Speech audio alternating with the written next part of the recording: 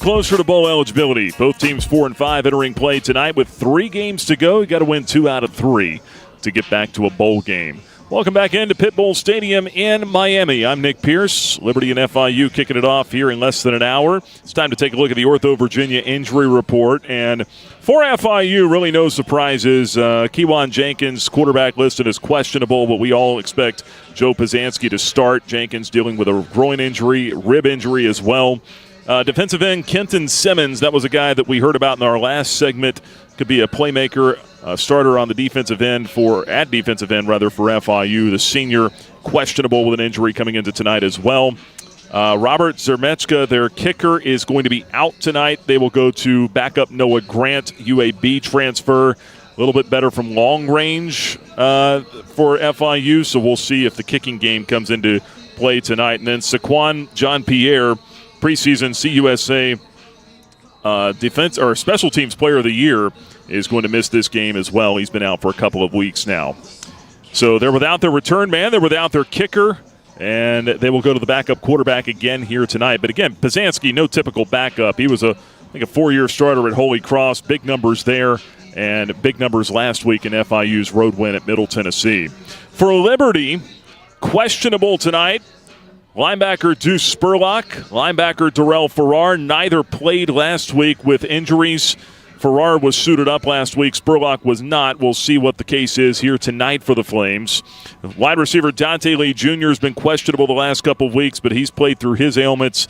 Hopefully he can again here tonight. And then the same for safety Brylan Green, also questionable tonight.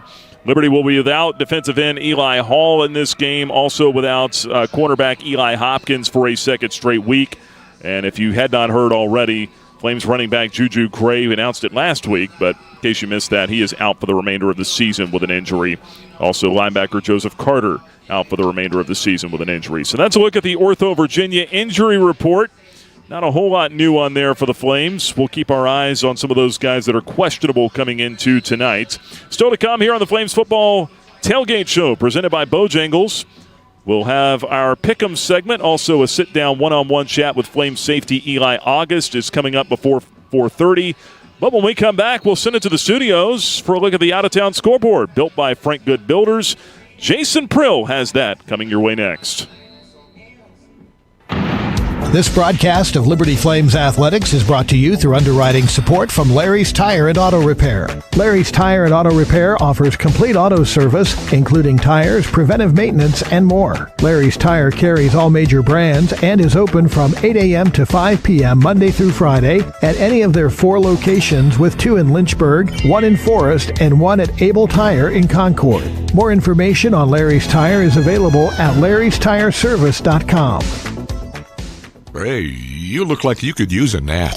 No, not a nap, an app. The Liberty Flames mobile app. It's your lifeline to Flames athletics. Get the latest news and your favorite teams, upcoming schedules. You can buy and download tickets to the next games and listen to podcasts and hear our online Liberty Flames Sports Network audio broadcast. It's all on your new app, the Liberty Flames mobile app. And of course, it's free from the App Store or Google Play. Get it. At this time, the app will no longer make you a sandwich.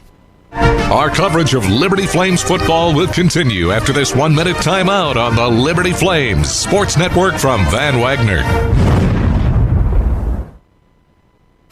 The countdown to kickoff is on. Whether you're a lifelong Flames fan or just jumping on the bandwagon, be early, be loud, and wear red.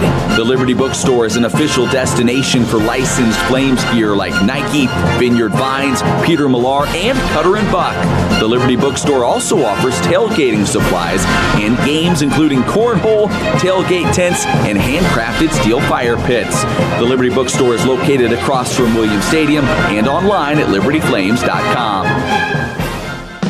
Lynchburg Nissan has been a proud supporter of Liberty University and an underwriting partner with The Journey. Lynchburg Nissan is thankful for the community support for over 27 years and is committed to supporting community organizations like the Salvation Army. They offer new and pre-owned cars, trucks, and SUVs. Information for Lynchburg Nissan is available at lynchburgnissan.com. Thank you again for supporting your local Nissan dealer, Lynchburg Nissan.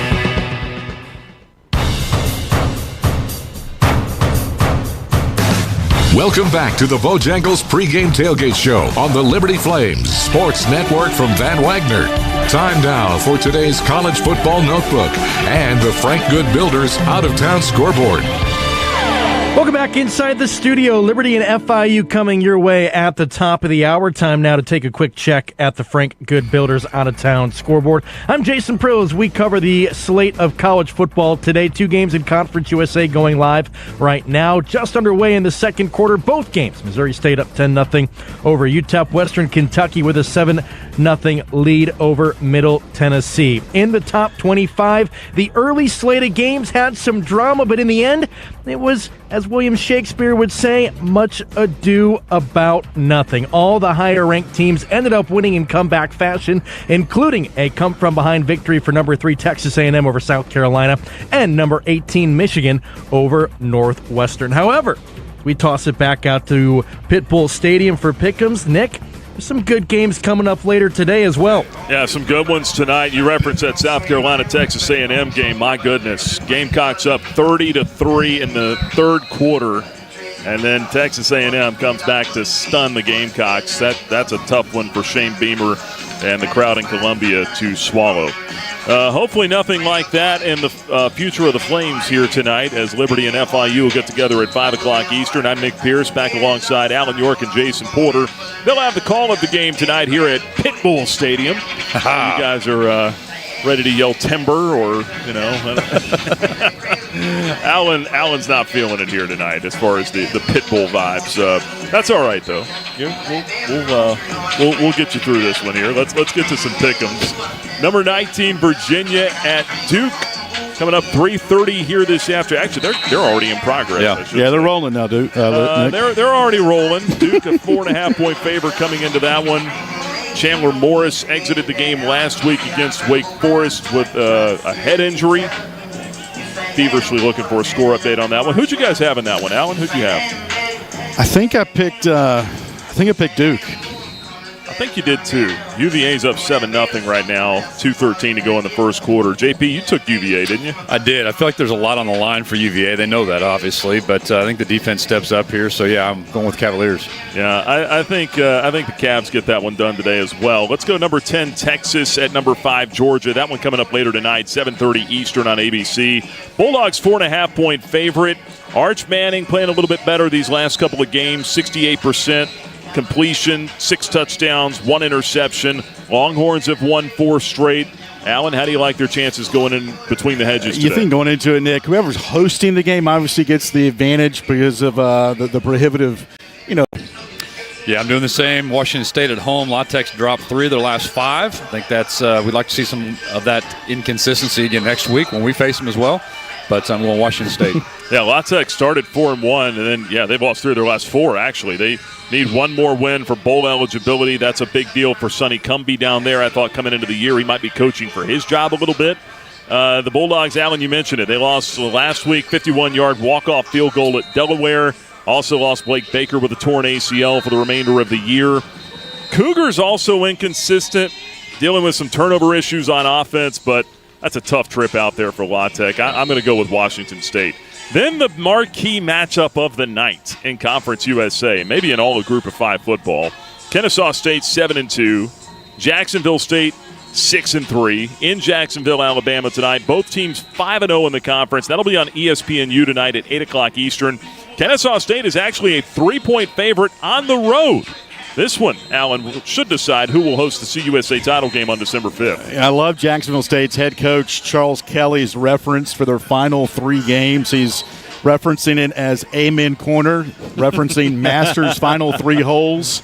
And, look, Trey Stewart, arguably the best running back I've ever seen a year ago in this conference or since we've been following. We played Jack State a number of times. Yep.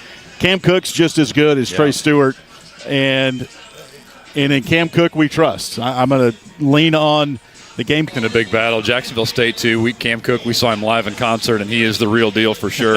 I think he's too much for the Owls tonight. Yeah, we'll see what kind of a tune he's playing tonight for the Owls, who have actually scored 33 dental implants, cosmetic dentistry, extractions, and more. Their office treats patients of all ages and accepts most insurances, including Anthem. Peary and Woolwine Family Dentistry is located at 2229 Merle Road next to EC Glass High School in Lynchburg. You can reach the office by phone at 434-847-5331 and online at PearyFamilyDentistry.com. Our coverage of Liberty Flames football will continue after this 1-minute timeout on the Liberty Flames Sports Network from Van Wagner. The Journey thanks Rogers Heating and Cooling for their underwriting support of this Liberty Flames Sports Network broadcast. Rogers Heating and Cooling has been serving Virginia and North Carolina since 1996, with locations throughout the region. They provide residential and commercial HVAC services, including system installation, maintenance, and repair. More information is available at callrogers.com. Thanks to Rogers Heating and Cooling for their support of the Liberty Flames Sports Network from Van Wagner. The Liberty Flames Sports Network thanks Segra for their support. Segra collaborates with companies to offer business-only carrier-grade connectivity, cybersecurity, voice, and cloud solutions tailored to meet their diverse needs. Segra offers these solutions across a fiber network that spans 28 states in the U.S. and is headquartered in Charlotte, North Carolina. Segra can be reached at segra.com or 833-GO-SEGRA. Segra is a proud partner of the Liberty Flames Sports Network from Van Wagner. Welcome back to the Bojangles pregame tailgate show on the Liberty Flames Sports Network from Van Wagner.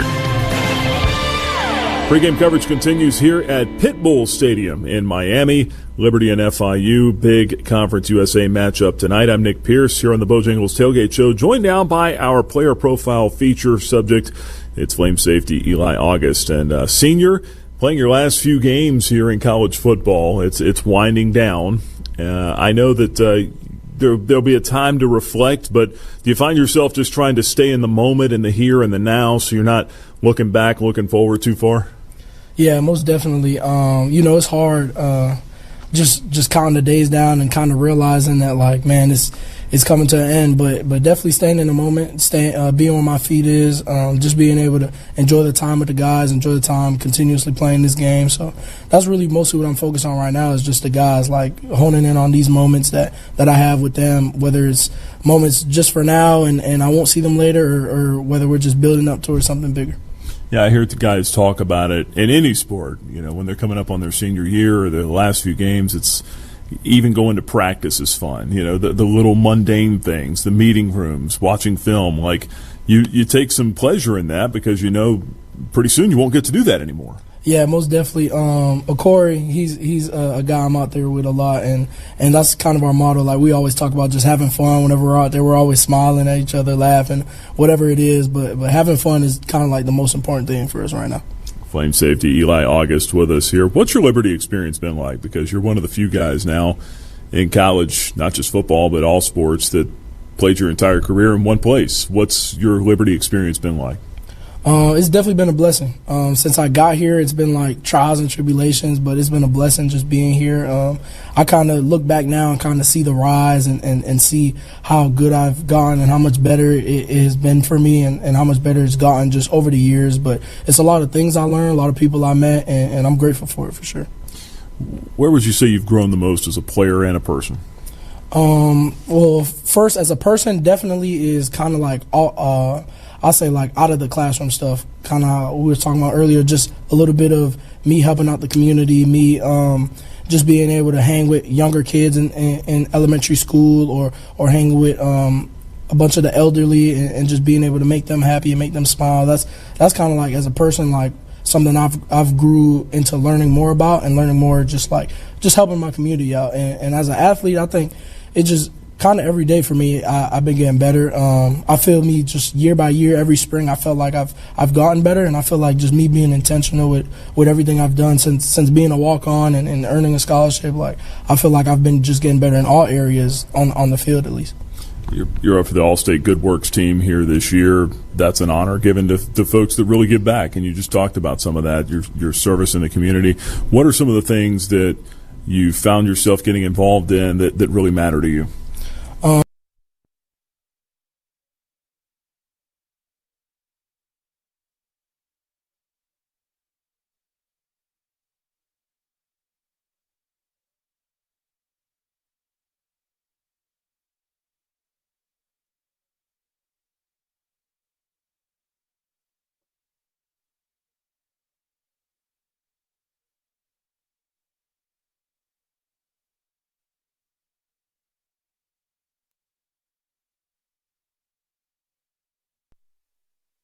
now too, as you guys are trying to bounce back after a tough one last week. I mean, this defense, you look at the numbers, that last drive notwithstanding, you guys did enough to win the game. I mean, you gave up 21 points, 330 yards. You had 4 sacks. You're forcing negative plays.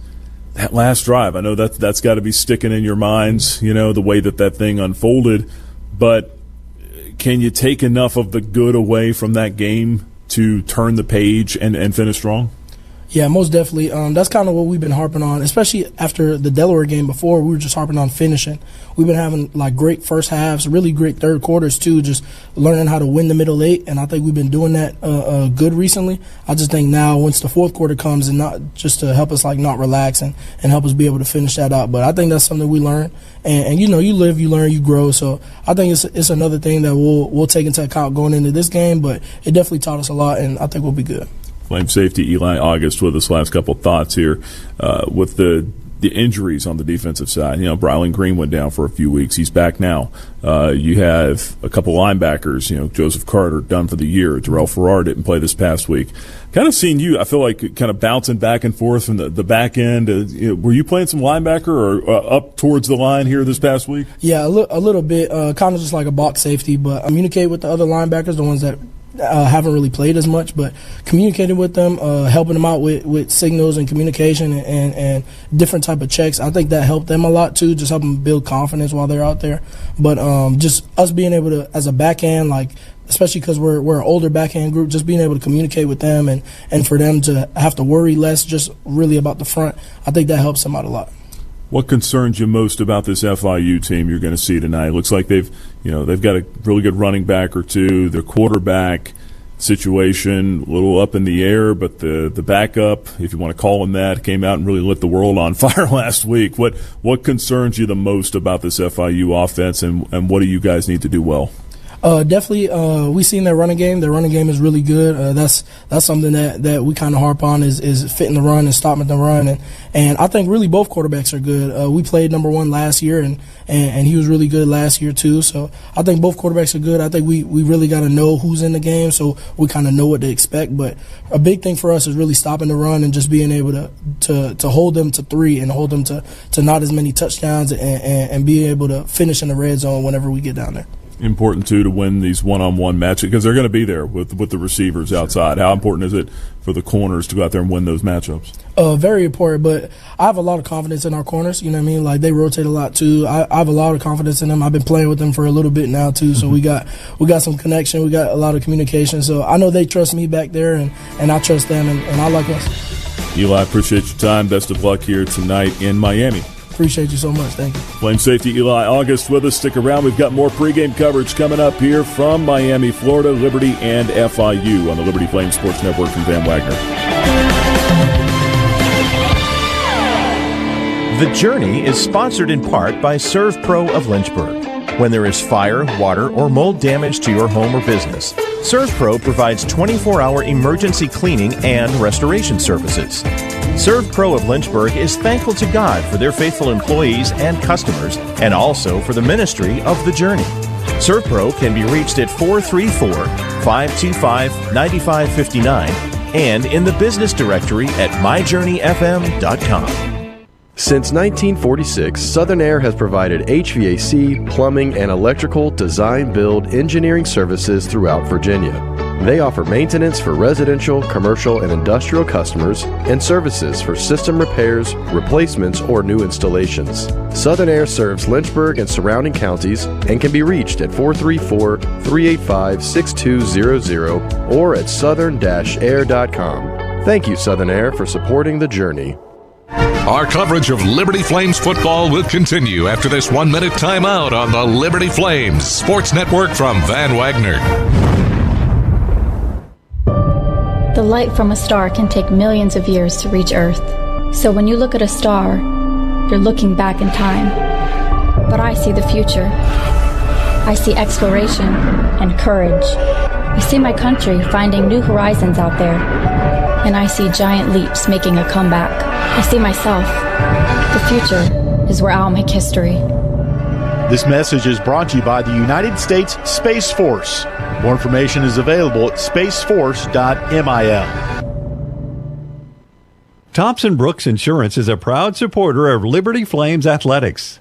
Thompson Brooks Insurance helps individuals and businesses with their insurance and investment needs. The team at Thompson Brooks is experienced in understanding life and health insurance, Medicare, and retirement planning. Thompson Brooks Insurance can be reached at 434-385-8500 or online at thompsonbrooksinsurance.com. Thompson Brooks Insurance. Planning today for tomorrow.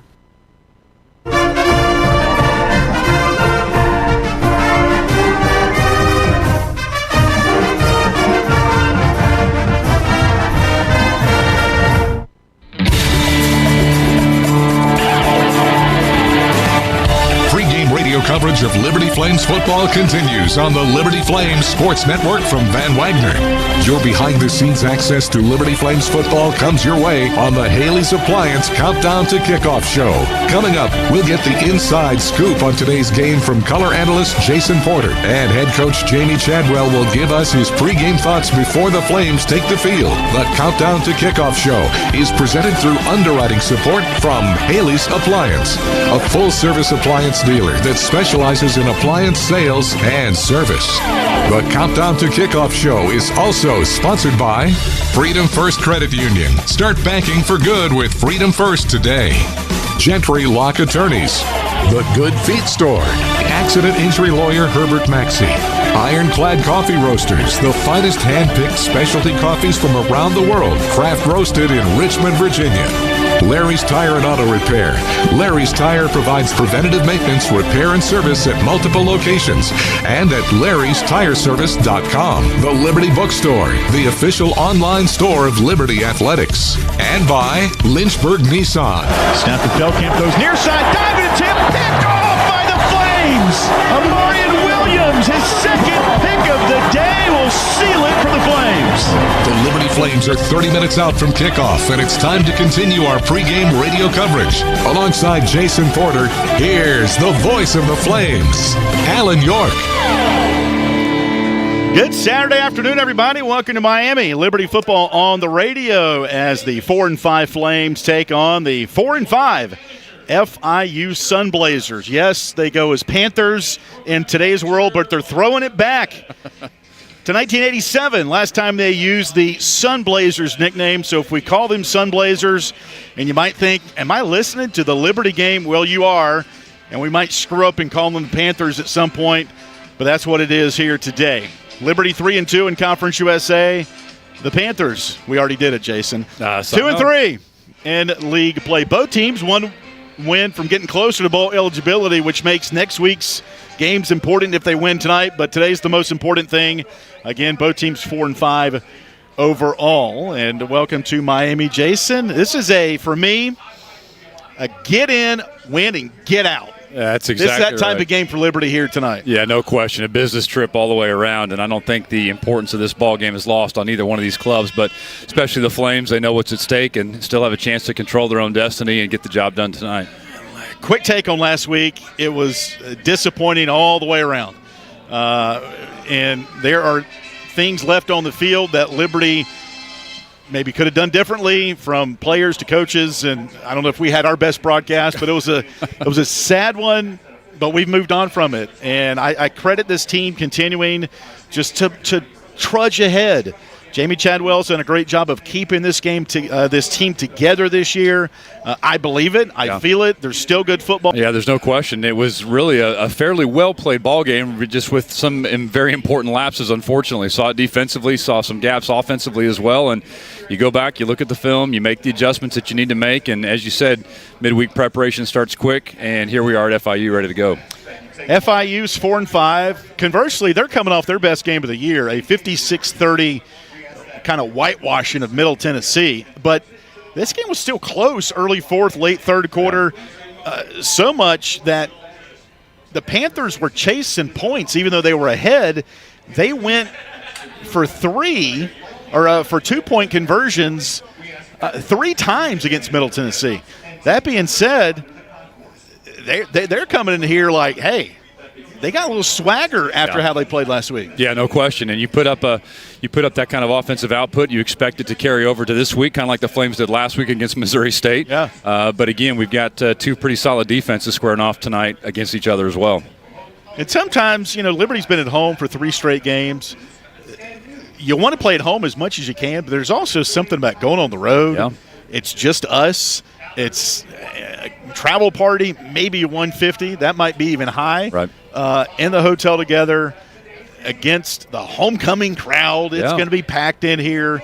But just silencing a team on the road, I love it. And I hope Liberty can play well enough here today to do that and spoil this homecoming for FIU. Yeah, and obviously some players left over from our trip down here 2 years ago that remember this. I mean, absolute shellacking here 2 years ago, and you like to see that same type of output here this evening. Yeah, that was a 38-6 win for Liberty here at Pit Bowl Stadium a couple of years ago. Liberty winning in overtime in Lynchburg last year, 31-24. If you're wondering, man, what's that noise behind the radio crew? Well, it's the music system. It's been bumping here for 2 hours, and it's not going to change. And so we're here, South Beach. It's the vibe, and we're going to have the vibe along with the fans here today for the broadcast. We'll step aside. We'll come back. More thoughts here from the Jerry Edwards radio booth in Miami, Florida. Liberty at FIU tonight on the radio. This is Flames football from Van Wagner. The Journey is sponsored in part by A.G. Jefferson Opticians of Lynchburg, locally 1940. A.G. Jefferson specializes in prescription eyeglasses, contacts, sunglasses, and children's eyewear. They also provide adjustments and repairs, accept most insurances, and welcome senior citizens and college students. Located at the intersection of Wards Road and Sheffield Drive in Lynchburg, A.G. Jefferson Opticians can be reached at 434-846-3937 or at agjeffersoneyeglasses.com. Bojangles is an underwriting partner of this Liberty Flame Sports Network broadcast on The Journey. Bojangles is a regional restaurant chain founded in 1977 with locations throughout the Lynchburg area, including Wards Road and Timberlake Road. Bojangles serves chicken, fixins, and biscuits made at each location. Thanks to Bojangles for their support of the Liberty Flame Sports Network from Van Wagner. Bojangles, it's bow time. Our coverage of Liberty Flames football will continue after this 1-minute timeout, Wagner. At Carilion Clinic, the success of their employees is based on a culture that welcomes them and nurtures their growth. As the largest nonprofit employer west of Richmond, Carillion's team members are always learning and forever curious. Carilion is more than a healthcare system. It's a team of unique individuals doing what matters most, caring for the community. Visit CarillionClinic.org/careers and search their opportunities. Come join 13,000 employees who are Carilion proud. Liberty Athletics would like to thank Carter Bank for their support of the Liberty Flames Sports Network from Van Wagner. Carter Bank offers customized banking strategies and services for individuals and families. Carter Bank branches are located throughout Virginia and North Carolina, including 6 in the Lynchburg area. Carter Bank can be reached at carterbank.com. Thank you, Carter Bank, for your underwriting support of the Liberty Flames Sports Network from Van Wagner.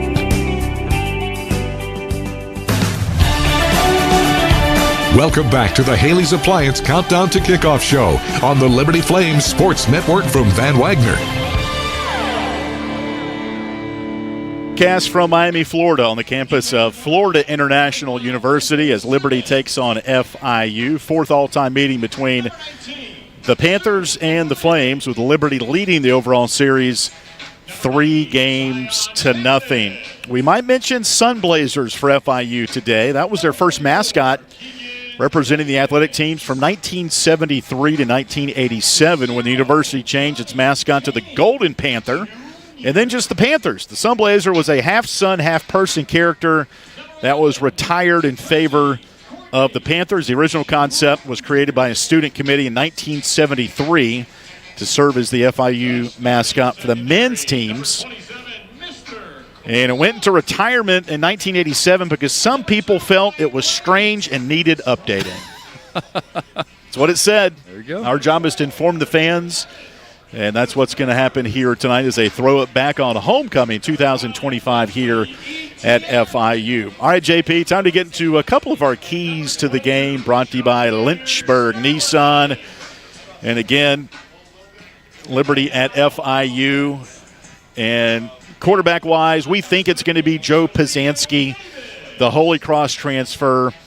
Complete different quarterback than Keewan Jenkins. Pizanski, more of a pocket passer, 6'4", 220. Set a school record last week, 5 touchdowns, 4 passing, 1 running in the win at Middle Tennessee. I've seen him. He throws a pretty good ball. I think he's going to challenge our secondary here tonight. Yeah, I think that will be definitely a different look and a different type of preparation here for the Flames defensively, though. I think creating some turnovers here against the Panthers is going to be really important. Panthers are -2 on turnovers for the year, and I think that could really turn the tide here. The Flames can force a couple of turnovers and then slowing down this running attack, too, for the Panthers. If you like rushing offense, you're going to be – Rust. He's coming in. He's got a couple of back-to-back 100-yard, rushing games for Evan, including 127 last week. Liberty third in rushing right now in offense in Conference USA. Liberty third in rushing right now in offense in Conference USA. So who can rush the ball better here? It's been a staple of Jamie Chadwell's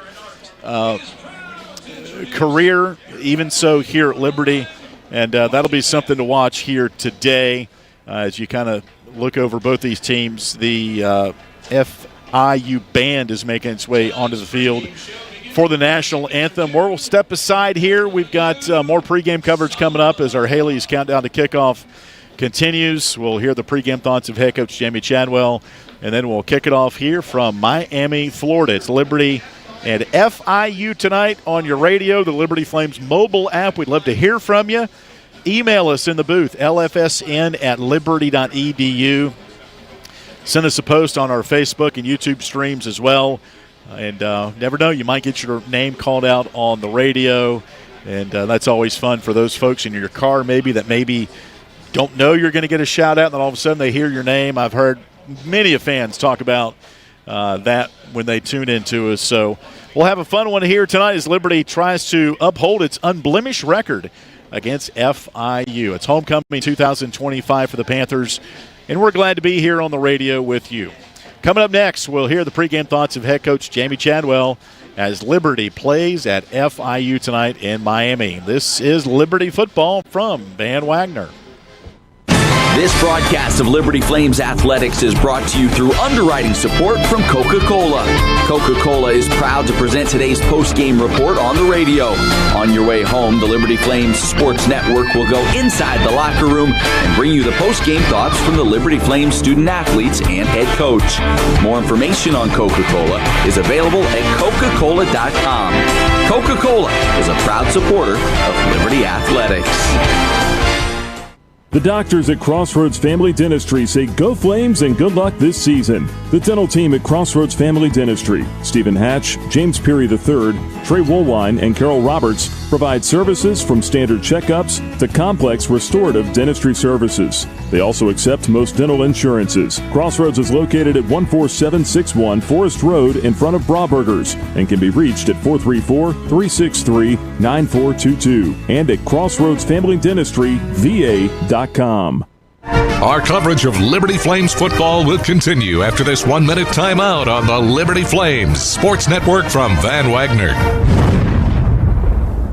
Liberty Athletics thanks 11 West for their support of the Liberty Flames Sports Network from Van Wagner. 11 West offers screen printing, embroidery, promotional products, and flat printing. 11 West graphic design team creates custom apparel and promotional products. More information can be found online at 11west.com, by phone at 540-639-9319, or at their location in the New River Valley at 6598 New River Road in Radford.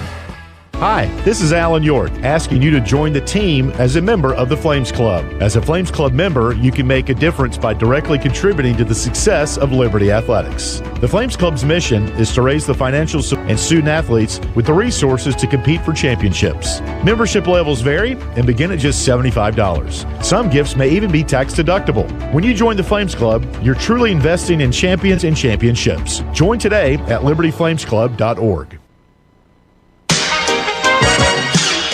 Welcome back to the Haley's Appliance Countdown to Kickoff show on the Liberty Flames Sports Network from Van Wagner. We're 10 minutes away from kickoff, and it's now time to hear the pregame thoughts from head coach Jamie Chadwell. Once again, here's the voice of the Flames, Alan York. Welcome to Miami. Liberty and FIU here today at Pitbull Stadium in a pivotal Conference USA matchup, joined by the head coach Jamie Chadwell. And Coach, good to see you here down in Miami. Touch on Missouri State last week real quick. As I was looking back this week and the tape and just reading all the stats and hearing you talk to the media, details, just minor details can make or break a team. I don't care what sport, definitely was evident last week. It was, and when you're, I think we're a talented team, but we're by far not the most talented, that we've been in the last couple of years, and so those details are very, very important all the time. But even when your talent's even or whatever from that standpoint. So there was a lot of things that went our way, but the ones that didn't, it just killed us. At bad times, and it was frustrating because you look up and all the things that we wanted to do: control the line of scrimmage, control the ball, time of possession, not turn it over. Play a field position game. We did most of that until we didn't, at the end, and it's frustrating because this group fought hard for that. But at the end of the day, you learn from it, you look at it, and you can't let it allow you to beat you again here today. Still like to play for with the opportunity to go bowling here with a couple more wins. Does that motivate teams, or do you hope it's, hey, we got a bunch of competitive dudes in this locker room, regardless of the record, it's the next game they want to go play? Or do you balance, hey, there's still some stuff to play for if when it comes to a couple of wins and you go to another bowl? I think with this group, you hope everybody's competitive, but you also got to be realistic. In today's world, kids need a carrot, so to speak, right? Most of the time. Yeah. And so, what I shared with them, hey, the conference championship's out of our control now. Like, it was in our control, it's gone now, and the chances are very slim. So that's just the way it is. But what can we control? What we can control is we've got 3 games left. Focus on winning those games. Yeah. You win those games, you put yourself in a bowl game, and we've not won a bowl game since 21. Right. And this senior class, who's done a lot of special things, we've not won a bowl game. And so I think for us, the focus is, hey, you go get the next one, put yourself one step closer to that, and let's go after it. Because at the beginning of the season, one of the objectives for this group was they wanted to win a bowl game because that was something they hadn't done. And so you lay it out there, you show it to them, say it's still out there, it's still feasible. Let go of what we can't control, what can we control, and so I expect us to play well here today. It's homecoming here today for FIU. They're under new leadership with Willie Simmons, their head coach, and they've got a couple more wins for bowl possibilities for them. So when you look at everything on the table here today, what kind of sticks out to you about this particular matchup? One, I think you mentioned they're playing hard, they're playing well. They've been in some close games, coming off a huge win last week versus a team that's been playing everybody close, and they blew them out. So I think that we know we're in for a fight today. When you're a new coach and you're establishing your program and what you want to happen, and you get a chance to go to the bowl game first year, that's huge momentum. So I'm sure he's telling everybody once, and I'm sure he's telling us, hey, this group's beatable too, based off of what we've been doing. So they're going to come in with a lot of confidence, and we got to do a really good job of making them one-dimensional. They're going to try to run it down our throats. That's what they're going to try to do. We got to stop that run and make that quarterback have to beat us. Yeah. And then offensive, we got to score points. Like it's great to have yardage and blah blah blah blah blah blah. At the end of the day, it's about scoring points, and we're not doing enough of that. And so that's going to be the key to here today.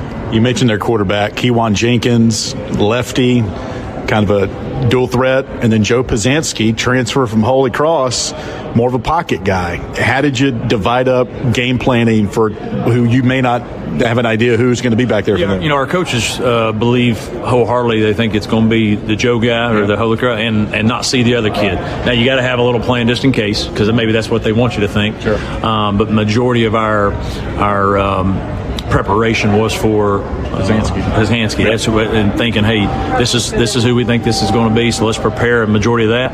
And then if they go to the other kid, at least here's your wrinkles. Sure. Here's your wrinkles. So that way, in case we don't look like idiots if he does go in there, Yeah. And so I think you got to be prepared for both. But our coaches felt strongly about after watching all that, hey, this is what we need to better game plan on, and then we'll adjust accordingly. And just listening to Willie Simmons in the media this week, it seems like he's leaning that way as well. time. Go get him here today. Look forward to hearing your thoughts after the game, and let's go win a game and get home. Let's go Flames. Flames. That's head coach Jamie Chadwell. Liberty FIU here today in Miami. We've got the kickoff coming up from Pit Bull Stadium on the Liberty Flames Sports Network from Van Wagner. Turn up the heat. Foster Fuels is a proud partner of Liberty. Foster Fuels is a proud partner of Liberty Athletics. Since 1921, Foster Fuels has provided propane along with a range of products including fireplaces, grills, tankless water heaters, and more. Foster is headquartered in Brooknell and located at 5 showroom locations across Central Virginia and at fosterfuels.com. Frank Good Builders is a proud supporter of the Liberty Flames. Frank Good Builders and its partners design, build, and renovate custom homes in Lynchburg and the surrounding areas. From designing a plan to picking out fixtures, Frank Good Builders works with each client to create and renovate custom dream homes. Frank Good Builder, tradition, innovation, trust. Frank Good Builders can be reached at 434-238-3710 or visit frankgoodbuilders.com. Liberty Athletics thanks Frank Good Builders for their support of the Liberty Flames Sports Network from Van Wagner.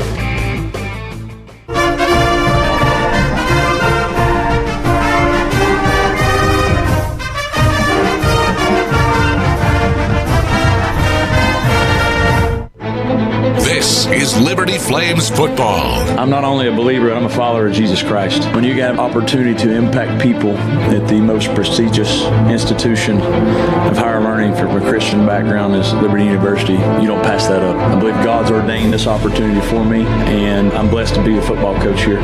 It's our plan to have our athletic program comparable to USC, to Notre Dame, to Alabama, to anybody in time. Strike the stone.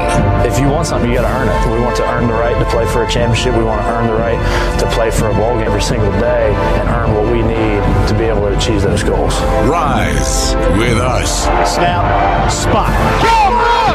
It's blocked! The Flames have won! The Flames have won! Block kick! And Liberty celebrates in Orlando. 37-34. Salter to throw back to the left, and it's caught in the end zone. Light him up! Touchdown, Liberty! Bentley Henshaw, and the Flames punch first. This is Flames Nation. Lamb to throw, end zone. Intercepted! We're intercepted! We got it! Jacob Hagan! It's over! It's over! We are Lynchburg's hometown team. And history's made once again in Williams Stadium. The 2023 Conference USA champions, the Liberty Flames. From Central and Northern Virginia to the Roanoke Valley and the Sandhills of North Carolina, the Liberty Flames Sports Network from Van Wagner is on the air. The Liberty Flames Sports Network from Van Flames. Alan York.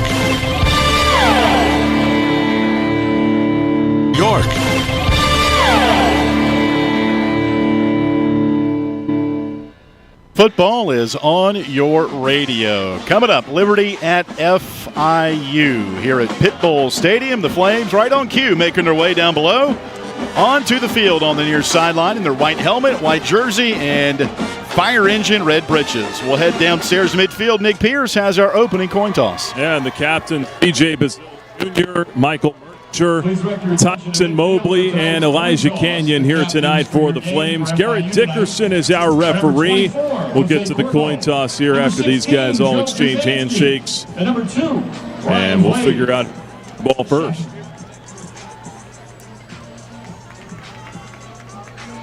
Good evening. My name is Garrett Dickerson. I'll be your referee for the game tonight. Your umpire is Mr. John. They'll be calling our toss. Our coin tonight, we have the Conference USA logo with colors is our heads. The Conference USA logo without colors is our tails. Liberty, what do you call it? Heads or tails? Heads, baby. Liberty is called heads. It is 8 heads. Liberty has won the toss. What would you choose? Defer to the half. You're going to defer your choice to the second half. FIU would like to receive the football, correct? Yes. Liberty, which end of the field would you like to defend? Kicking away from the scoreboard. Very good. We'll stay here. All right, so the Flames, C.J. Bazell says heads, baby. We're going to defer to the second half. How fun is it for these Florida guys coming back home? CJ Bazell basically in his backyard, and a whole host of other Florida natives. Well, CJ told me coming into the game tonight he's got 32 friends and family here. Yes. Miami native. So he's yiked up to play tonight. Our opening kickoff is presented by Relevant Law. A quick shout out tonight. Jacob Webb tuning in out in Roanoke. Jacob, one of our former creative directors with the athletics department, has moved on doing some freelance work now around the world, really. And we love to hear from our former teammates. And Jacob, thanks for tuning in and letting us know you're listening here tonight. And for those fans out there watching us on our video streams, you can send a post in the comments section. We'll get to those as we move on throughout tonight's ball game here at Pit Bull Stadium. And if we reference the Panthers as the Sunblazers, they are throwing back to their original mascot. And so they've got Sunblazers in the end zone and at midfield. So we'll mix in Sunblazers and Panthers here on their homecoming. Liberty's going to take the field. Max Morgan will kick it off. Max on the year with 40 kickoffs, 21 for touchbacks. And deep to receive for FIU is number 80, Andre Brown, a redshirt freshman from here in Miami. FIU's Navy from head to toe. Here comes the run up from our left to right by Max. He puts his right foot into it. High into a ring kick. Brown from the goal line, right between the hash marks, will run it out to the 5, 10, 15, 20, 25, and he is clotheslined at the 25-yard line. Big time hit, but probably a better return by Brown, as FIU will bring its offense out. First down and 10 from the 25-yard line. And that tackle made by Seneca Moore Jr. as he rattled the cage of Andre Brown. First down and 10 for FIU. They'll move from our right to left, and their quarterback is indeed Joe Pazanski, 6'4", 220-pound redshirt senior from Tampa. Transferred in from Holy Cross. And the first play of the game will be a throw right side and a catch made around the 28-yard line on the far side. Numbers. Tackle made by Amarian Williams in space. That catch made by Alex Perry, the leading receiver for FIU. That's his team-leading 35th catch. That's 10th in Conference USA. And here's a feed up the middle to Keyshawn Owens, their leading rusher on the far hash. He'll pick up one, maybe two. Corey Jones, defensive back out of Macon, Georgia, making the stop on the hash mark for the Flames. This FIU club averaging 26 points a game. That's fourth in the conference. Liberty giving up 22, and that's third in Conference USA. Really nice early recognition here by the Flames defense. They've been present for those tackles immediately. 3rd and 6. At the 29 for FIU as they move right to left. Two receivers each way for Pazanski. Low snap, digs it off the turf. He's being chased, sneaks out to the right. On the far hash, turns the corner, a jump throw downfield, tipped in, incomplete. Not sure he wasn't past the line of scrimmage as that ball was intended for McGuire Anderson around the 45-yard line. Darrell Farrar presenting the pressure on Pazanski as he had to, kind of like Derek Jeter did sometimes from shortstop, but kind of a jump throw over to first base. Then, yeah, those jump passes are difficult. It'll go incomplete, and 3 and out for FIU. Trey Wilhoit will punt it away. Ray Guy Award watch list, averaging 43 yards per punt. Last week in 5 punts at Middle Tennessee, 46 yards per punt. Flames bring pressure, a low line drive kick. Fair catch called for at the 28. Right in front of us on our viewpoint by Reese Smith, who secures it in front of his white jersey for the touchback. And we will keep it right here after the 4 and out. And AY defensively, that's obviously the start that the Flames want. Panthers here are number 1 in Conference USA in time of possession, 32 minutes and 11 seconds. So to get them at 3 and out is a big stop. Yeah, they went to the air twice on that. Maybe surprising with that time of possession there on their first possession. And now Liberty. It was a couple of games removed from a season-high 59 points. And the win over Delaware 2 games ago only scored Agunlaye.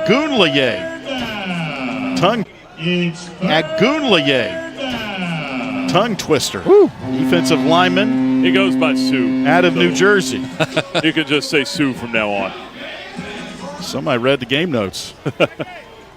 3rd down and 9. I did too, folks. Don't worry. At the 30, no score in this game. Barely 2 minutes gone. Snap to Vasco, 5-man rush. Pocket breaks down. He throws it down the field, and a great pattern going out of bounds as Tyson Mobley. Flag is out right where he caught it near midfield. Mr. Clark had the coverage on the play on the far sideline, occupied by FIU. Vasco took a shot on the back end of that, but he's back up walking fine. Thought there might have been a flag there, but it's actually downfield. We'll see if they're talking about it now. And the referee tonight, Garrett Dickerson from Conference USA. During the play, FIU, 15-yard penalty for the end of the run, 1st down. And we will not have the officials tonight. Sign language. I do know it's a 15-yard penalty. Yep. I believe he said sideline penalty. Wow, sideline interference on FIU. It's a big penalty against FIU here. Panthers are the most penalized team in the conference at 60 yards per game. It's at the 37 on 1st down. Right side throw. This is going to be Coleman. And Jalen Coleman, freshman out of Houma, Louisiana. Got a swing pass on the near side, takes it inside the 30, and a 1st down for Liberty as Coleman makes his 5th catch of the year. Josiah McGrew, defensive back, makes the stop for FIU. Seen a lot of those plays offensively for the Flames. Those little screen routes giving the players some opportunities to make plays in space. Liberty on the move. Dickens to the left hip of Vasco. Tight end to the left. Ball's on the right hash. No score. Snap to Vasco. Handoff to Dickens. Trying to weave his way to the left of the center Fenimore and not going to get much, if anything. Stop made by Keegan Davis, redshirt senior out of Port St. Lucie, Florida, who has 22 tackles now on the year. It's FIU defense, not great overall, giving up over 400 yards per game. That is 9th in the conference, 107 in FBS football. 4 minutes gone, no score. Opening drive of the game for Liberty. Vasco shotgun. Looks right, throws right. Caught by Reese Smith going out of bounds inside the 25. Pushed out of bounds by Johnny Chaney Jr., redshirt senior linebacker from Apopka, Florida. It'll be a gain of about 5 for Reese Smith. Seeing a lot more activity here with Reese Smith being available here offensively last couple of games. He's a sure-handed target. And congratulations to Reese and his wife Tanner, expecting a baby girl coming up in May. He was telling the fans around the hotel that last night, gave him some high fives, and congratulations to Reese and his wife Tanner. 3rd down 4 for Liberty at the 23 of the Panthers. Vasco in the shotgun's got 3 receivers to his left. There's the snap. Little shovel pass into Dickens. It'll be a 1st down. Little ingenuity there by Willie Korn, the offensive coordinator. Let's see, did he pick up enough on it?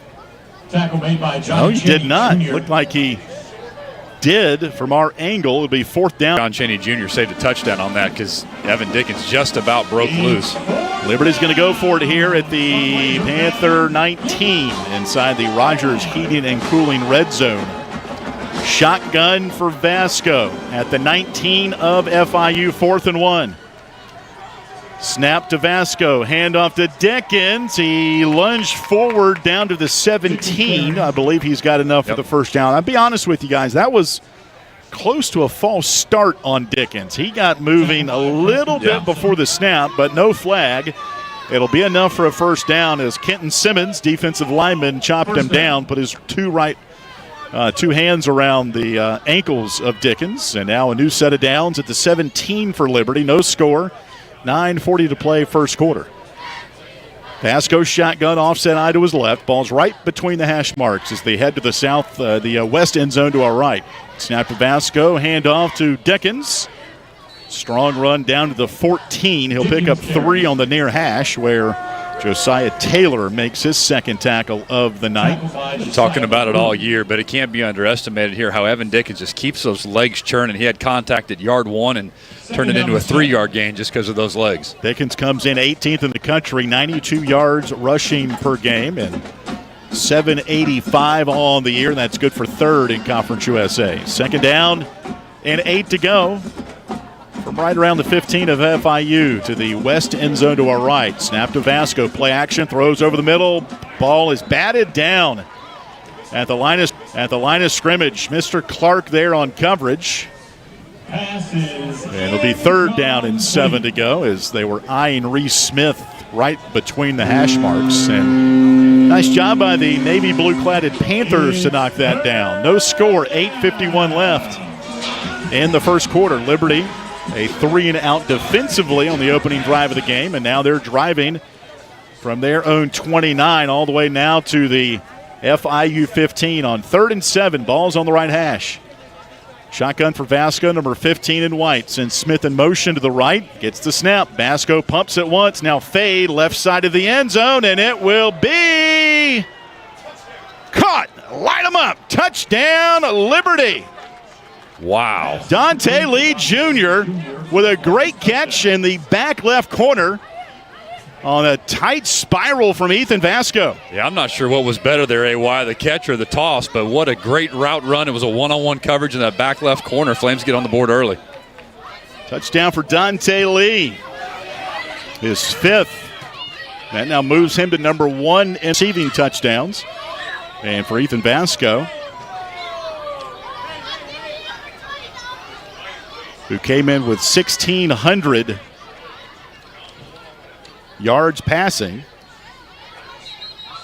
And now whistles down below. Timeout FIU looks like. And timeout for the Panthers as we'll keep it right here. I think they might maybe want them to look at that again. Possibly. I mean, I saw it on the video board. I thought Lee was in. Yeah, our replay official here today is Brian Jones. And Lee, a guy who was listed as questionable coming into the game. He's been questionable the last 2 weeks with undisclosed injury. Nothing visibly wrong with him. Good to see him out there early on. Certainly nothing visible on that play. No. That was the 9th touchdown pass for Vasco. And does he get that left foot down? It looked like he did, falling out of the back of the side of the end zone. No monitor up here. Yeah, sorry. We've got a pretty good glare coming in with the sunset here. Looks like they're going to let it go. Jay Billingsley kicking from the shade as he kicks it right towards the sun setting of the west side of the stadium, and the extra point is good. So that's 3 straight weeks now, opening drive touchdown? Yep. Really impressive drive here for the Flames in this opening period, but confidence boost as well off of that 3-and-out from the defensive stop. And I believe there's a timeout on the field, and we'll take it with them here from Miami. 7-0 Liberty, 8:44 to play in the first. This is Liberty football from Van Wagner. The Journey is sponsored in part by A.G. Jefferson Opticians of Lynchburg, locally owned and operated since 1940. A.G. Jefferson specializes in prescription eyeglasses, contacts, sunglasses, and children's eyewear. They also provide adjustments and repairs, accept most insurances, and welcome senior citizens and college students. Located at the intersection of Wards Road and Sheffield Drive in Lynchburg, A.G. Jefferson Opticians can be reached at 434-846-3937 or at agjeffersoneyeglasses.com. Liberty Flames football on WRVL Lynchburg Clifton Forge, WVTW HD3 Charlottesville, WKHK HD3 Richmond, WHRO HD3 Norfolk, WVRL Elizabeth City, WVRA Enfield Rocky Mount, WVRD Zebulon, WVRH Norlina, WVRP Roanoke Rapids. Bojangles is an underwriting partner of this Liberty Flames Sports Network broadcast on The Journey. Bojangles is a regional restaurant chain founded in 1977 with locations throughout the Lynchburg area, including Wards Road and Timberlake Road. Bojangles serves chicken, fixins, and biscuits made at each location. Thanks to Bojangles for their support of the Liberty Flame Sports Network from Van Wagner. Bojangles, it's bow time. At Carilion Clinic, the success of their employees is based on a culture that welcomes them and nurtures their growth. As the largest nonprofit employer west of Richmond, Carillion's team members are always learning and forever curious. Carilion is more than a healthcare system. It's a team of unique individuals doing what matters most, caring for the community. Visit CarillionClinic.org/careers and search their opportunities. Come join 13,000 employees who are Carilion proud.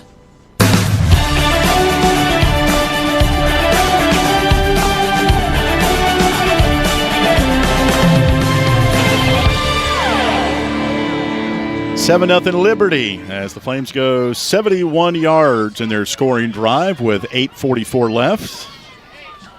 Ethan Vasco to Dante Lee Jr.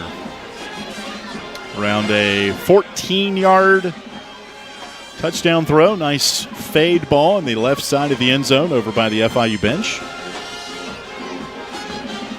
Max Morgan will kick it off from our left to right, wearing number 37. Looks kind of cool with a towel hanging out behind his back of his red breeches. Here's a helicopter spin. Andre Brown will extend his left and right arms and watch it sail over his. Like the way they're using him in the pass rush game here. Like the way they're using him in the pass rush game here. Liberty had 4 sacks in the first half against Missouri State last week, really bringing some pressure. 2nd down and 10. Handoff right up the gut. Pretty good surge on 2nd down that time by FIU. And Anthony Carey, their backup tailback, transfer from Georgia Tech. Mike Jarvis pulled him down between the hash marks. 3rd down 4 for FIU. Also, a couple of notes. Flames do have Darrell Farrar on the field. He started the game. FIU. Also, a couple of notes. Flames do have Darrell Farrar on the field. He started the game at linebacker. Deuce Spurlock is suited up, but I've not seen him carrying his helmet tonight. 8:12 left to play in the first quarter. 7-0 Liberty. FIU at its own 30, moving right to left. They'll shift a couple of tight ends to the right. Ball's inside the right hash mark. Pazanski, the 6'5 gunslinger, will send one back in motion to the left. He's got Carey to his left hip. Snap to Pazanski. Play action, rolls left under pressure. Sidearm throw caught at the 41 of the Panthers and dropped right there. First down as Alex Perry, redshirt junior transfer from Hawaii, makes the grab. Coverage by Marion Williams, but a flag is out in the backfield. And I'm concerned about that one because it was thrown late. And I'm hoping that this is not going to be a targeting review for Darrell Farrar because he hit Pazanski as he threw it. Personal foul. Roughing the passer. Defense. 15-yard penalty. Roughing the passer on FIU. Yeah, that's still not good. Or Liberty, that's better pardon me. than, That's better than potential targeting because I thought he may have launched himself there. So you got a penalty of roughing the passer on Liberty. And that'll move the ball all the way to the Flames 44. Liberty in the first quarter. 5 receivers in the set. Pazanski looking to throw. And a one-handed catch on the near sideline at the 40. Nice grab by Keyshawn Owens, their tailback, as Darrell Farrar knocks him out of bounds right by Liberty head coach Jamie Chadwell. Put his left hand up and secured it against his navy blue jersey. It'll pick up 6 to bring up 2nd down and a long 4th, the 39 of Liberty. Liberty leads at 7-0. 7:10 to play in the first quarter. As the sun sets over to our right here in Miami. Play action, Pazanski throws on the right side. And nice play by Williams to secure Alex Perry out there after a gain of 3. And it'll be 3rd down and a couple. Flames have done a good job so far on the edge one-on-one tackling, which they did not do well in that last drive of the 4th against Missouri State last week. Yeah, seeing really good timing. 3rd down 1, handoff to Carey. He'll stumble ahead on the far hash down to the 32. He'll pick up 3 and a first down for FIU. Panthers averaging nearly 400 yards of offense. That's third in the league. Liberty number 1 in total defense, giving up right over 360. First down for FIU, trying to tie the game up here. It's at the Liberty 33 as they move right to left towards the downtown Miami backdrop to our left. Pazanski in the shotgun, takes a snap, hip high, throws on the right side, wide open in the right flat, and breaking a tackle down to around the 18-yard line is Dallas. Brings him down, but a first down for FIU. They're now in the Rogers Heating and Cooling red zone. 7-0 Liberty, 5:43 left in the first. Pazanski to throw first down, wide open at the 10, and falling down is Kyle McNeil, redshirt freshman out of Riviera Beach, Florida. Coverage made by Brylan Green. He was open there on the near side numbers, dropped right at the 10-yard line. And McNeil planted that outside foot and kind of went splits and went to the turf.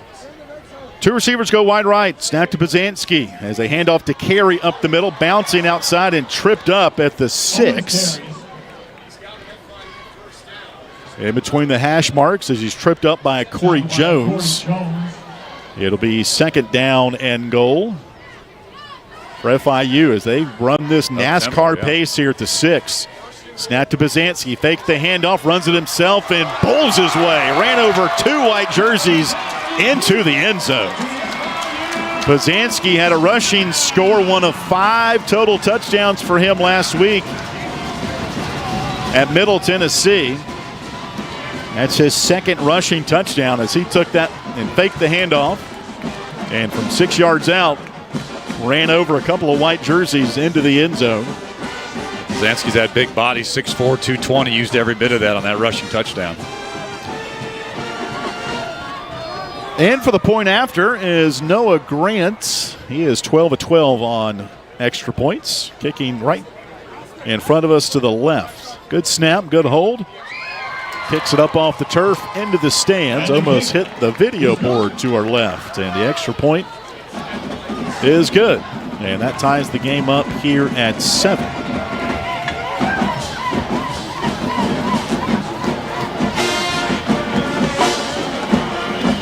Marion Williams is running over to the sideline, kind of pounding his chest. I think he's a little afraid he wasn't able to make a play on the quarterback there on that stop. Well, that was a very efficient drive by FIU as they tied the game up here.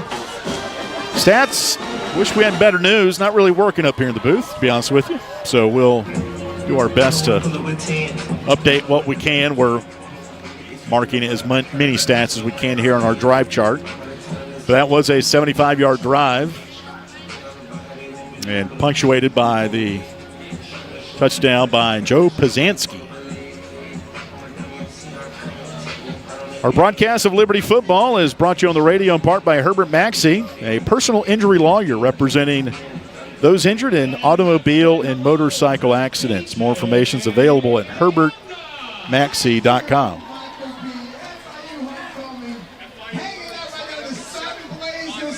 Montero deep to receive the kick. It'll be angling to the near side and kicked out of bounds. Liberty will get it at the 35-yard line. That's the 4th OB for Noah Grant. That was a 10-play, 75-yard drive for FIU, by the way.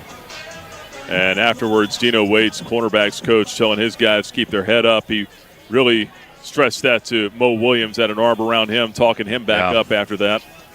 And said, hey, we're fine. They're not beating us as much as we're not communicating. We need to do a better job of that. So Liberty to 35. We'll move from our left to right. Ethan Vasco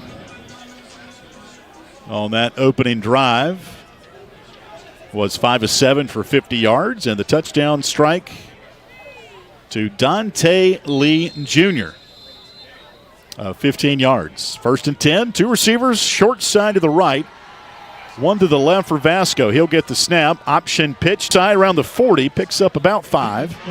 That was a slow developing option to the near side as Percy Courtney Jr., a linebacker from Miami, closed on Dickens really quick. Second down and 5. Looked like Vasco actually called an audible there and changed the play at the line of scrimmage.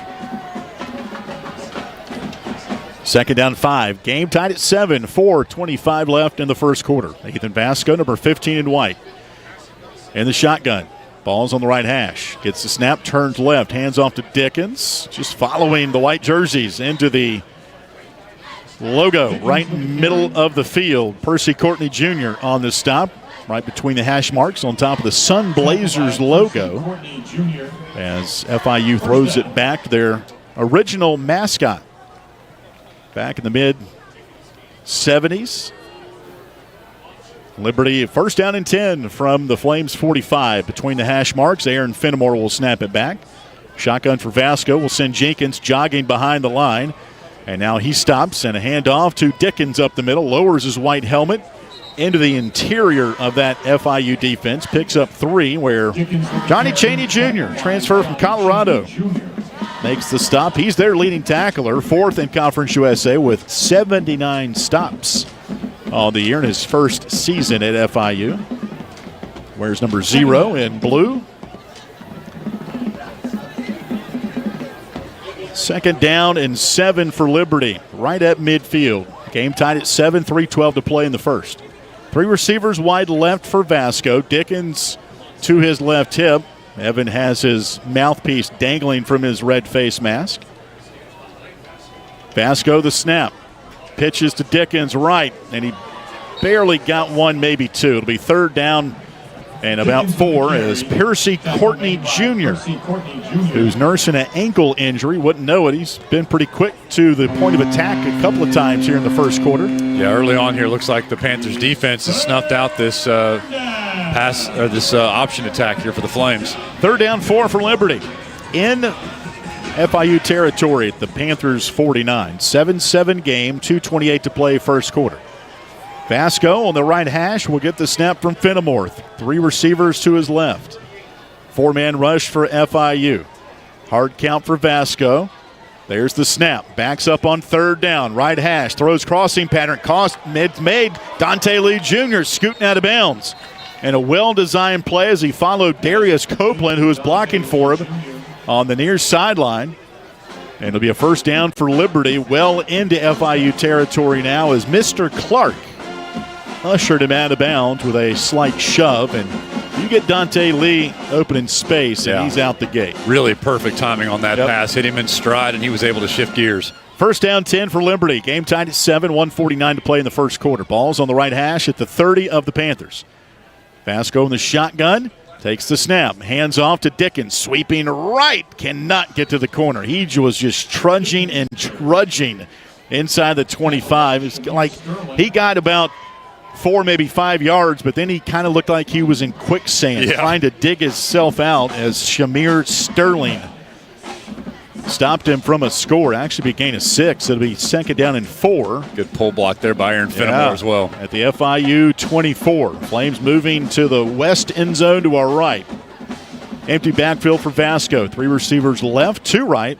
And now Von Blue gets the sweep around the left side, turns the corner, tucks it inside the 15.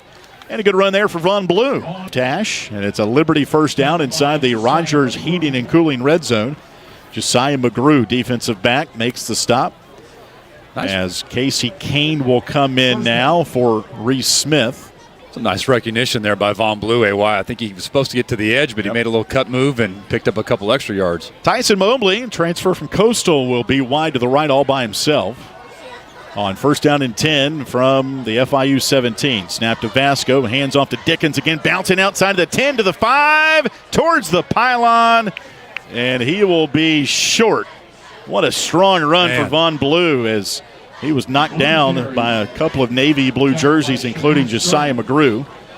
It'll be another first down for Liberty. They're in the Rogers Heating and Cooling red zone at the 2-yard line, and Liberty's going to waste this clock, I believe, and get to the second quarter. Yes, they will. Time expires here in the first 15 minutes from Miami. Our first and second quarter break is brought to you by the Good Feet Store of Lynchburg. 7-7 ball game, but your Flames are knocking on the door. and I believe the door's unlocked. They may just walk in here when we come back. We'll have to wait and see, though. 15 minutes left in the first half coming up. It's 7-7 on the Liberty Flames Sports Network from Van Wagner.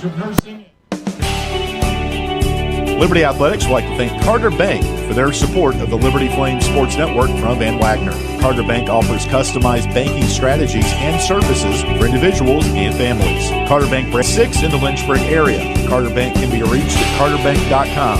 Thank you, Carter Bank, for your underwriting support of the Liberty Flames Sports Network from Van Wagner. This broadcast of Liberty Flames Athletics is brought to you through underwriting support from Coca-Cola. Proud to present today's post-game report on the radio. On your way home, the Liberty Flames Sports Network will go inside the locker room and bring you the post-game thoughts from the Liberty Flames student-athletes and head coach.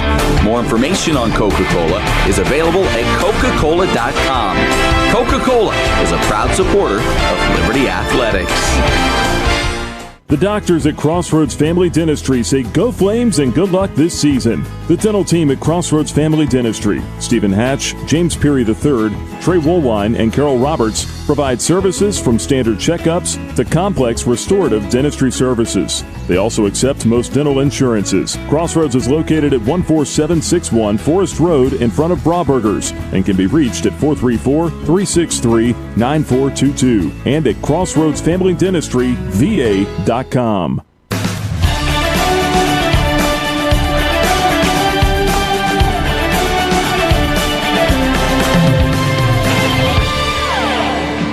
Start of the second quarter here in Miami with our crew. I'm Alan York.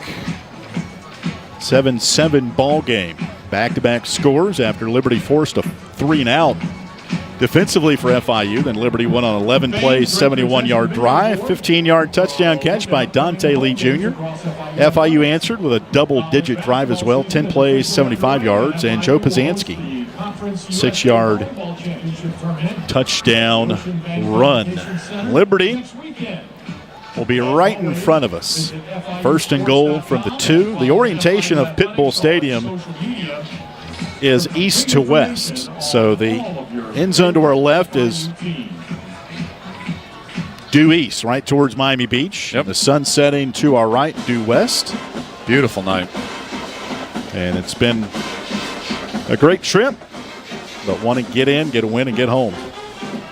Yeah, temperature mid-70s, low 70s down here. Field level, just a slight breeze. Not much of an atmosphere here, though. I'm going to be honest with you. The crowd is sparse here on homecoming weekend. But the band is lively. I'll give them that.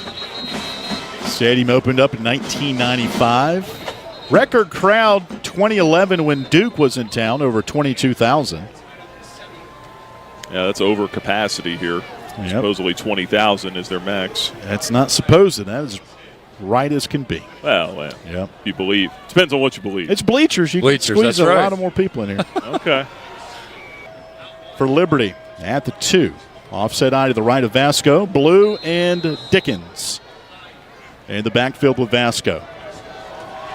Ethan will get the snap, turns right, hands off Vaughn Blue, and he will lower himself into the end zone. Light him up. Touchdown, Liberty. Vaughn Blue with the touchdown. Redshirt sophomore from Mount Pleasant, South Carolina. His second rushing touchdown of the season. And that puts Liberty in front once again, 13-7. Vaughn is pumped coming out of that. Great touchdown run by him, full head of steam, thanking all of his offensive linemen. Jay Billingsley will boot it up to our left. That's where the video board is. Yeah, Vaughn's been kind of featured a couple of plays here early in this game. Yep. There's the snap. Kick on the way by Billingsley. Splits the pipes. And it is good. 14-7 Liberty with 14:56 left as the Flames score on their second straight drive to open up this game. Mentioned Vaughn Blue, AY. He's one of those guys that if you've got him and Evan Dickens, I mean, just a solid backfield anyway, but if you get those two in tandem rolling tonight offensively, that is a tough stop for the FIU Panthers. Well, and I wonder how much of it has to do with red zone as well. I mentioned this in the pregame show. These are two top 40 red zone defenses. Despite FIU's struggle, They're tied for 35th in the country in red zone defense, right around 79%. So you've noticed Vaughn Blue has come in and those red zone possessions on the opposite end of the field, then right here on the touchdown score. He almost scored on the last drive, to be honest. So I wonder if that's a different little wrinkle, maybe just personnel move that Willie Korn and the offense added this week. Yeah, we had Willie on the radio show. Jamie had some family commitments, and we dove into a little bit of the mind of the offensive coordinator, Willie Korn. Here's the kickoff. Near side, this is Brown at the 15. He'll escape his way out of bounds as he's pushed out by Christian Bodner. And Willie, we asked him about looking ahead. You know, you have your first down call, and there's a lot that speaks to, you know, coverage and where the ball is, but his mind is kind of looking ahead to what they need to do should there be success on that previous play.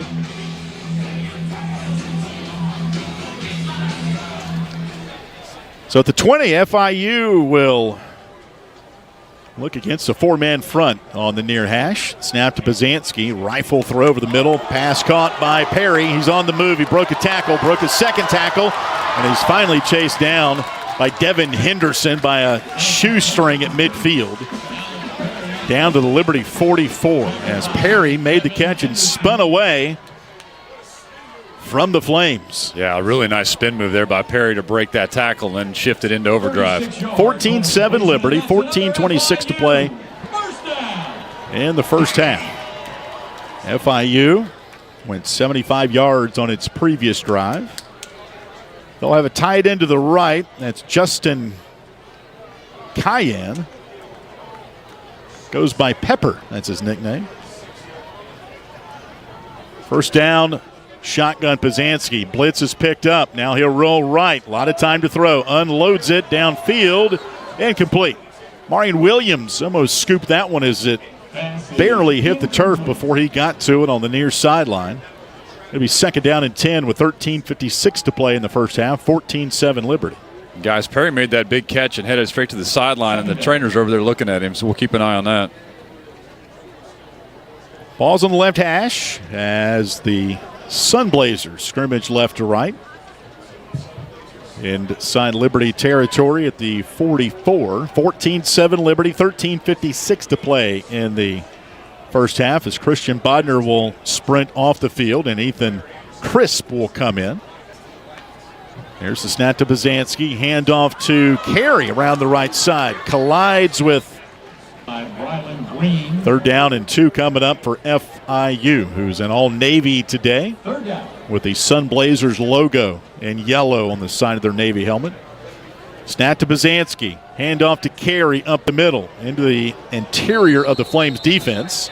As Marcus Clark and a number of other white jerseys knock him down. It'll be a first down, though, for FIU. Again, they come in second in the conference, top 50 in rushing. And now they whistle and a flag is out. 7 of them. Man. 13-14 to play in the half. The clock will be stopped on the infraction. 14-7 Liberty. And the officiating crew meeting behind the line of scrimmage, led by our referee, Garrett Dickerson. The Panthers been trying to run this tempo offense here, and I think they might not have been set. We'll see. Disconcerting signals. Disconcerting signals on Liberty. Point of emphasis this year with the rule enhancements.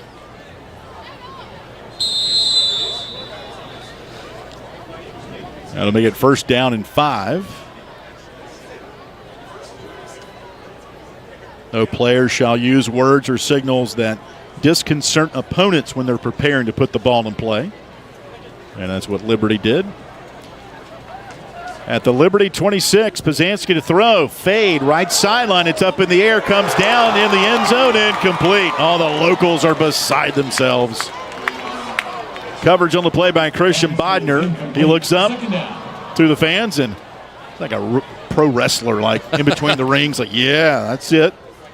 Did a nice job getting his head over that left shoulder to see the ball coming in right in time. Bodner, Florida native out of Brandon, Florida. Second down and 5. 14-7 Liberty. 12:49 to play. Clock stopped in the first half. One receiver wide to the right. I mean wide. He might be in Fort Lauderdale. That's Kyle McNeil outside the numbers. There's a snap and a handoff carry. Trying to get outside. Cannot. Darrell Farrar like a cat. Chased him down. Nice. It'll be short. Yeah, nice job early on by this Flames interior line here to stop and not allow any of these big run plays. Third down. Gain of 1. 3rd down and 3 for FIU. In this ball game, the Panthers are 3 of 4 on 3rd down. 14-7 Liberty. This is 3rd and 3 from the Liberty 26. Panthers moving left to right. 4-man rush for the Flames. Darrell Farrar, middle linebacker, eyes the quarterback Pazanski. Snap to 16. Handoff to Carey up the middle. Chopped down at the 19. He'll have the first down. That was a quick run up the gut. Christian Bodner again, number 6 in white, made the stop. Good block at the point of attack by Julius Pierce, the center. Transfer from Middle Tennessee. First down for FIU. Another handoff. This is Carey again. Keyshawn Owens, their leading rusher, but I'm pretty impressed by Anthony Carey, the Tampa native, transfer from Georgia Tech. Yeah, Georgia Tech just must have a plethora of running backs there with Carey and Dickens, letting those guys get away. They're still winning a ton of games. 11:25 to play in the first half. Another handoff to Carey up the middle. He was a top 10 running back. Also owns his own clothing line. You can search it at Swift 6. And then Roman numeral 9, IX. I looked it up today. Athletic gear. Did you buy anything? I did not. I'm waiting for Black Friday, Nick. Don't rush me. All right. At least we know what we're getting for Christmas, Nick. All right, first down and goal for FIU inside the 10. They're at the 9-yard line right now. And Owens, the leading rusher, coming in, is back in there to the right of Pazanski. And the shotgun. Snap back to him. Hand off to Owens. And he'll pick up nothing.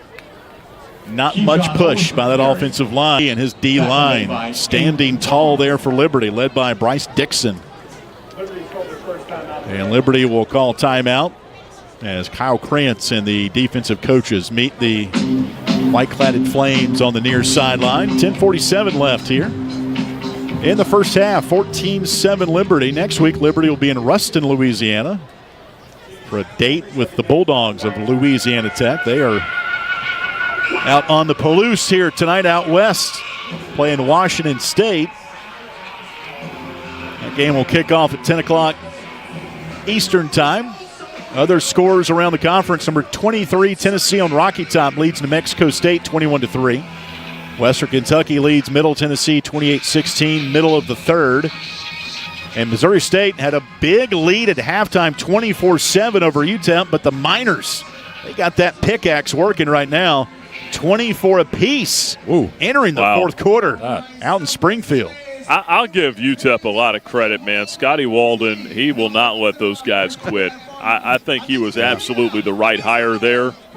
We'll see what it looks like going into the Mountain West Conference. But something about big early leads in games getting away this week. I mean, look at South Carolina letting that 30-3 advantage go over Texas A&M today. End up losing 31-30.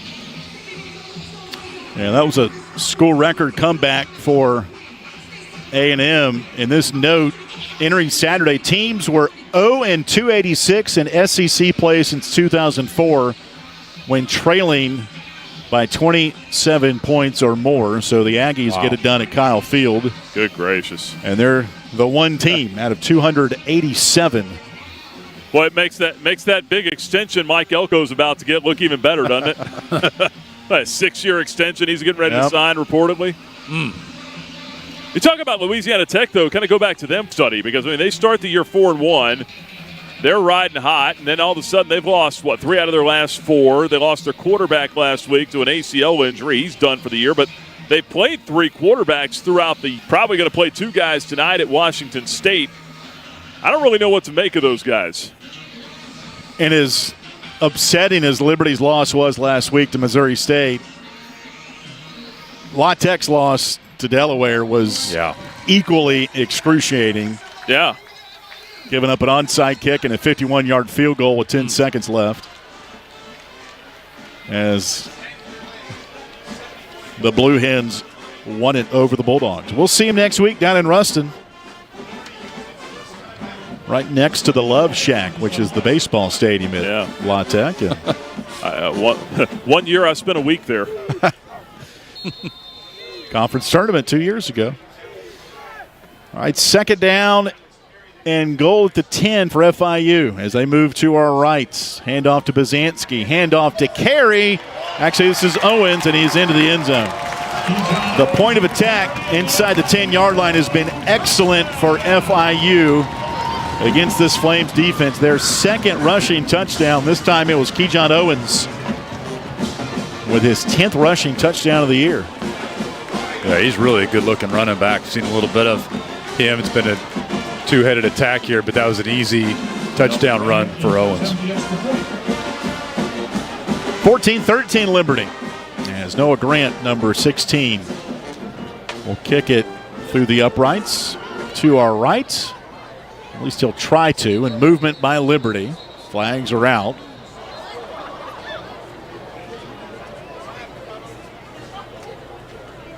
And he hit the upright on that. He's probably glad there was a movement call. With contact, deep 66. The penalty being forced half the distance to the goal line. That was Samuel Cohen, defensive lineman, on the movement. 14-13. Liberty by 1. Grant. Again, we'll move up a yard to the 9. The holder, Trey Wilhoit, will hold it. 10:47 clock stopped in the second quarter as we await the extra point. There's the snap. Kick on the way, and it splits the pipes. And the kick is good. That ties the game up at 14 after 11-play, 80-yard drive.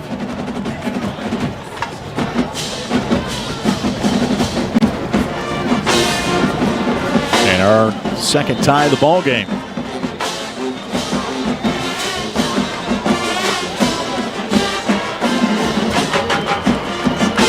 Talked about it at the top of the broadcast, a steady rushing diet here for both teams offensively, and certainly hasn't disappointed here early on. FIU faced 2 third downs, 2 3rd and 3 on that last drive. Liberty on its previous drive converted on the 3rd and 4 to Dante Lee. Collectively, both teams 7 of 9 on 3rd down, with FIU 4 of 5. And they come in just 37% on 3rd down. 7th in the league. Liberty is 6th in Conference USA. So both teams on those key downs producing tonight. Here's the kickoff, and John Montero from the 5 on the hash will sprint out. 10, 15, 20. Looking ahead to the 25, and he might reach the 27 on the far side hash. And Liberty will have its offense come back out. Special teams tackle by Devontae Lyons for FIU. Liberty's got the white helmet tonight with the Sparky logo on it. Just the normal Sparky today. Yeah. They had the Sparky with the American flag last week for Military Appreciation Day against Missouri State. Vasco will lead the Flames offense back out. They've not been stopped yet. Moving right to left to the east end zone here at Pitt Bowl Stadium. First down 10, end around handoff. This is Dickens to the corner, bang down to the 35. He got a full head of steam following Von Blue, who They're separated by a number on the roster, and that's it. Yeah. They both are 5'11", around 180. They run almost identical. And the only difference in the two tonight, Von Blue's got the long, tight compression pants that are red. Von Blue does not, exposing the calves. Josiah McGrew had the tackle. Gain of 8, second down, and 2 for Liberty at the 33-yard line. Handoff. This is Dickens again. And he'll get 2.5 for a first down. You mentioned that Von Blue and Evan Dickens, their tandem, AY. That Von Blue is probably about the only one who could actually keep Dickens on that lead block on that last play. Johnny Chaney Jr. had the tackle. 9:42 to play in the first half. Game tied at 14. Liberty and FIU, both teams 2 wins away from bowl eligibility. Dickens to the right of Vasco. Blue to the left. Now Dickens will leave the backfield, comes back in, play action on first down. Vasco throws back leg over the shoulder. Grab at the 28 by Von Blue. Out of bounds on the near sideline as he beat Johnny Chaney to the spot. And Vasco threw from his back foot, lofted the spiral on the near sideline, and Von Blue over the shoulder catch right in his mitts. Von Blue on a deep route might not be on the scouting report. What a catch. He will be in the third quarter. Okay, ball's at the 28 of the Panthers. First down and 10. Handoff up the middle. This is going to be Dickens. He'll race it down to the 24-yard line. It's been the Dickens and Blue show so far. Dante Anderson on the stop. Jalen Coleman also got a swing play catch earlier in the first quarter. Jamari Person to the left, Dante Lee to the right. That's the 2 receivers on second down and 6. Blazers 24. Vasco with a 6-7 hand motion. Option pitch. Keeps it himself. And he following the blockers all the way down to the 2-yard line. He faked the pitch, and Vasco has it first down and goal for Liberty. Dante Anderson, linebacker, saving Vasco from a remarkable potential touchdown there. Vasco taking a page out of Dickens' playbook, keeping those legs churning, picked up an extra 5 or 6 yards. First down goal inside the left hash at the Blue Sun Blazers 2-yard line. Game tied at 14, halfway through the second quarter. Vasco in the shotgun, 2 receivers to his right, tight end to the right. Snap to Vasco, up the middle, and he will, he stopped at the 1-foot line. He got as close there as you could possibly get. Second down and goal. As Duke Ingbers, offensive lineman, helps Vasco up. And now got some double tight end set here with Bo Burklow coming in, number 17. Stop made a minute ago by Shamir Sterling. Second down and goal from the 1-foot line. 7:06 to play in the half. Tied at 14 in the second quarter. Vasco shotgun. Dickens behind him, Blue to his left hip. Snap to Vasco, hand off to Dickens, and he'll sneak into the end zone. Light him up. Touchdown, Liberty. So both running backs here tonight have a touchdown, and Liberty goes back in front 20-14 in the seesaw battle from Miami. Another impressive drive offensively for the Flames. A lot of confidence building here on this offensive side of the football, I would assume, for Liberty. 7 plays, 74 yards. As both teams lengthy drives here. Besides the opening punt, we haven't seen a punt since. 5 straight scores. Jay Billingsley will boot it through.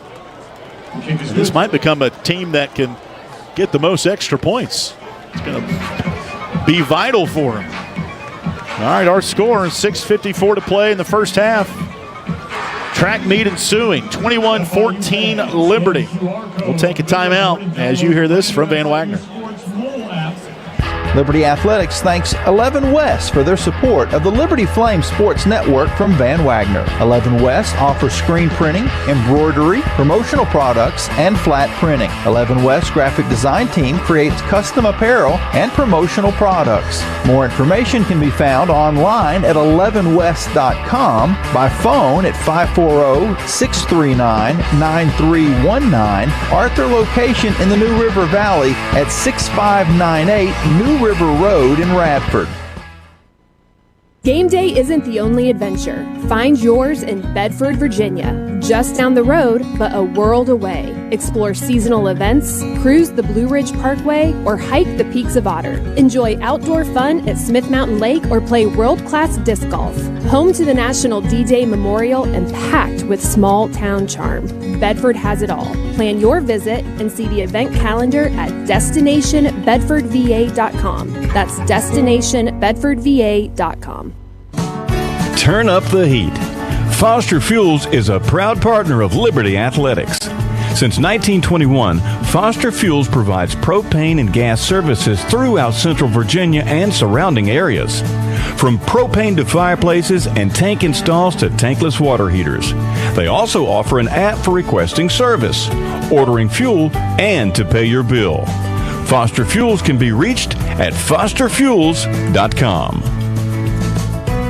Liberty Flames football on WRVL Lynchburg, WBOP Buffalo Gap, WVRI Clifton Forge, WVTW HD3 Charlottesville, WKHK HD3 Richmond, WHRO HD3 Norfolk, WVRL Elizabeth City, WVRA Enfield Rocky Mount, WVRD Zebulon, WVRH Norlina, WVRP Roanoke Rapids.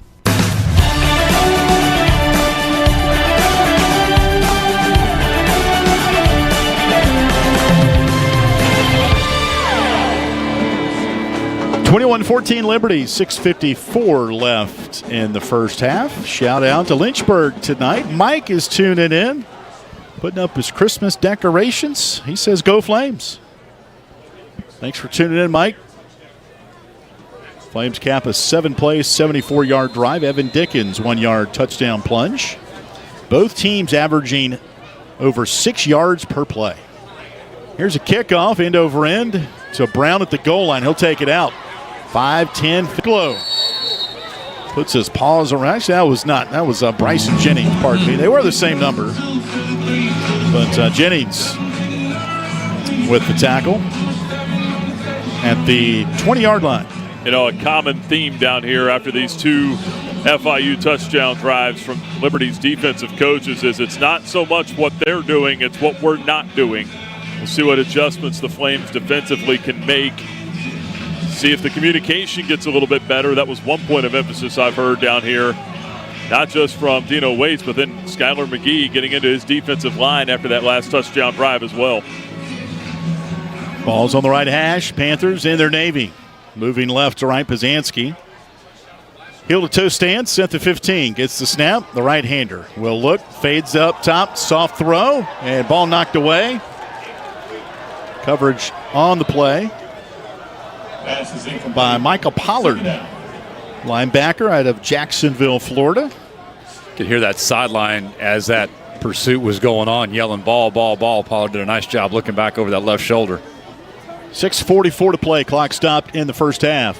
Just about nighttime here in Miami. Still see the sun setting a bit to our right as we're about 5 miles or so off of downtown Miami to our left. Perry goes wide to the left outside the numbers. They'll send a receiver right behind him. That's Michelle on 2nd down and 10. Handoff. And a big hole right side. This is Owens. He's free. 40, 45, tripped up. Fumbled it at midfield. They're going to call him down, though. Damon Harmon saving the score as John Owens, who broke free around the offensive right. And they sent some window dressing to the left, and Liberty had most of its defense to that right side. And it'll be at the FIU 43. Throw left side to Perry, sets up a screen around the corner as pass is complete to Alex Perry. Darrell Farrar made the stop. Ethan Crisp got blocked pretty well on that defensive right, letting Perry pick up 8 yards on that pitch and catch from Pizanski. Second down and 2. Liberty leads 21-14, 6:05 to play first half. Joe Pizanski, the Holy Cross transfer, 8 of 13 for 90 yards. Is Keyshawn Owens with 43 yards. Snap to Pizanski, play action in the pocket. Being chased, hit as he throws. Ball is up top, end zone to our right, and well overthrown. As Alex Perry had 2 guys on him, Eli August and Corey Jones. Damon Harmon on the corner blitz that time. Yeah, that's the first time in a little while that the defensive front's been able to get back in the backfield, and obviously good things happen when that happens. Third down and 2 for FIU. On the night, they're 4 of 5. This is manageable at the Liberty 44-yard line. Double tight end to the left. Pizanski in the shotgun, number 16 in blue. Owens to his left hip. There's the snap. There's the handoff. And a tough play. I don't know. It was a handoff. And Donovan Dozier was there. And it's going to be gain of 1. He needed 2. It's 4th down and short now. Great tackle by Dozier, too. Just reach out that right arm and make the tackle. So 4th and 1 for FIU. This will be their first 4th down try. They're at 60% on the year. 4th and 1 from the Liberty 44. Liberty leads at 21-14, 5:15 to play in the first half. Pizanski gets the snap. Hand off to Carey. Pollard was there. And it's going to be a gain of maybe 1.5 and a first down for FIU. Well, the way they're moving the ball on the ground here, you look at what Liberty's done against the run the last 2 weeks, holding Missouri State to 46 yards on the ground, holding Delaware to just 76 rushing yards. Tonight, FIU already approaching 100 yards rushing, 86 on the night. We're only in the first half. Liberty outgaining FIU by 20 yards right now. First down and 10 for the Sunblaze team. Pizanski to throw. He's going to run up the middle to the 40. Angling near side, 35 to the 30, and a gain of 13 for Pizanski and a first down. Christian Bodner pushing him out of bounds. That might have been a busted play as Pizanski was back to pass under pressure from behind, and he just said, I'm going to run and get what I can, and picked up 13 to the Liberty 28-yard line. Got to credit Pizanski, though, for just recognizing that, as you said, nothing there, and just took off running toward the Liberty sideline. 4:08 to play, clock ticking, first half, 21-14 Liberty. Flames will get the ball to start the third in Miami. Pizanski shotgun, hard count, nobody moves. There's the snap, play action pass, under pressure. He's going to roll to his right, turns the corner, and will run 25, and down to the 19-yard line goes Pizanski. And this is the stuff that Coach Jamie Chadwell said this week, regardless of who's playing quarterback, you can't let him get outside the pocket and beat you this way. And now a whistle and a timeout called for by Liberty. That's their second called timeout. Well, and now some frustration by Dexter Ricks Jr. as he and Dino Waits are having a conversation right now. As Ricks comes off the field and him and Dino are having a man-to-man conversation down there. Well, it's so frustrating, too. You get that pursuit, and the pocket collapses, and then to Nick's point, Pizanski gets out there and has big chunk yardage. And Dexter Ricks is still hot as he's walking back away from the defense on the near side. He's being followed by strength coach Chad Scott, and just some frustration right now for Dexter. And Chad puts his arm around him and says, look, forget the pass, got to move on. That's it. Yep. And as a coach, if somebody's not doing their job, get somebody in there that is going to give it a try. Yep. Second down and 1 at the 19 for FIU. They've gone to a media timeout, so we'll stay right here. Our broadcast of Liberty football is presented on the radio in part by A.G. Jefferson Opticians of Lynchburg, offering prescription eyeglasses, contacts, and more. You can find more information at agjeffersoneyeglasses.com. Congratulations to the winner of the Roaring Spirit. 3:32 left here from Pit Bull Stadium in Miami. At South Dade Kia Field, world's first ever athletics venue with an artist possessing the naming rights. Pit Bull signed a 10-year agreement worth $1.2 million per year. Y'all know his real name? Armando Perez. Strong ties to the city of Miami. It's his hometown. With FIU being Miami's only Division I public institution. A little bit misleading, a little bit not, with Miami in Coral Gables. Yeah, they're not Miami proper. For 45,000 students here, too. I mean, they're going to do whatever they can to get some eyeballs down here. We talked about that on the way to the field today. You're competing for people's attention in this town. And with all the pro sports, University of Miami, and then all the other leisurely activities, it's not an easy battle down here for FIU. By the way, I did check Pitbull's schedule. He's supposed to be in Vegas next week. I thought maybe they'd slide him in for a homecoming performance, but all we're going to get is a homecoming king and queen tonight. Anthony Carey, the backup tailback. He's got a long white strip of cloth behind his right hip, almost down to his right calf. It'll be 2nd down and 1 from the 19 for FIU of Liberty. Flames up 21-14, 3:32 left in the first half. Pazanski, number 16 in blue, will get the snap. Hands off to Carey, up the middle, has the first down. Tackled down around the 17. It'll be a first down for FIU. Their 13th of the ball game. Liberty also in double digits with 12. Nate Paroli had that tackle. Defensive lineman for Liberty. Ethan Crisp will jog in. Christian Bodner will exit as they flip-flop a little heavier defensive package from the nickel. 21-14 Liberty, 3 minutes and counting in the first half. FIU in the red zone at the 17 on the right hash. Julius Pierce, number 65, will snap it back to Pazanski. Flames show blitz. Handoff to Carey, sweeping around and not going to evade the grasp of Ethan Crisp, who is down. Also a flag down right by Ethan. And the linebacker out of Mount Juliet, Tennessee, who made that tackle. No gain on the play.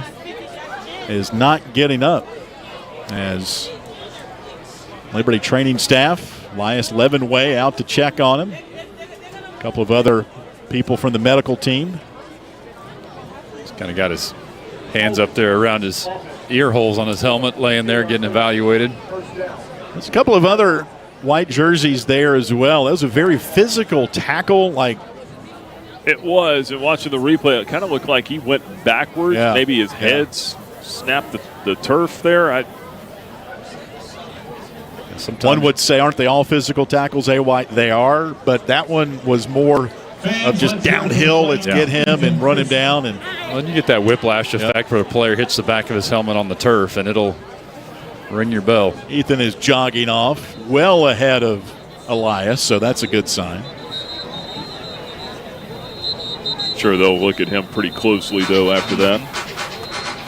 It'll be 2nd down. The penalty, too, there's a hold on FIU, backs them up to the 27 of Liberty. So 1st down and 20 now for the Sunblazers.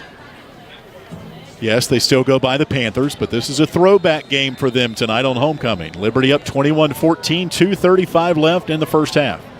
Shotgun for Pazanski on the right hash.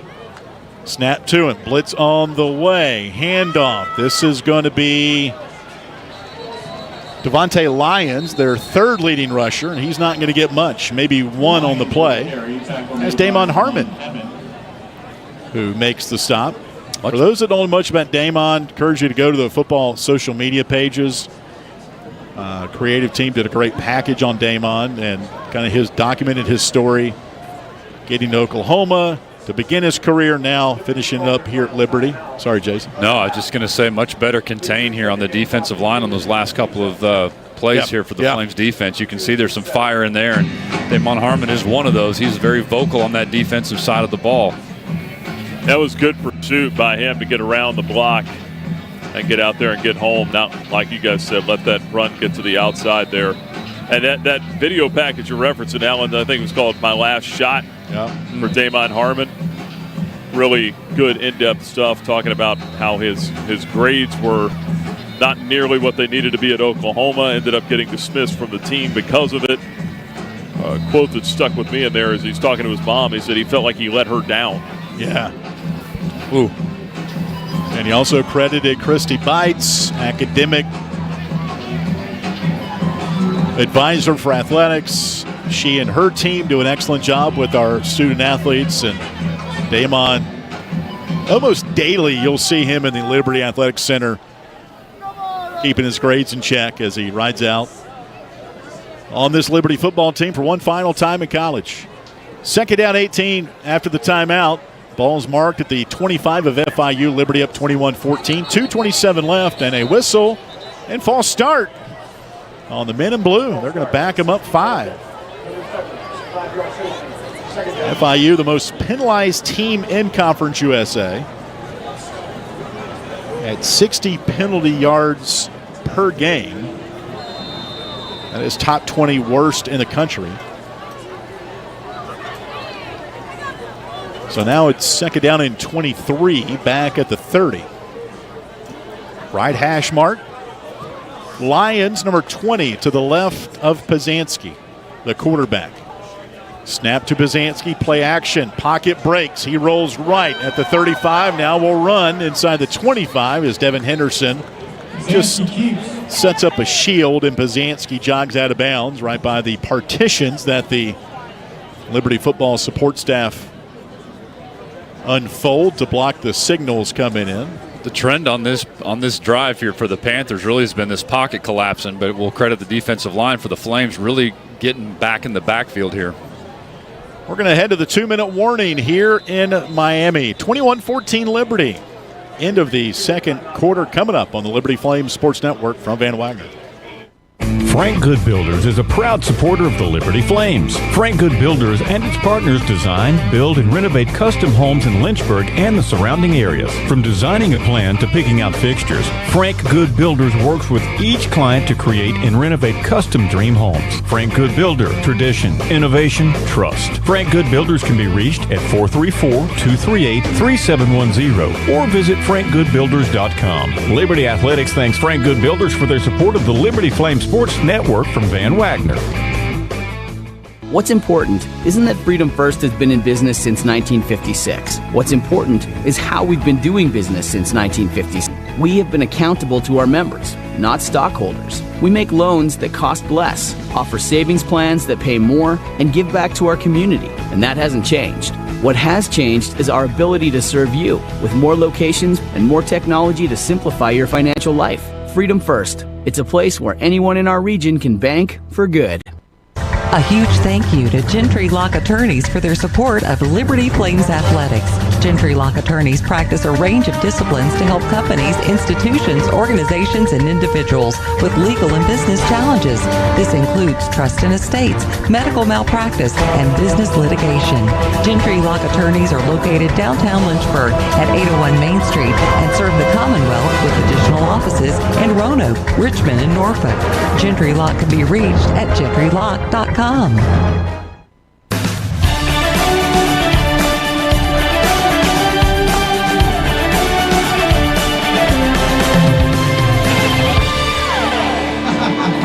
minutes left in the first half here in Miami. Pit Bull Stadium, Liberty leading FIU 21-14. Both the Panthers and the Flames 2 wins away from bowl eligibility. And Liberty also riding a streak of 19 consecutive years without a losing season. That dates all the way back to 2005, their last. Third longest active streak in the country behind Boise State and some team up in Harrisonburg. JMU. Bob Chesney, they do a great job. I know, but I still like the way you think, AY. Their Battle of the Blue Ridge will continue next year up in Harrisonburg. All right, there we go. 3rd down and 15 for FIU at the Liberty 22 as they head to the west end zone to our right on the right hash. 3-man rush for Liberty. Pazanski, shotgun, backs up in the pocket on the hash. Will throw it right sideline, incomplete. He threw a gutter ball there. Yeah. I am not sure what happened out of the right mitt of Pazanski, but that was not a good throw. And it'll be 4th down. Even better coverage in the end zone to our right. There was not much of a window there for Pazanski. Almost looked like he double clutched that to some extent. And Jamie Hall says that was tipped by Aaron Hester. Defensive lineman. So Noah Grant will come out for technically a 39-yard field goal. On the year, he's 8 of 11 with a long of 51. In his career, 30 to 39 yards, 3 of 4. From the right hash for 39 yards out. Kick on the way, has enough leg, and he boots it through the uprights. So FIU is a field goal closer here with 1:49 left in the first half on a 39-yard field goal. We still haven't seen a punt since the opening drive. And if you're going to get points up, that's a good stop for Liberty. 13 plays, 58-yard drive. Well, especially going into that drive, what we heard Nick talk about what the sideline banter was encouraging, shall we say, the defensive side to kind of bow up a little bit, and they certainly did. A couple of really good stops and holding them to a field goal. Liberty does not have any timeouts with 1:49 left, so we're going to be working the sidelines here. Maybe get those points back. Again, Liberty will get the ball to start the 3rd quarter after winning the toss.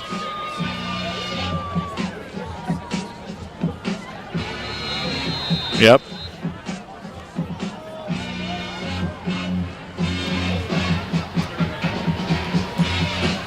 Noah Grant will kick it off to John Montero, who wears number 10. Juju Gray on the shelf for the rest of the season. And they're going to give Montero a chance here. Angles over on the far numbers on the goal line, runs it out. 10, 15, 20, 25. Stumbles ahead outside the 25. And Montero with a decent return for number 10 in white. Demetrius Hill on the special teams tackle for FIU. Kicker Noah Grant was the happiest game. At the 30-yard line, Liberty will start. Their best field position outside of the ball kicked out of bounds by Grant. Earlier, Flames started that drive at the 35. This will be at the 30. Dickens to the right of Vasco. Number 15 in white calls out the cadence. Will empty the backfield now. From an empty pitcher, Vasco throws middle, incomplete, and a flag is out. Reese Smith was tackled in between the hash marks by Percy Courtney Jr. In the back of my mind, I'm thinking that looks like a marker for pass interference. And they'll move him up. The penalty on Courtney Jr.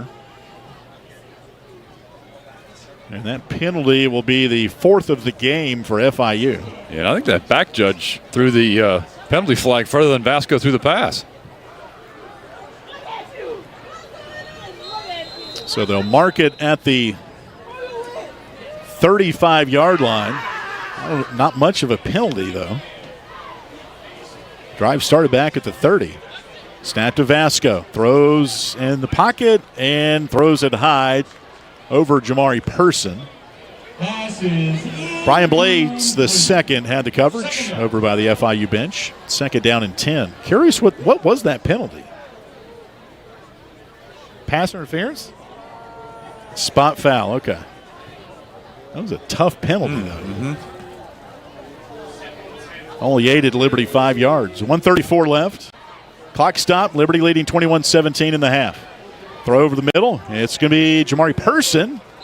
Wrapped up around the 42-yard line. He'll pick up 7 to bring up 3rd down and a couple. Courtney on the coverage. Clock ticking, 1:20 in the half. Liberty has no timeouts left, leading 21-17 in the second quarter.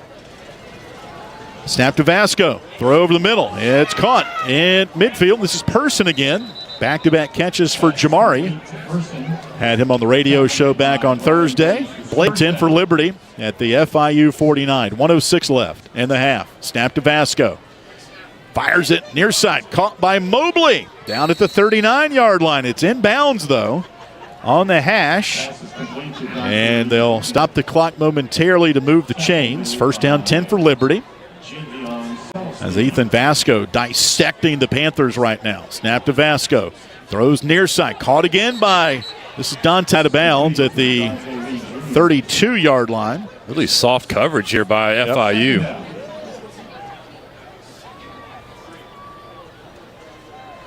21-17 Liberty, 48 seconds left in the first half. Austin Henderson, backup tight end, is in the package now. Second down and 4 to go from the FIU 32. Vasco, the shotgun snap, 4-man rush. Vasco under pressure, sneaks out to the right, throws it end zone to our left, a jump ball. It's caught but out of bounds by Tyson Mobley. Very nonchalant catch by Tyson, but it's incomplete. Well, good awareness, too, by Vasco to not waste too much time and get the throw off. Third down 4. Clock stop with 40 seconds left. In the first half, 21-17 Liberty. Liberty at the FIU 32. 3 receivers, open field to the right, 1 to the short side left. Shotgun for Vasco, Dickens to his right hip. Aaron Fenimore snaps it back to Vasco. He'll throw middle. Caught by Smith at the 27. He's dropped.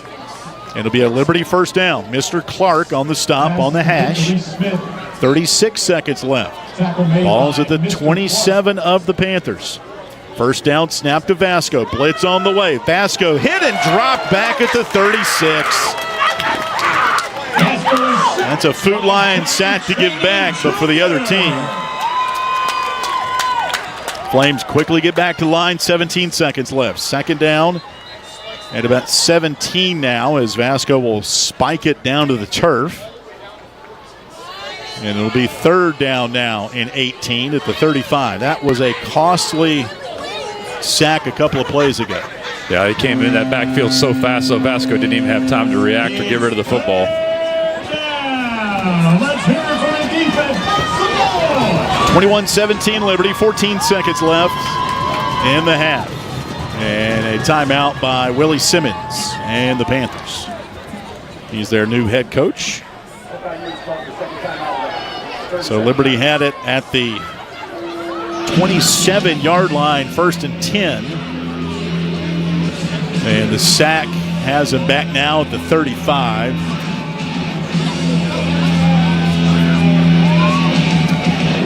And third down, 17. Game of inches, man. Yeah. And details.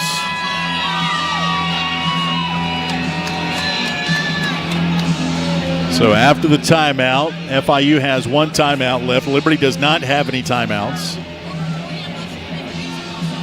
Those will recycle to 3 at the beginning of the second half. So out of that timeout, Dante Lee, Reese Smith, Jamari Person split to the left.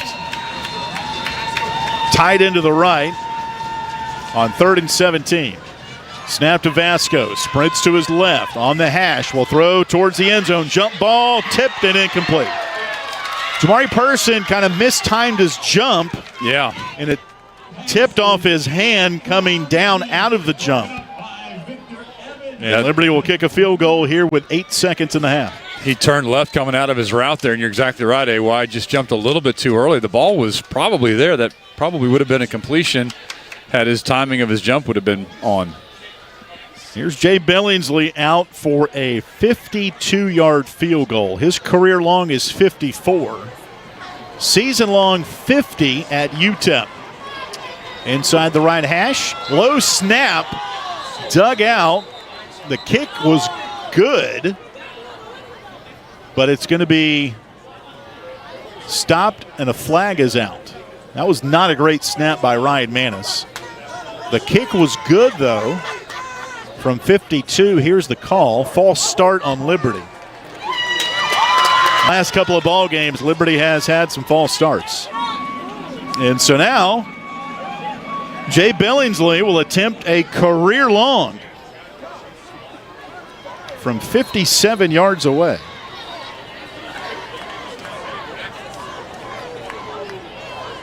Okay. With 8 seconds left.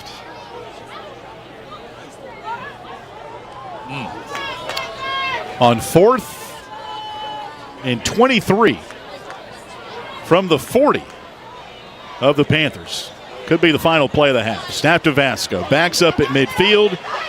Forced up in the pocket. Still dancing. Right sideline. Will throw it towards the end zone at the horn. Jump ball incomplete. It was batted down by the Panthers. And we go to halftime as DJ Geth, offensive lineman, still down for Liberty at midfield as he's getting helped up. And we check in with Nick and the coach.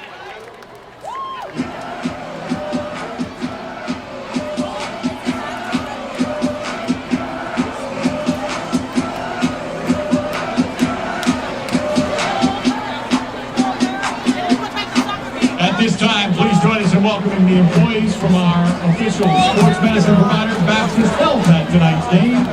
Baptist Health welcomes you to experience the warmer side of care.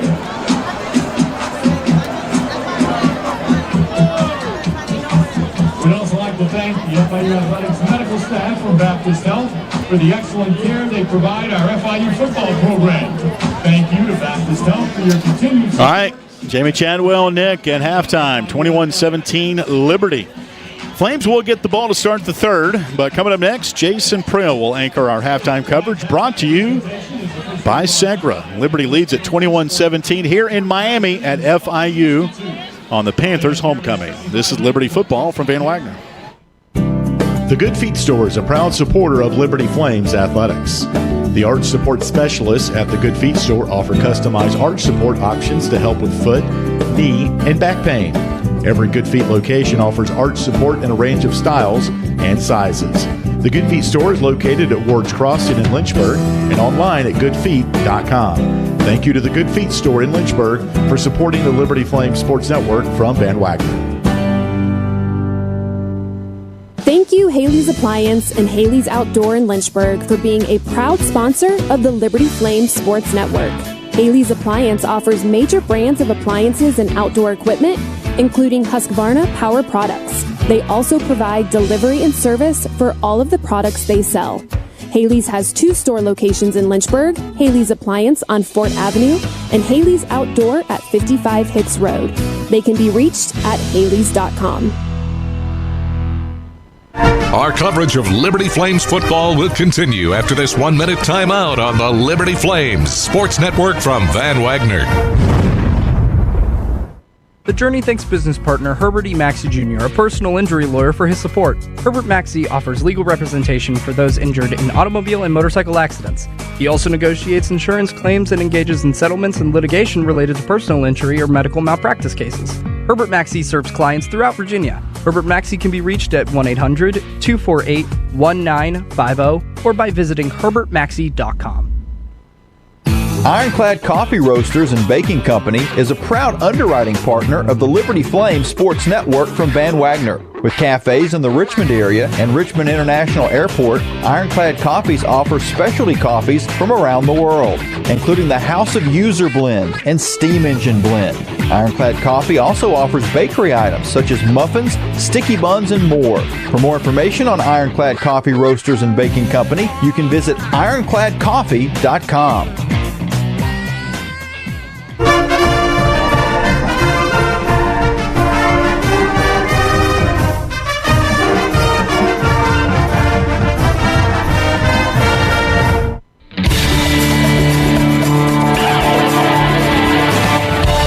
halftime on the Liberty Flames Sports Network from Van Wagner. And time now for the Segra Halftime Report. Coming up, a complete recap of the first half. And Larry's Tire and Auto Repair presents the first half statistics. But first, a check of the Frank Good Builders out-of-town scoreboard. Now Tabasco, hand off to Dickens, and he'll sneak into the end zone. Light him up. Touchdown, Liberty.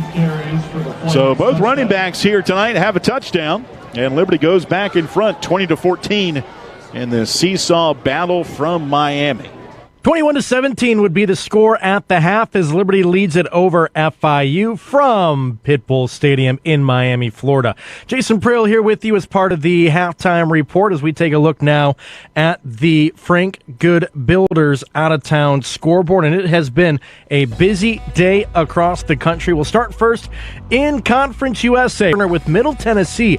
5.5 to go in the fourth quarter, and 7-2 Western Kentucky. They have just scored to extend their lead up to 9. They lead it 35-26 over the Blue Raiders at home. 6:30 left to go in the third quarter. Number 23 Tennessee and New Mexico State, and to this point, it's been all Volunteers. He's going to give it. No, he's going to keep it. Aguilar to the 25, to the 20, to the 50, to the 10, to the 5, to the end zone. Joey Aguilar. Touchdown! Big Orange!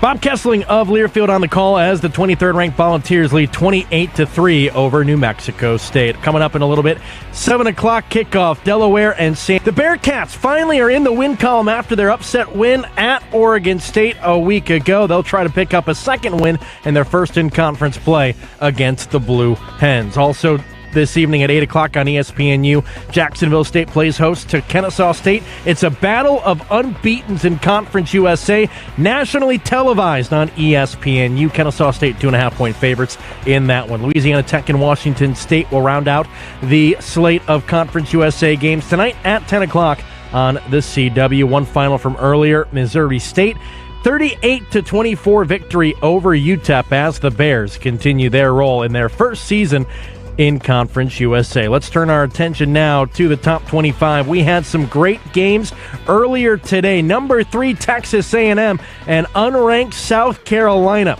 The Gamecocks were up 30-3 at the half, and somehow Texas A&M came back to win. Run to the right side, run into the end zone! Touchdown, Aggies!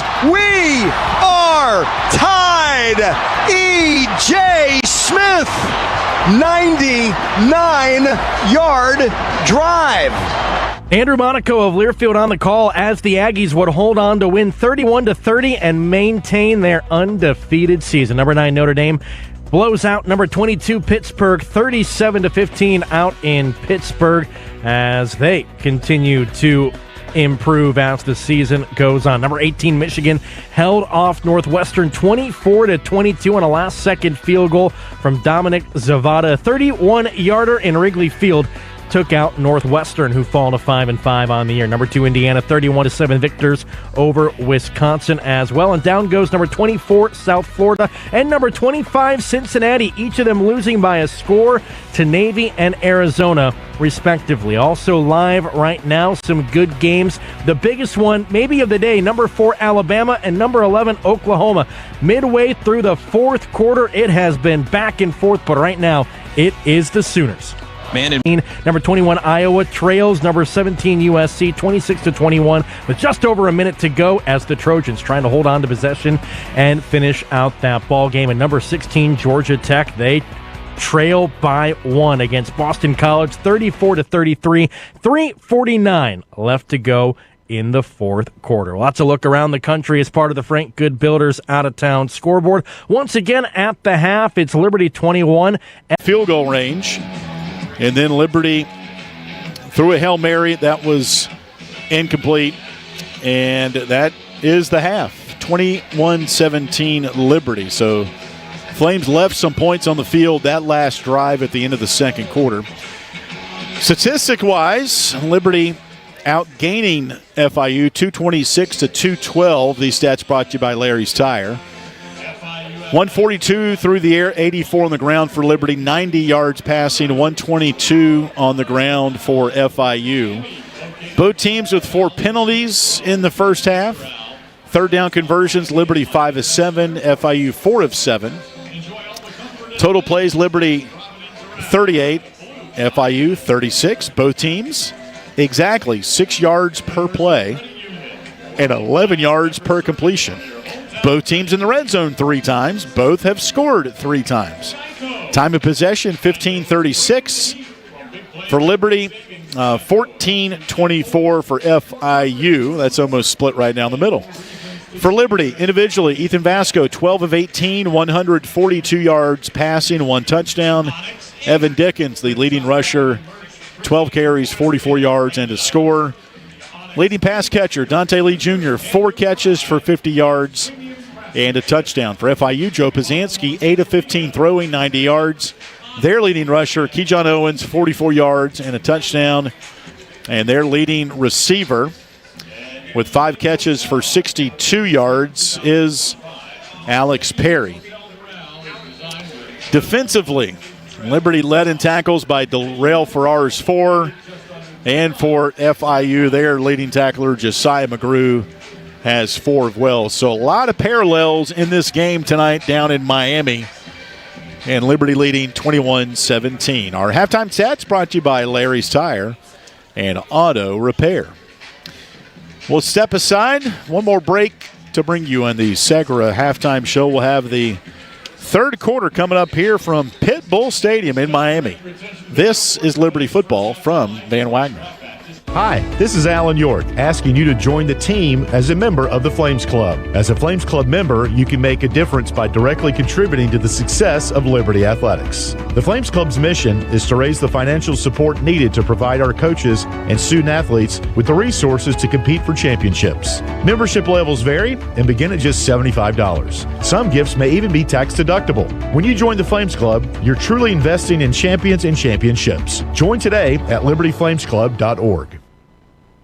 This broadcast on the Liberty Flames Sports Network is made possible through underwriting support from Peary and Woolwine Family Dentistry. Peary and Woolwine Family Dentistry provides dental health services including dental implants, cosmetic dentistry, extractions, and more. Their office treats patients of all ages and accepts most insurances including Anthem. Peary and Woolwine Family Dentistry is located at 2229 Morrill Road next to EC Glass High School in Lynchburg. You can reach the office by phone at 434-847-5331 and online at PearyFamilyDentistry.com.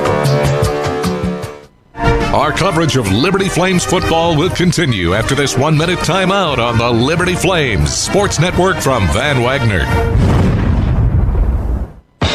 The Journey thanks Rogers Heating and Cooling for their underwriting support of this Liberty Flames Sports Network broadcast. Rogers Heating and Cooling has been serving Virginia and North Carolina since 1996 with locations throughout the region.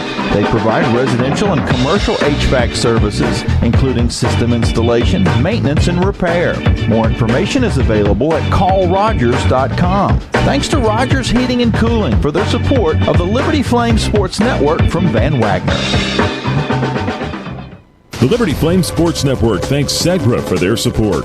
Segra collaborates with companies to offer business-only carrier-grade connectivity, cybersecurity, voice, and cloud solutions tailored to meet their diverse needs. Segra offers these solutions across a fiber network that spans 28 states in the U.S. and is headquartered in Charlotte, North Carolina. Segra can be reached at Segra.com or 833-GO-SEGRA. Segra is a proud partner of the Liberty Flames Sports Network from Van Wagner.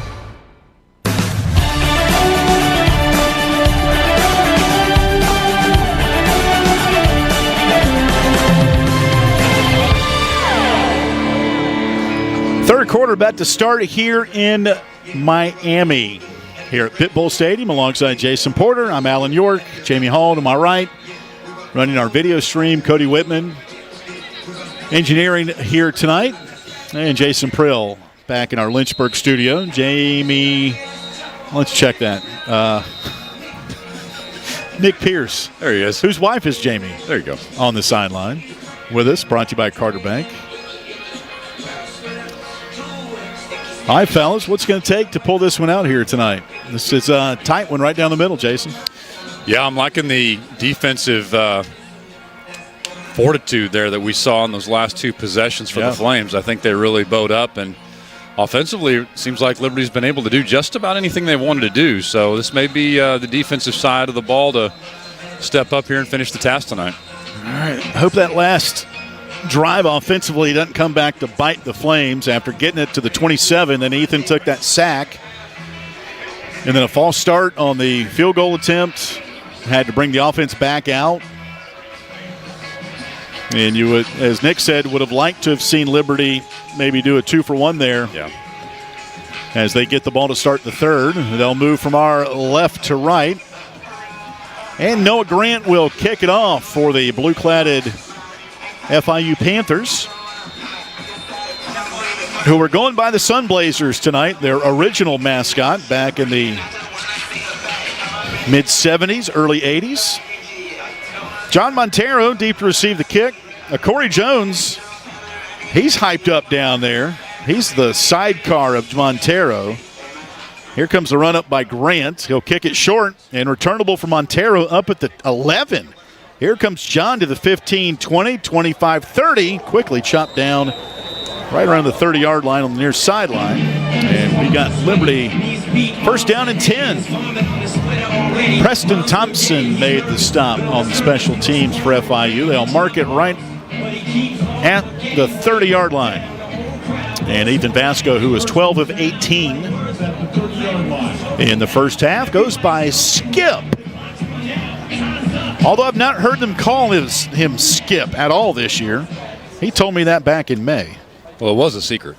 We'll have to double check with number 15. Here's Vasco set up in the shotgun at the 30. Jenkins, the tight end, goes in motion. Little window dressing, play action. They roll left and throw out to Coleman in the flat. And he'll stretch up on the far side numbers around the 34. Jalen Coleman, freshman from Houma, Louisiana, as he was tackled by Josiah McGrew right by Willie Simmons, the former Clemson Tiger. He's the new head coach at FIU. So it'll be second down and 6 for Liberty. Liberty up 21-17, 4:30 left in the third. 2 receivers in the set. Jenkins, the tight end, again goes in motion to the right. Offset eye to the left on second down and 6. Vasco, the snap, turns right, runs the option, keeps it himself, and he did not pitch it, should have. And he is stretched out by Josiah Taylor. No gain, third down and 4. I think Ethan thought he could maybe split the 2 defenders there. Nice job by Taylor to get his arm out there and make the tackle on Vasco. They really pushed out the Flames offensively there. I'm not sure even if he did pitch it that Coleman would have done anything with it. Empty backfield for Vasco, number 15. Heel-to-toe stance. Has Dickens to his right. 3 receivers in a triangle on the hash to the left. 3rd and 6, 3-man rush. There's the snap. Pocket holds, dancing between the hashes, rolls left. Now we'll throw downfield, and Jenkins was hit from behind, incomplete, no flag. And Liberty will have to punt on its first possession of the third quarter. McGrew met him as Vasco did all he could to keep that play alive. And McGrew came on the back of Jenkins to knock him down, and that'll do it for the Flames. Yeah, I'm sure McGrew would call that a bang-bang, but it was awful close. He was all over the back of Jacob Jenkins. Max Morgan to punt for the first time tonight. A wobbly kick off the side of his foot, and returned by FIU. Right through the middle goes McGuire Anderson. He almost took that one.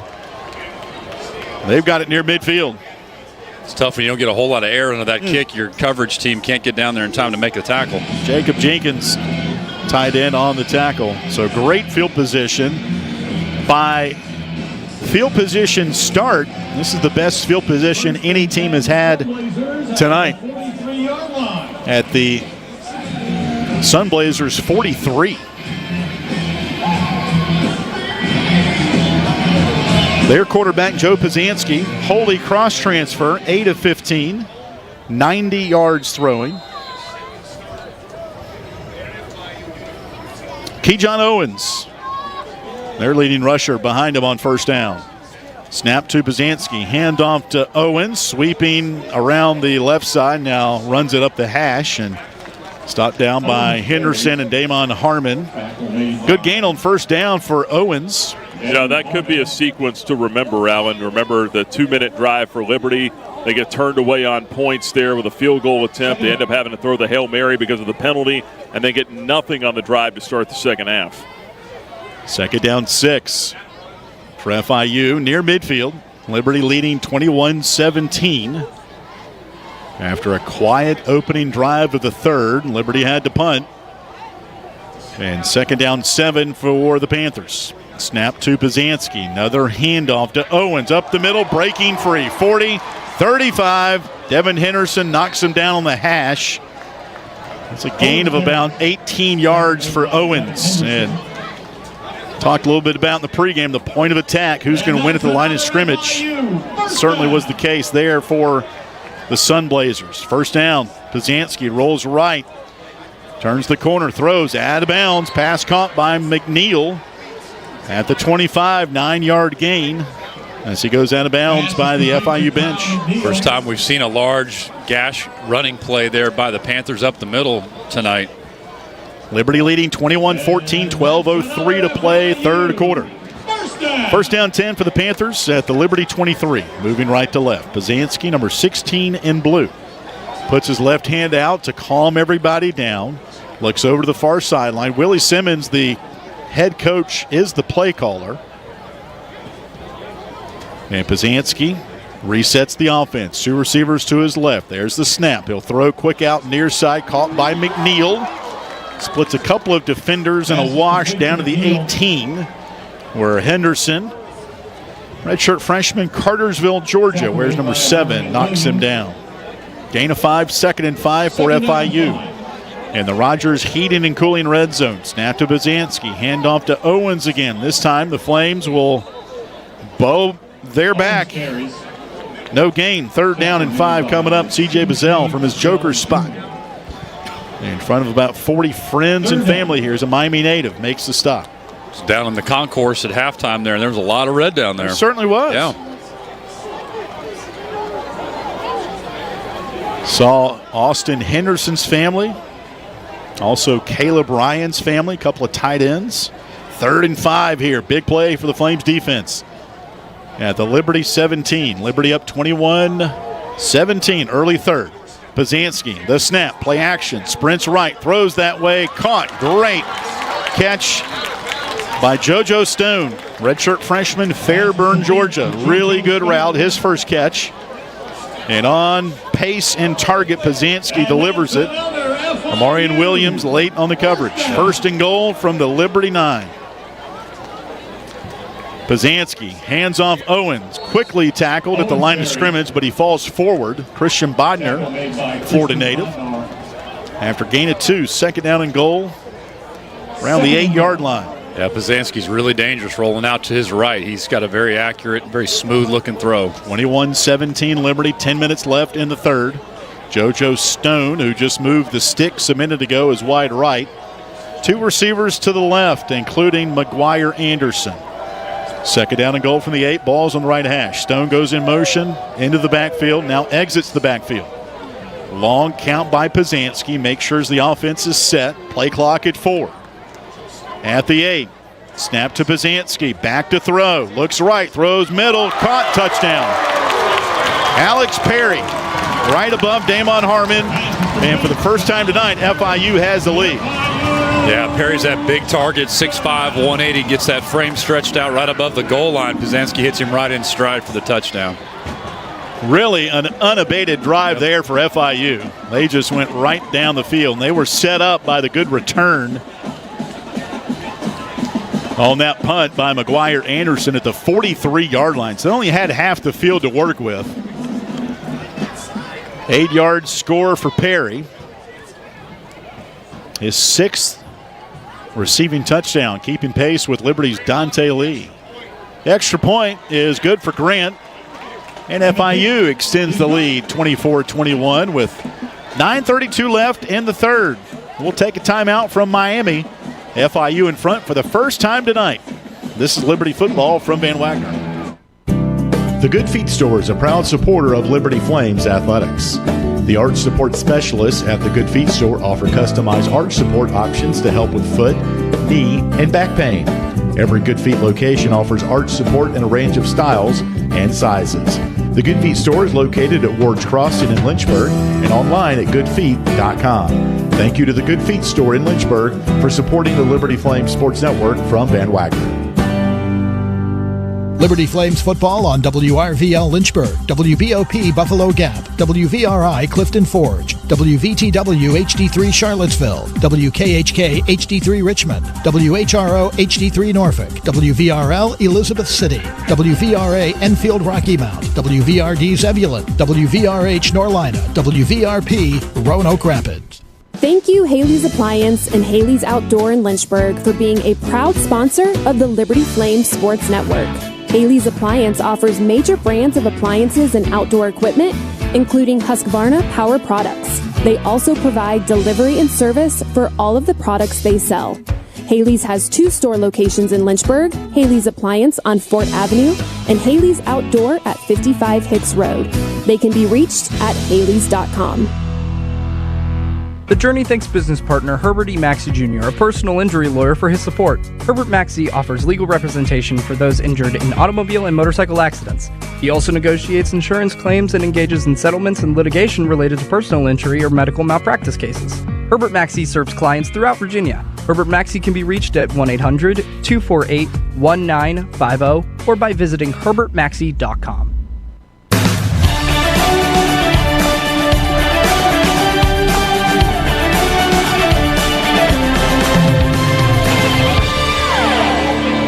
(24-21) FIU, 9:32 left in the third. Liberty football brought to you on the radio in part by Serve Pro. Where there's fire, water, mold damage, Serve Pro's there. More information is available at myjourneyfm.com. Come on out to Liberty Arena tomorrow, 2 o'clock tip-off. Duke and Liberty women's basketball. It'll be Carrie Green celebration day for the retired head coach of the Lady Flames. Bobblehead giveaway, halftime ceremony, post-game event as well. 2 o'clock tip-off with Liberty and Duke. Duke suffered a tough one up at Greenbrier last night, losing to West Virginia. If you hadn't heard, the Mountaineers, because of ejections, played basically the second half with 5 girls. Yep. No subs, 5 girls, and beat Duke. Yep. My wife and my in-laws were up there to cheer them on. My brother-in-law, assistant coach for the Mountaineers. Big win, but crazy, crazy play.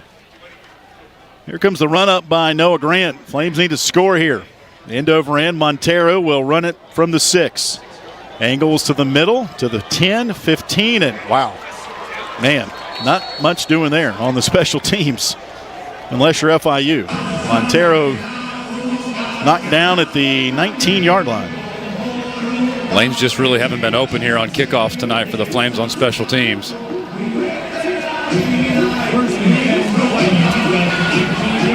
So Liberty from the 19.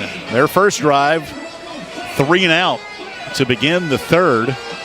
After Liberty was not able to get any points within field goal range, but a couple of penalties and the sack later pushed them out of field goal range, had to throw a Hail Mary. It was knocked down in the end zone, and we went to halftime. Ethan Vasco gets the snap, will throw on first down, rolls to his right, will throw it up top, and where's Nick? It's caught by one of the backups on the near sideline, Shepler. I was just out of my radius. Got to dive, Nick. Well, you know, I got equipment on. Are you even near there? Where are you? I was, actually. I was probably within about 10 yards. Are you back? I don't even see you. I'm walking towards the 20-yard line right now, to your left. Still can't see you.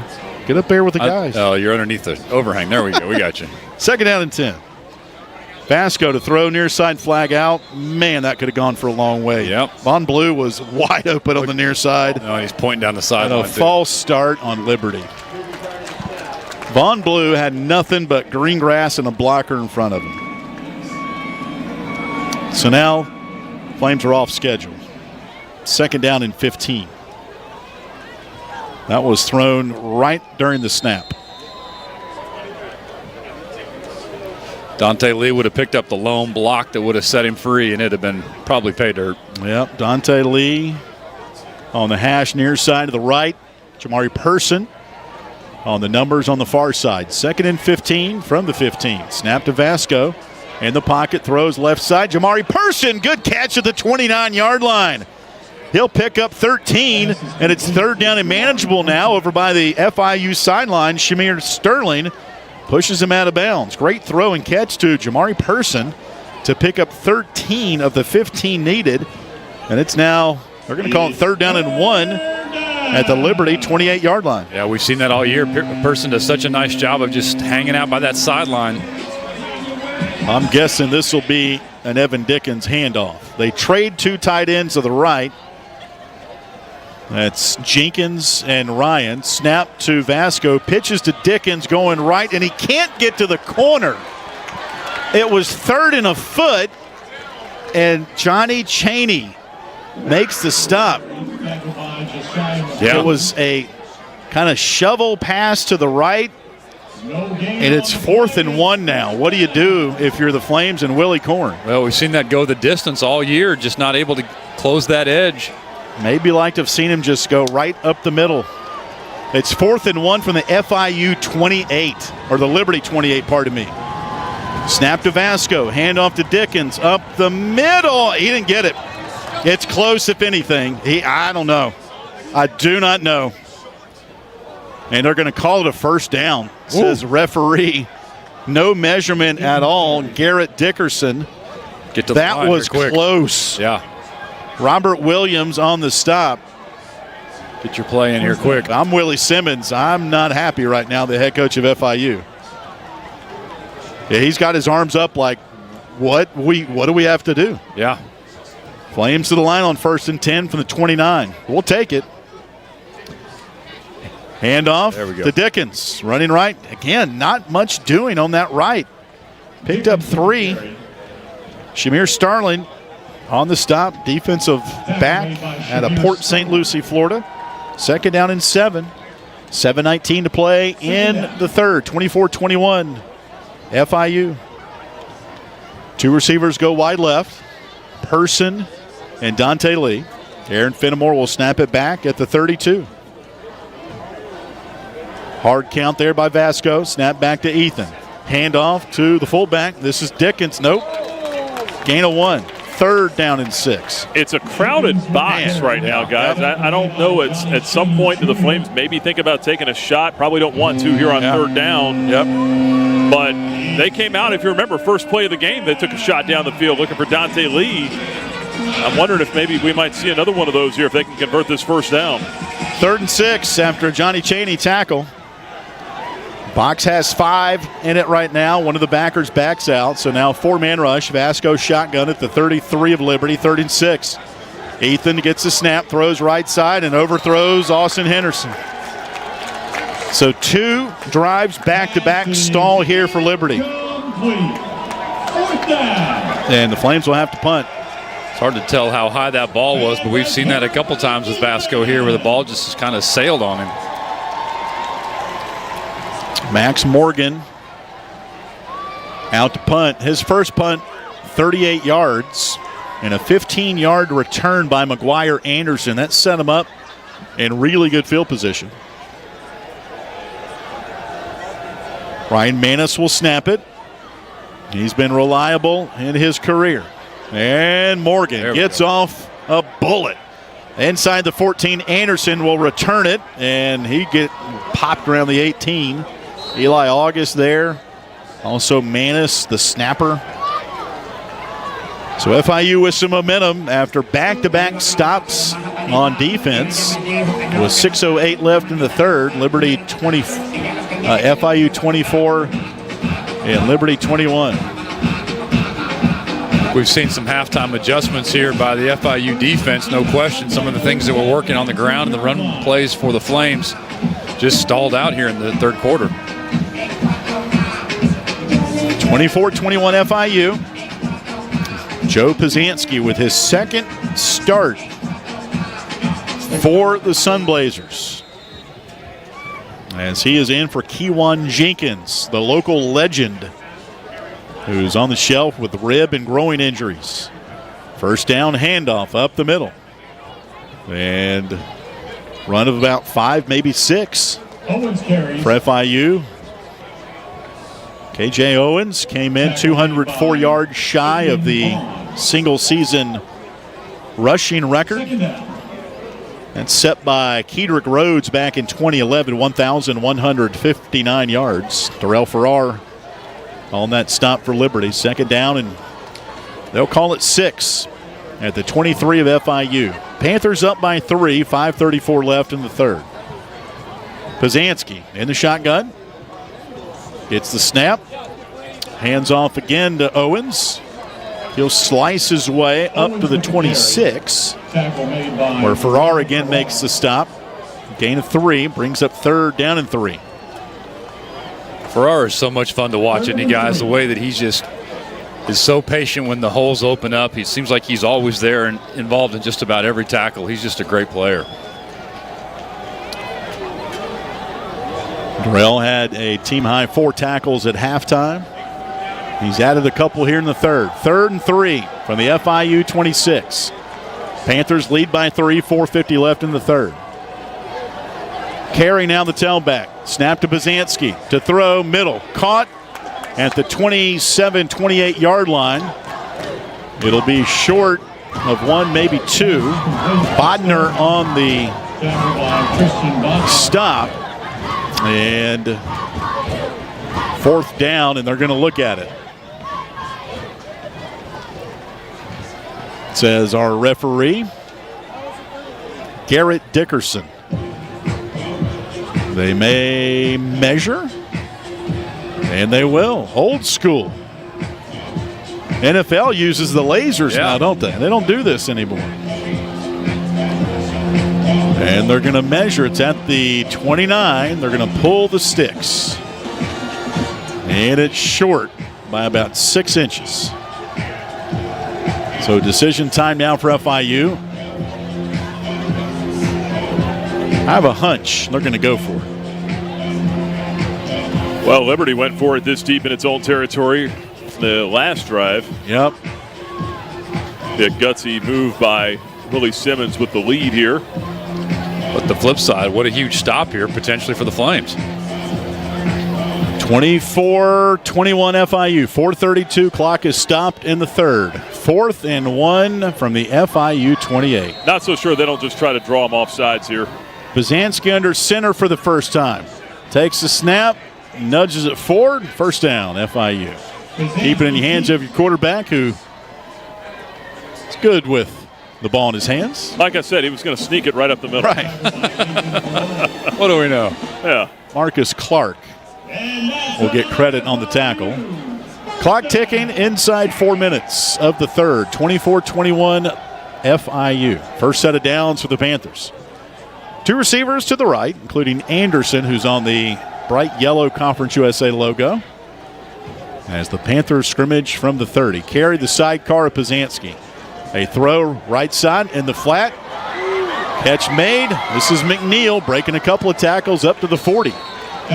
He'll pick up around 11 yards and another FIU first down. These wide receivers, good players for FIU. Every team's got good players. That's right. But you don't see them that often, but in person they're pretty good. Here's a throw out to the right by Perry. He'll make the catch, and he'll be stopped his forward progress around the 41 line of scrimmage. Really no gain on the play. Christian Bodner's had a nice night. Their lineman Daniel Michelle lost his helmet on that play. He'll have to come out for a play. Right tackle. He's a big boy, 6'6", 330.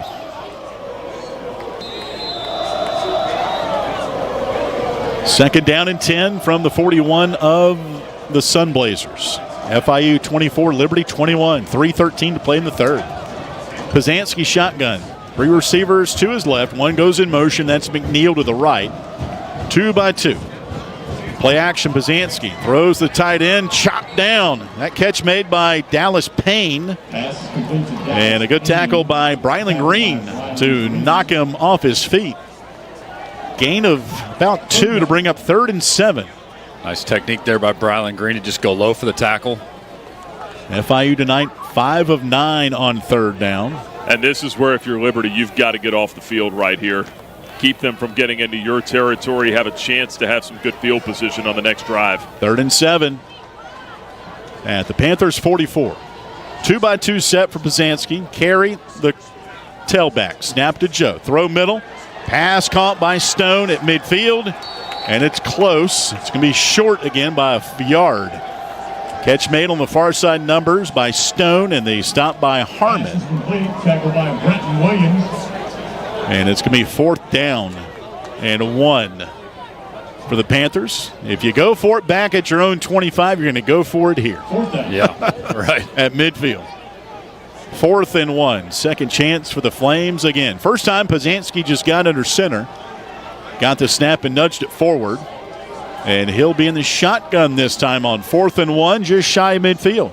Snap to him, play action, throw right side, caught by Payne, the tight end. He'll have the first down to the Liberty 46. The heaviest dude, skill-wise on the field, got it and ran for about 4 yards and a first down.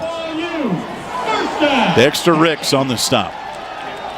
Another first down for FIU now at the Liberty 44. Pazanski shotgun. Play action. Throws in the flat near side to Carey. Flames will converge. And a good 5-6 yard gain. Mark the ball to the Liberty 26. With 1:09 to play in the third. 24-26. With 1:09 to play in the third. 24-21 FIU. Walking in at halftime with Nick. Jamie Chadwell said stupid penalties, right? That and communication. You're right. First down for FIU at the Liberty 26. As they move right to left here at Pit Bowl Stadium. One receiver to the right, 2 tucked into the formation. A little reverse action as Stone sweeping to the right and cannot get to the corner. Devin Henderson, Eli August chase him down, and now headbutting back and forth by both teams. JoJo Stone should have had a flag thrown on it. Yeah. He had the ball. I mean, Henderson was jawing at him, but Stone headbutted him about 3 times. They're just letting each other know that they're there. I know, but still.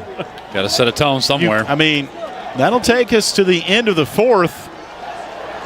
And now FIU is gathering on the field as we head to the 4th quarter.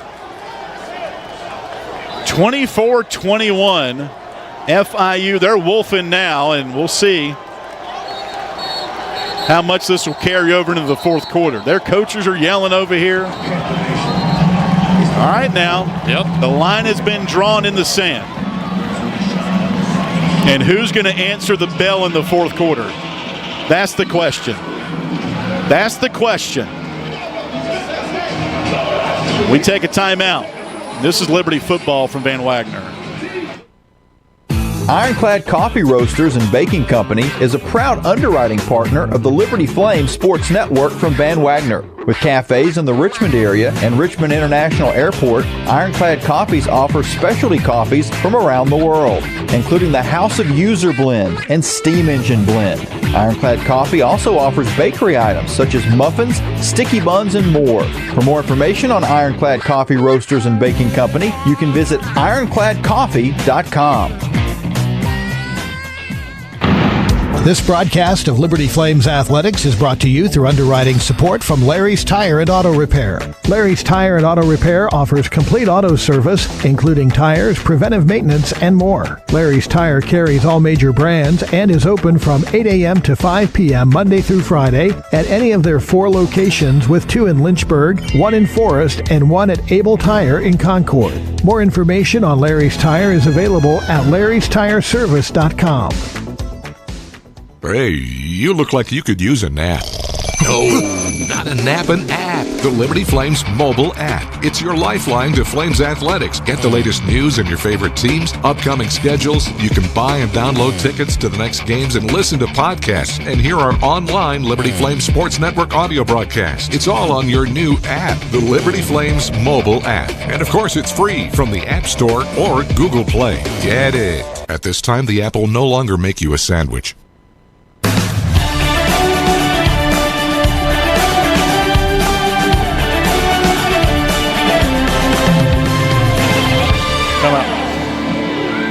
Start of the fourth quarter in Miami, 24-21 FIU. Our broadcast brought to you on the radio in part by Herbert Maxey, personal injury lawyer representing those injured in automobile and motorcycle accidents. More information is available at herbertmaxey.com. Ball's at the Liberty 24, second down and 8 for FIU. After Liberty punted on its only 2 possessions of the third. FIU took the lead with 9:32 left in the third. Alex Perry, 8-yard touchdown catch. And this has been a lengthy drive for FIU. This is going to be play number 12 when we get back to action. Talked about them leading Conference USA in time of possession as well, and that does not help when score's not in your favor. I thought that big plays would be a big factor tonight. Liberty's actually got more explosive 6-4 than FIU. They've won the chunk play battle, but the red zone defense for both sides has not been great tonight. FIU 4 of 4 in the red zone. Yep. Liberty 3 of 3 in the red zone. It's been kind of surprising there. They've got 2 receivers to the left, Anderson and McNeil. Perry, their leading receiver coming in, is wide to the right at 6'5", 210. He is well put together against Damon Harmon, Flames' best cover corner. On Liberty, that's the first for each team in the game. So sideline warnings for each team during that fourth quarter. Or the start of the fourth, I should say. Here's the first play of the fourth, 2nd and 8 for FIU at the Liberty 24. Anthony Carey, the tailback to the left of Joe Pizanski, the quarterback, and a whistle, flag out.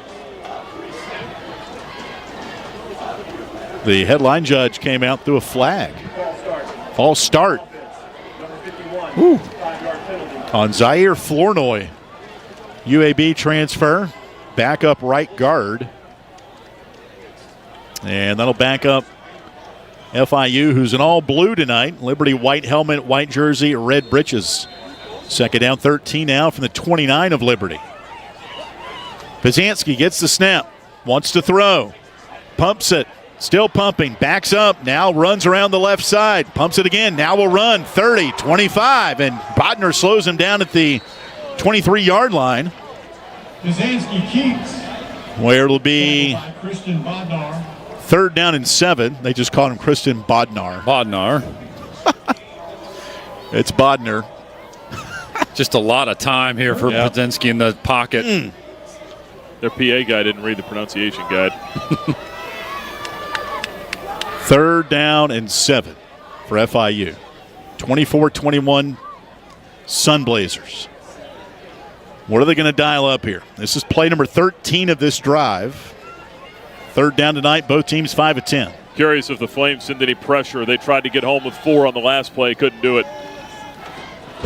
Shotgun for Pizanski. 2 receivers right, 1 left on 3rd and 7. There's the snap. Handoff, nothing doing. Flames will tackle down Carey. Darrell Farrar right at the line of scrimmage. Big time tackle there for the Flames linebacker. Help made by Micah Pollard, and there's an injured player for FIU on the deck. It looks like the left guard, Jaheim Buchanan. Yeah, Buchanan was trying to block down there, and the play rolled right up into the back of his legs. No gain, 4th down and 7. And Trey Wilhoit, the holder, is out right now. Anticipating a field goal opportunity. He's actually getting some snaps from Justin Wood in preparation for this field goal. Noah Grant is 1 for 1 on field goal. Get to 39-yarder back late in the second quarter. Ball spotted at the 23 for FIU. Flames will send their field goal block unit out. Well, nope, the offense is going to stay. Nope, they're not. Field goal attempt. Noah Grant from 40 yards out. In his career, between 40 and 49, he's 1 of 2. This to make it a 6-point FIU lead. From the left hash. There's the snap. Ball is down. Kick on the way. Has enough leg. Is it straight through? It is. With 13:26 left in the ball game. FIU now leads it by 6 as we take a timeout in Miami. 27-21 FIU. This is Liberty Football from Van Wagner. The countdown to kickoff is on. Whether you're a lifelong Flames fan or just jumping on the bandwagon, be early, be loud, and wear red. The Liberty Bookstore is an official destination for licensed Flames gear like Nike, Vineyard Vines, Peter Millar, and Cutter & Buck.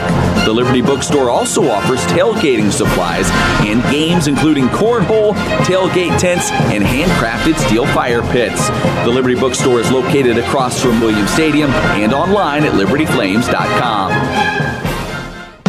Lynchburg Nissan has been a proud supporter of Liberty University and an underwriting partner with The Journey. Lynchburg Nissan is thankful for the community's support for over 27 years and is committed to supporting community organizations like the Salvation Army. They offer new and pre-owned cars, trucks, and SUVs. Information for Lynchburg Nissan is available at lynchburgnissan.com. Thank you again for supporting your local Nissan dealer, Lynchburg Nissan. Hi, this is Alan York, asking you to join the team as a member of the Flames Club. As a Flames Club member, you can make a difference by directly contributing to the success of Liberty Athletics. The Flames Club's mission is to raise the financial support needed to provide our coaches and student athletes with the resources to compete for championships. Membership levels vary and begin at just $75. Some gifts may even be tax deductible. When you join the Flames Club, you're truly investing in champions and championships. Join today at libertyflamesclub.org.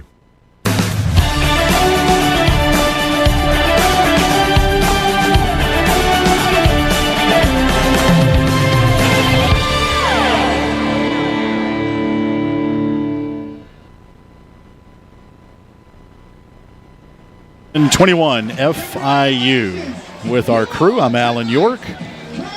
Thanks for tuning in tonight. Got a number of our fans watching us on our video stream. Love to hear from you. You can email us, lfsn@liberty.edu.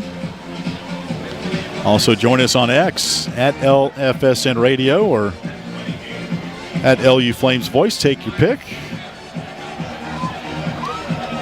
40-yard field goal for Noah Grant. Capped a 14-play, 59-yard drive for FIU. That was one play shorter of the season-long drive given up by Liberty. 15 plays on a drive Delaware had 2 weeks ago. Grant, who just kicked the field goal, will kick it downfield. John Montero set to get loose. See if Grant gives him a chance, and he will. Short kick at the 2. Montero, far sideline, 5, 10, 15, 20. And right around the 25-yard line.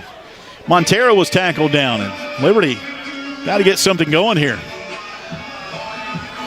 Yeah, they really do offensively. Like we said, there must have been some changes that were made there, but the Flames need to figure out the new combination here offensively. Liberty's so quick out of the gate last week and this week. 3 games in a row scored on the opening drive. And really was proficient in that first half. Nothing doing here. Just 2 punts, 1 first down in the second half. Snap to Vasco. End around. This is going to be Coleman around the corner. Little juke move at the 40 and shoved out of bounds after the whistle, like 10 yards into the bench. And no flag. Wow. Josiah McGrew on the stop. Jamie Chadwell barking at the side judge right now, and rightfully so. Yeah, I was watching that through the binoculars, and McGrew just followed that tackle all the way past the white stripe on the sideline. Now Chad Scott, strength coach, gets in front of Jamie and says, all right, move on. It was a good gain. 15 yards by Jalen Coleman. He's still in there in the backfield with Vasco. Flames down by 6, 12:50 left in the ball game.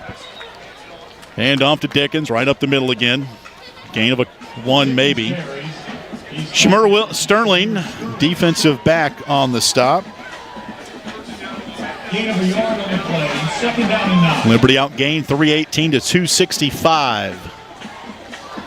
Right now by FIU.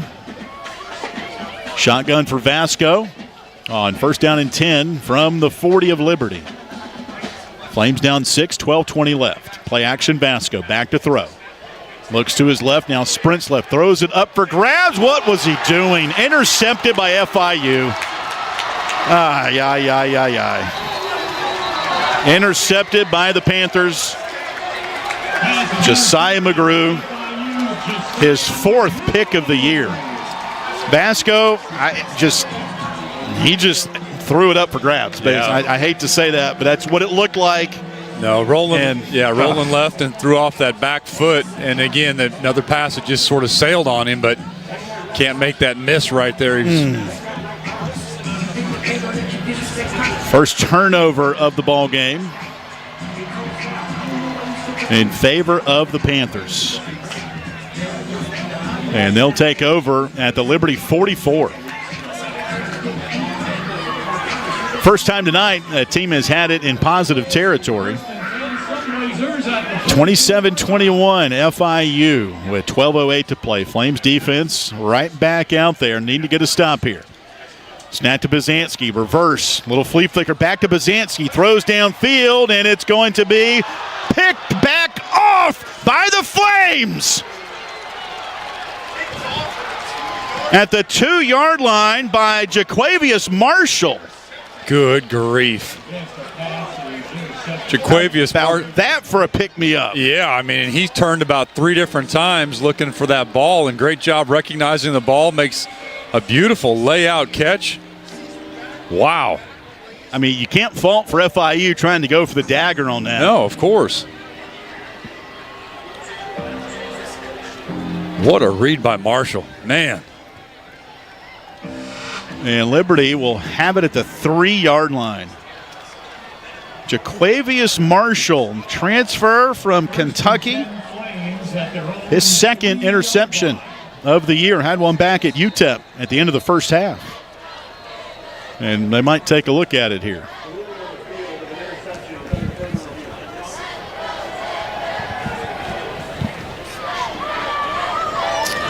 And so they will take a look at that interception by Jaquavius Marshall, who stretched out to reel that one in.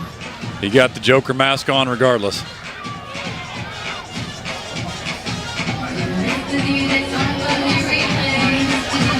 (27-21) FIU, 12 minutes left. They're showing a replay up above. Marshall bobbled it a bit going down. I think he secured it. Yeah.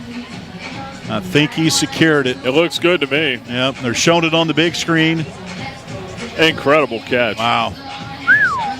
He landed on top of the ball, but yeah, which is legal. Yeah, it's that bobble, obviously, that they were looking at, but it looks like he secured it. Yep, agreed. Man. Wow. Be a great wide receiver catch, let alone defense. Just a redshirt freshman, too, and a guy that they're pretty big on his future here with this program. So now they're taking a look at it. Don't think the review will take that long. They like his hands, too. I remember talking with Aaron Fearbaugh about that safeties coach. I know he's at corner, but talking about maybe having him back up in the end zone on those Hail Mary plays at the end of the half. Right. He had to pick a similar situation out at UTEP earlier this year. Yep, ended the first half. It's about a 70-yard return that ended the half. Well, and guys at 6'4", 180, and not a lot of cornerbacks running around at that size. Tremendous advantage. Big time. Keeps making catches like that, they'll pull him in the receivers room.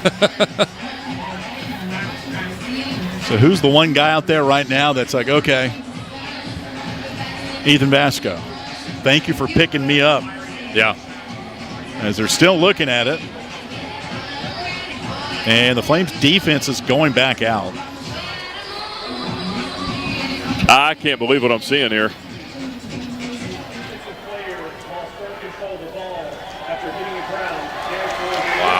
Replay control center in Pittsburgh must have seen a different angle. We only saw one on the big screen. The only angle we saw looked good to us. So you're right. I mean, unless they had something else. Wow, that's really unfortunate. So second down and 10 from the Liberty 44. And I'm curious to scroll X maybe during a commercial break to see what some other people saw on that. Joe Pazanski in the shotgun sends the tight end in motion to the left. They swing it out left side. This is Carey, and he cannot get to the corner. Great job by Corey Jones, Marion Williams out there. Christian Bodner as well on that defensive right. A lot of speed and pursuit in that play right there. Maybe the defense has got a little pep in their step here trying to get this one back. 3rd and 10.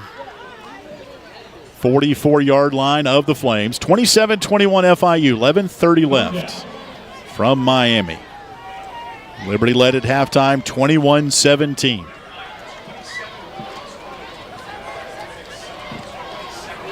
Shotgun for Pazanski. 2 receivers wide right. McNeil and Anderson. Snap to Pazanski. 16 in blue. Pocket hold. A lot of time. Now forced out. Being chased from behind by... He throws downfield to the 42-yard line. Gain of a couple to Payne, the tight end. Darrell Farrar on the stop. Mike Jarvis was chasing Pazanski with everything he had.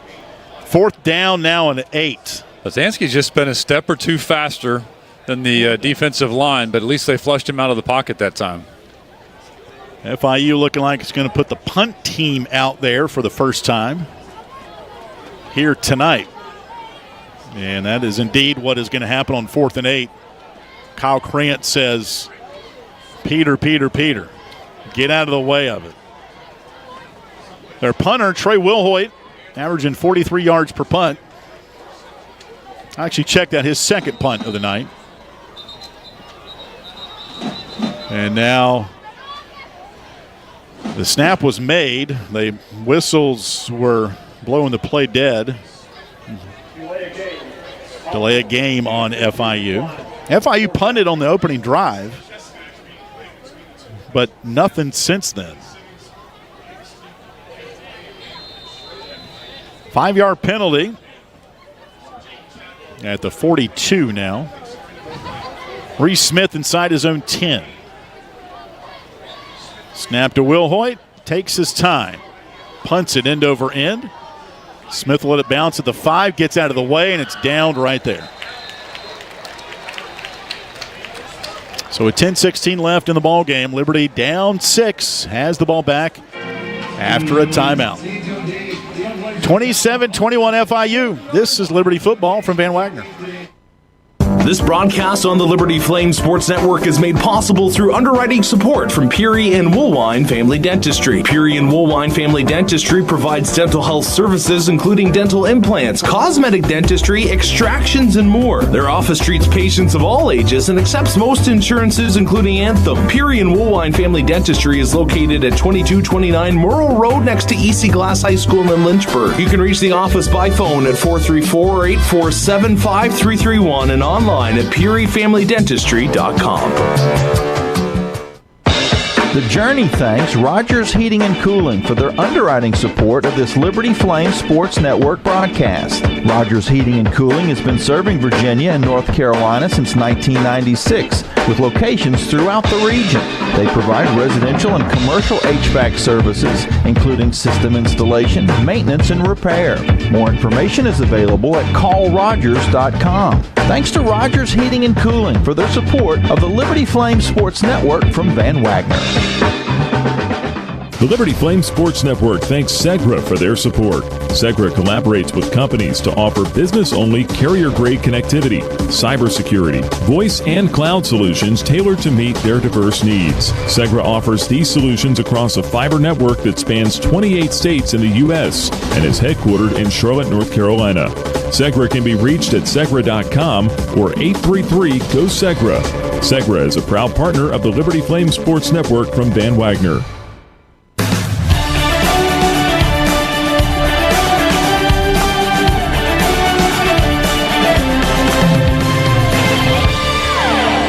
(27-21) FIU leading Liberty here in Miami tonight. 10:16 left in the ball game. Our broadcast brought to you on the radio in part by Southern Air, offering HVAC services and more at southern-air.com. Shout out to my family tonight. They're making their way back from Raleigh. Big cheer competition today for the Bitty Bulldogs. How'd they do? Don't know yet. No. Gotta get an update. They wanted a shout out. They got it. There you go. Love you, girls. 27-21 FIU. Liberty from its own end zone will march. Let's get a John Elway drive type going here, guys. Vasco from his end zone to throw. Near side, catch made by Coleman out of the backfield. Up near the 15, he'll pick up about 12. Jalen Coleman with the catch. He's been productive here tonight. True freshman from Houma, Louisiana. Will give Liberty some breathing room. Brian Blades is second. Name might ring a bell if you're familiar with the Miami football. Dad Brian won 2 natties with Jimmy Johnson back in the mid-'80s. Uncle Benny also played with Brian at Miami. First down 10 from the 15 after 11-yard gain. Here's a handoff and a run. This is Dickens making a cut on the numbers. 20, 25. And here come the Flames. Get to the line and let's go. Johnny Chaney Jr. It's been tough for him tonight. He's only averaging about 3 yards a carry. Maybe here in this fourth quarter, some things will start to loosen up a little bit. Great downfield block there by Fenimore, too, just getting out of his stance and really pushing. 9:20 and ticking in the ballgame. 27-21 FIU. Liberty, first down and 10. Vasco shotgun. Coleman behind him in the pistol. There's the snap to Vasco. Hand off. This is going to be Dickens again. Good strong run up to the 30. Picks up 5. Shamir Sterling. 8:50 left. Both teams have all their timeouts. FIU 27, Liberty 21. Dante Lee wide to the right. Jamari Person near side to the left on the numbers. Ball's on the left hash. Aaron Fenimore over the football to snap it back to Fenimore. There's the snap on second down. Handoff Dickens running to his right. Big run up around the 35, 36-yard line. We'll see. It'll be another first down for Liberty. Flames on the march here. Johnny Chaney Jr. on the stop.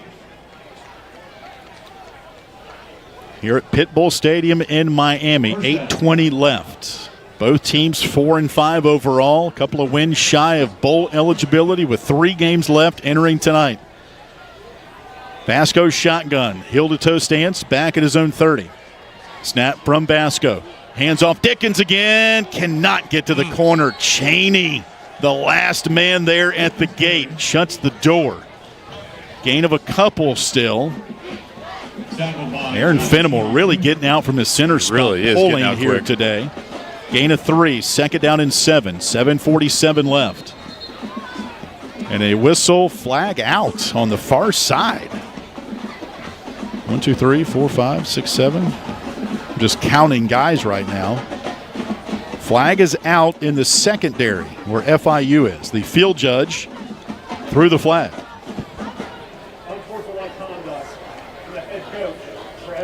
Unsportsmanlike conduct on the head coach, Willie Simmons. Wow.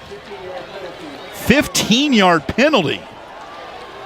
Mark that on the play sheet here, guys. How many times do coaches like to say, well, our players didn't execute? Nope. Skip, that one was on you. 15-yard penalty takes it into FIU territory. Willie Simmons. Guys, he's still in the ear of the official over here who's telling him to back up. First down and 10 from the FIU 47. Liberty down by 6, 7:31 left. Snap to Vasco. Play action, back to throw. Vasco looking, being chased from behind. Sack back at the Liberty 43.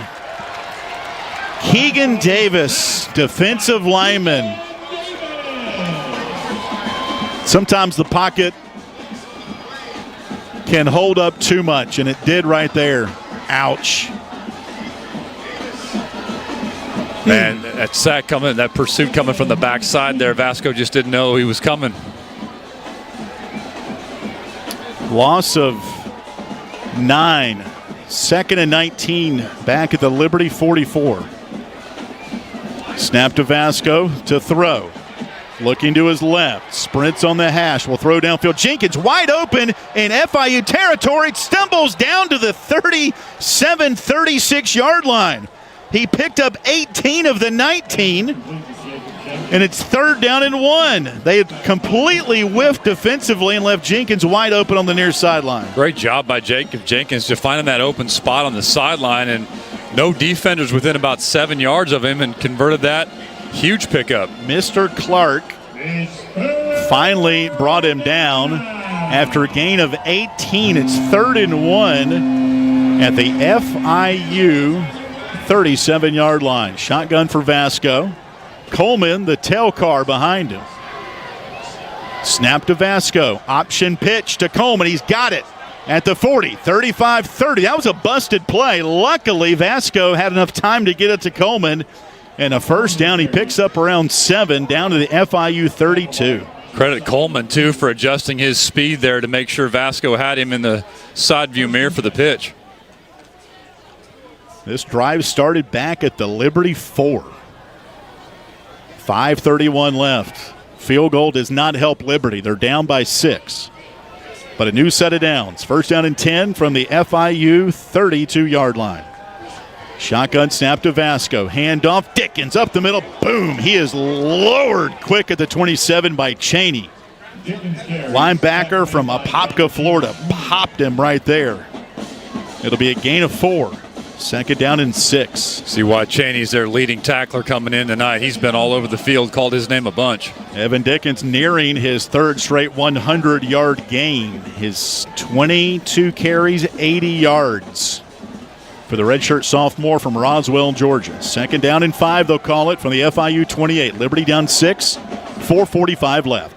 Vasco the snap. Hands off Dickens up the middle. Has room. 20 and down to the 19-yard line. First down for Liberty inside the Rogers Heating and Cooling red zone.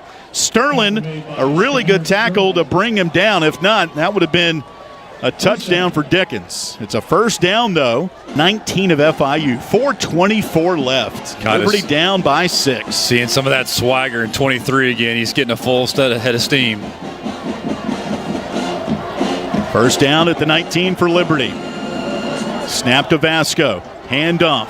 Up the middle. This is Dickens again. Picks up 1 to the 18. Dickens with the carry. Stop made by Sterling again. Defensive back from Port St. Lucie.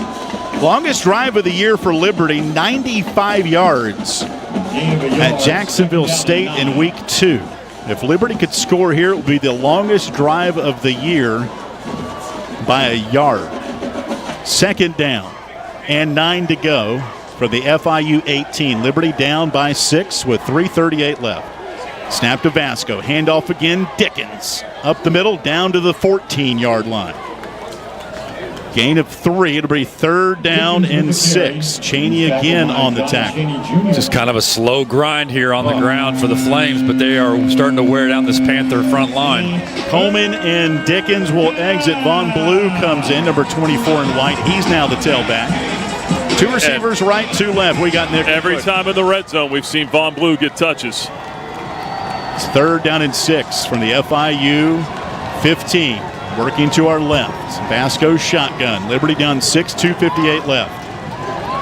Snap to Vasco to throw. He rolls right. Looking, just chucks in the turf. That one was defended well by the Panthers. Pass is incomplete. And now it's 4th down and 6. 4th down. At the 15 of FIU. Keegan Davis and the pressure. Had a screen down here set up for Person, but Vasco had to roll the other direction, not able to complete it. Make or break play here for Liberty. 4th and 6 from the FIU 15. FIU fans get loud. 2:52 clock stop in the ball game. Liberty down 27-21. Ball's on the left hash. Vasco shotgun. 4th and 6 at the FIU 15. 3 receivers left, 1 to the right, and Liberty is going to call a timeout. They had to because the play clock was dwindling down. I think they should call time anyway just to talk about this play and see what. Or is there? The referee said delay of game, but I think Coach got the timeout in first, and that's what the side judge is telling him. They quickly moved the ball back to the 20, like took no time at all to move that ball back. The officials is like they were ready to already give them the penalty. And the penalty will stand. Oh, wow. So it's 4th down now and 11, and Liberty's going to have to kick a field goal. 38-yard field goal for Jay Billingsley to make it a 3-point game. Snap, ball down, kick on the way, has enough leg, and it's good. So a delay of game pushes Liberty back to force a field goal. But to Nick's, but to Nick's point, it looked like the officials were getting together on that, and we thought Liberty called the timeout in before that. Well, I'll say this. I was going to say before they went for it on 4th and 6, you could consider kicking the field goal here with the 2-minute timeout and all 3 of your timeouts if you think your defense can get the stops for you and get the ball back. That, and which is essentially what's going to end up happening here anyway, down a field goal. Now, you might have to move it with 1 timeout or no timeouts to get down the field, but you only need 3 points. Now, the question post-game, were they going to kick a field goal there or not? Right. On 3rd down or 4th and 6. Yeah. Maybe they were anyway. I don't know. They're not trying to draw them off sides there, obviously, because it's 4th and 6. But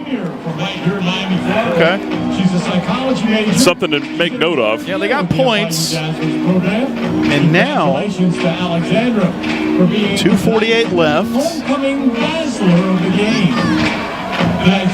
But again, now here, your defense has got to come up for you. You cannot give them multiple first downs here, or the game's over.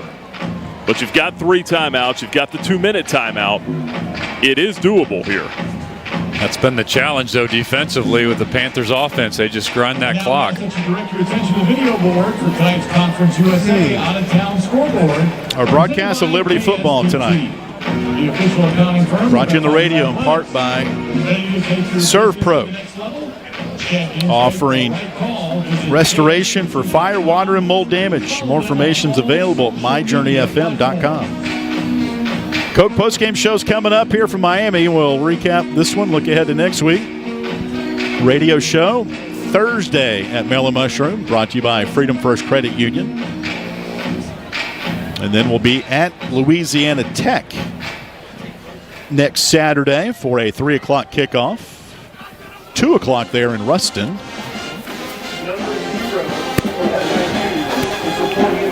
And Liberty will tee it up here. Max Morgan to kick it off. FIU's anticipating an onside kick. They don't have anybody back. And again, you don't have to do that if you're Liberty. I'm not sure what Liberty's going to do here, but you can kick it deep if you want. I mean, if you're FIU, you got to get somebody back. Liberty could run and chase that one down. Max Morgan doesn't look like he's going to kick an onside kick. He's backed up all the way behind his kickoff team. Stranger things have happened, though. 27-24 FIU, 2:48 left. Here comes the run up by Max. And he will just bang it into the turf. It'll bounce behind the Panthers. They chase it. They fumble it. It's on the turf at the 25. Who's got it?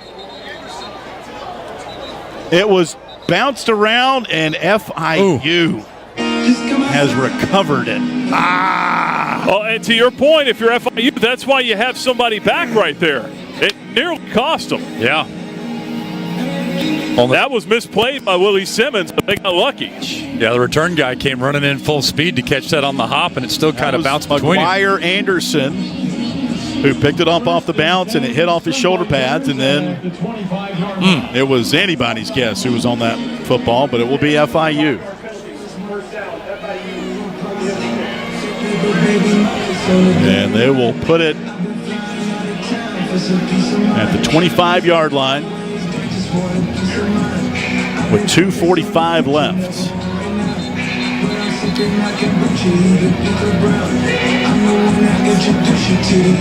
And to Nick's point, you got your timeouts and the 2-minute timeout. You got to stand tall here. 2:45 left, 3-point ball game. 3 receivers go wide right for FIU, who's in all blue tonight with the Sun Blazers throwback logo on the side of their helmet. Big bright yellow sun.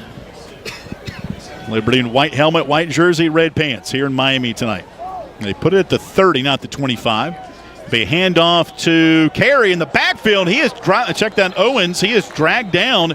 A loss of 1. Jamie Chadwell calls timeout with 2:40 left. That took 5 seconds off the clock. And Darrell Farrar will make the stop.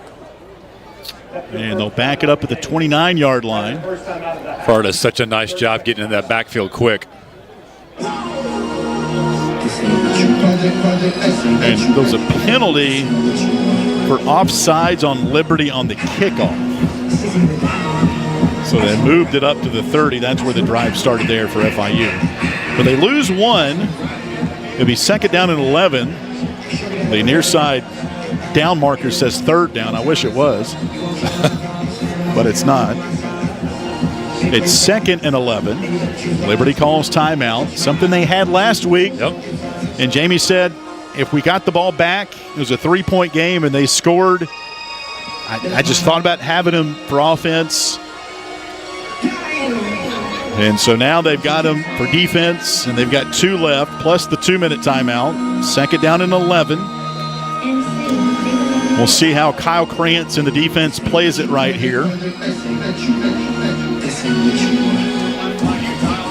Out of the time at FIU, Joe Pazanski, their quarterback, in the shotguns. Got Owens, KJ Owens, to his left hip on second and 11.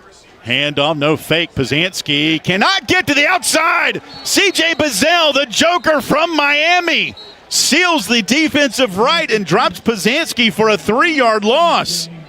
Timeout Liberty with 2:34 left and a 3rd and 15 coming up for FIU. Huge play by C.J. Bazell there to shed his blocker and make that tackle.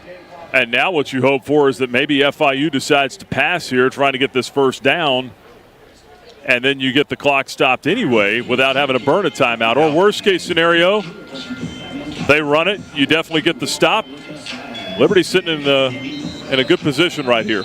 Flames have not put in any pressure tonight. That's, matter of fact, their first tackle for loss. Yep, sure is. And we thought coming in that this defense might be able to get home a little bit on Pazanski. That's not been the case. So 3rd and 15 for FIU, back at the 25. 2:36, clock stopped in the 4th. 27-24 FIU. Shotgun for Pazanski. Owens, the tailback, to his right. 2 receivers each way. Stone goes in motion to the left. Ball's on the left hash. 4-man rush. Pazanski to throw. Over the middle. It's up, and it's caught at midfield. First down, Stone and FIU. JoJo Stone jumped up to bring a high throw in and a first down right over the middle. Pazanski threw an absolute laser right there. Aiden Vaughn on 3rd and 15. They convert right to midfield. And Jamie Chadwell calls timeout with 2:12 left. It's 26-yard gain for FIU. JoJo Stone. All 5'11", 185. As tall as he needed to be on that one. That's a good, yeah. Threw it right where he needed it to be, and Stone brought it in. And now Liberty doesn't have a timeout. You got the 2-minute timeout. That's it. But, yeah, that's tough. 27-24 FIU. 3rd and 15 conversion to midfield. I think Liberty just had some guys back right there. It looked like maybe some type of zone coverage, and Stone just found the soft spot in there. Have to ask Coach Chadwell about it postgame. So 1st down 10 for FIU, right at midfield on top of the throwback Sun Blazers logo for FIU. They lead it by 3. Pizanski in the shotgun. KJ Owens, pistol formation behind him. Snap to Pizanski, handoff to Owens. Sweeping to his right, tackled immediately. Mike Jarvis, first guy there. Also help from Aaron Hester. And that'll take us to the 2-minute timeout on 2nd down and 11 after loss of 1. 27-24 FIU. 2-minute warning here in Miami. We'll step aside. We're back for the finish after this from Van Wagner. The Journey is sponsored in part by ServPro of Lynchburg. When there is fire, water, or mold damage to your home or business, ServPro provides 24-hour emergency cleaning and restoration services. ServPro of Lynchburg is thankful to God for their faithful employees and customers, and also for the ministry of The Journey. ServPro can be reached at 434-525-9559 and in the business directory at myjourneyfm.com. Liberty Flames football on WRVL Lynchburg, WBOP Buffalo Gap, WVRI Clifton Forge, WVTW HD3 Charlottesville, WKHK HD3 Richmond, WHRO HD3 Norfolk, WVRL Elizabeth City, WVRA Enfield Rocky Mount, WVRD Zebulon, WVRH Norlina, WVRP Roanoke Rapids. Since 1946, Southern Air has provided HVAC, plumbing, and electrical design, build, engineering services throughout Virginia. They offer maintenance for residential, commercial, and industrial customers and services for system repairs, replacements, or new installations. Southern Air serves Lynchburg and surrounding counties and can be reached at 434-385-6200 or at southern-air.com. Thank you, Southern Air, for supporting The Journey. The light from a star can take millions of years to reach Earth. So when you look at a star, you're looking back in time. But I see the future. I see exploration and courage. I see my country finding new horizons out there. And I see giant leaps making a comeback. I see myself. The future is where I'll make history. This message is brought to you by the United States Space Force. More information is available at spaceforce.mil.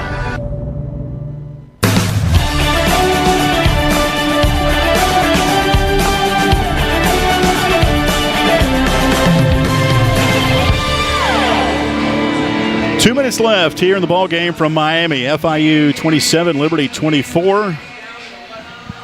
Liberty got a field goal with 2:48 left to get within 3. And had FIU on the ropes on a 3rd and 15. But they converted 26-yard throw to JoJo Stone to midfield to give FIU a first down. First down run yielded a 1-yard loss. Then we went to the timeout.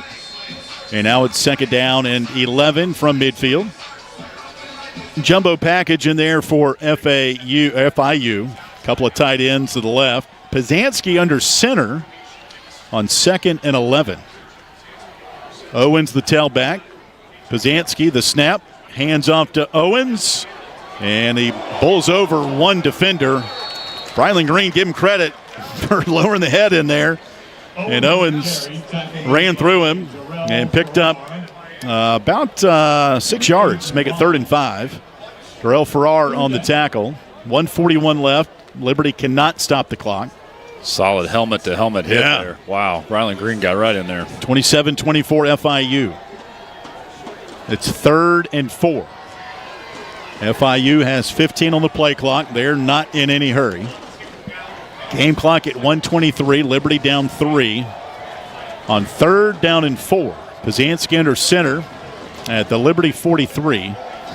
On 4th and 4. Snap to Pazanski, handoff to Owens. Up the middle, dives ahead to the 39. Needed 4. If he got a first down, that might be it. We'll see where it is. It's going to be short, I think, by about a foot. 55 seconds left. 28 seconds on the play clock. It's now ticking down. Game clock at 47 on 4th and 1. Brylan Green made that stop. And FIU will run the play clock, which is at 8 right now. Game clock at 33. It'll be 4th and 1 for FIU, and FIU calls timeout with 27 seconds left. On 4th and 1, FIU tonight has converted on all 3 of their 4th downs.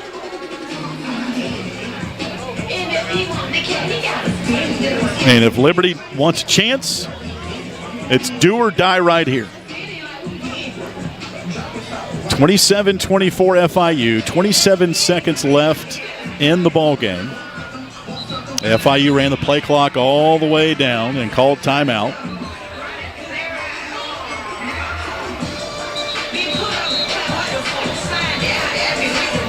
And if ever there's an opportunity to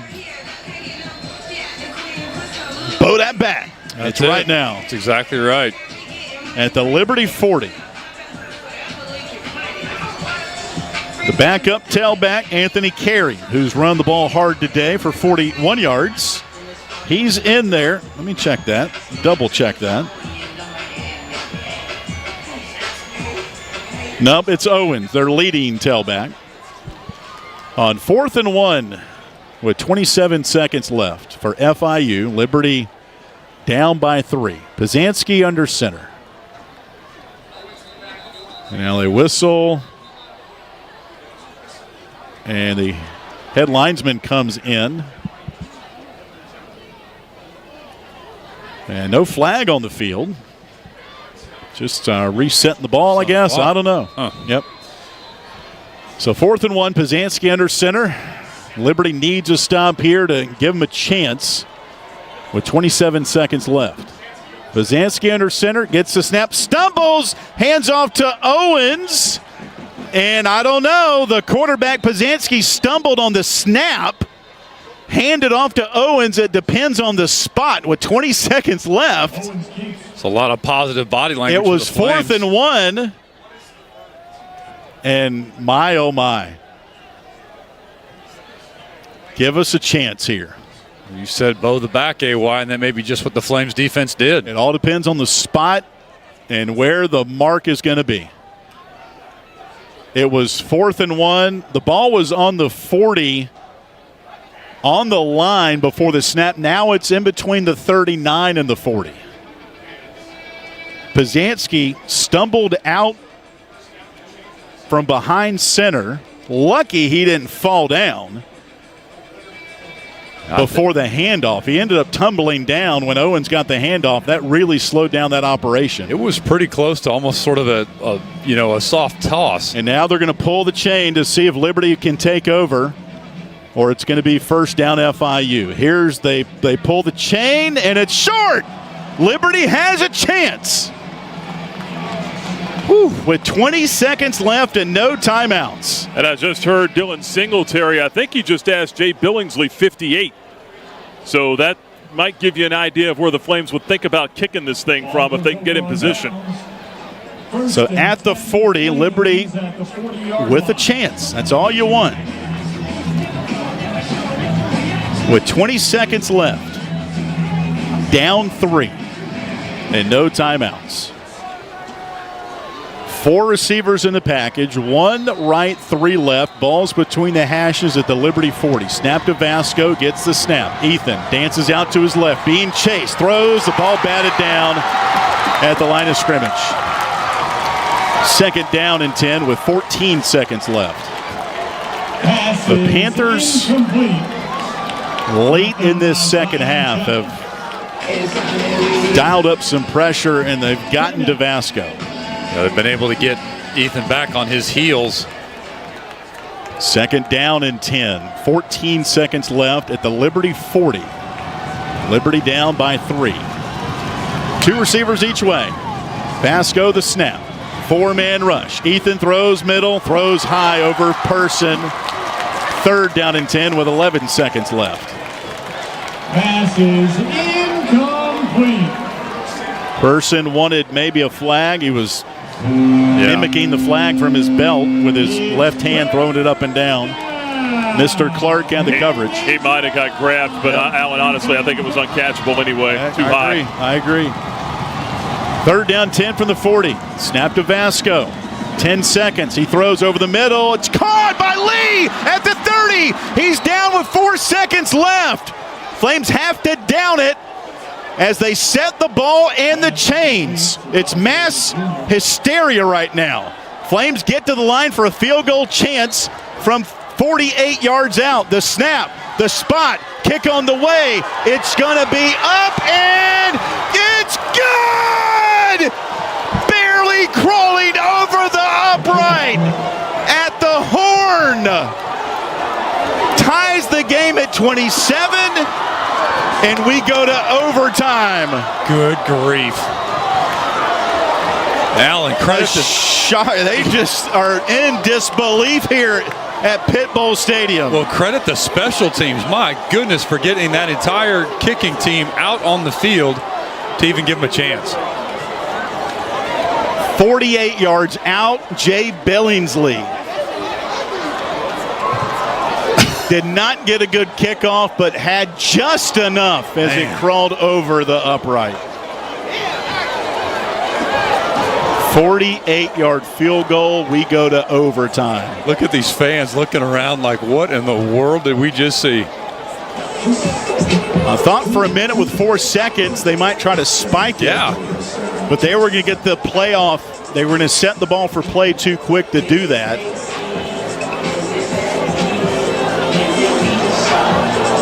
And credit the catch over the middle by Dante Lee of 29 yards.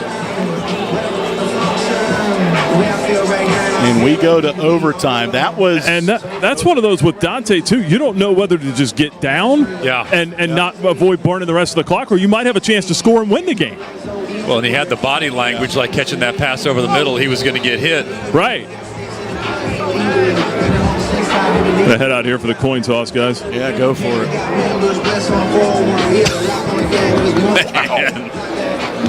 Didn't think we'd be here, did you? Man, I tell you what. I knew we had them right where we wanted them. That was it was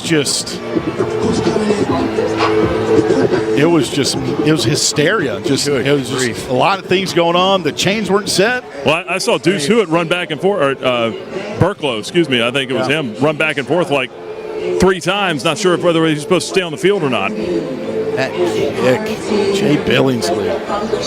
Wow. All the Flames field goal kicking woes earlier in the year. Yeah.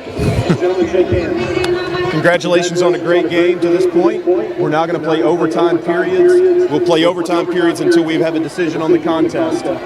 Liberty is our visiting team. They're going to call our toss. Again, our Conference USA logo with colors is our heads.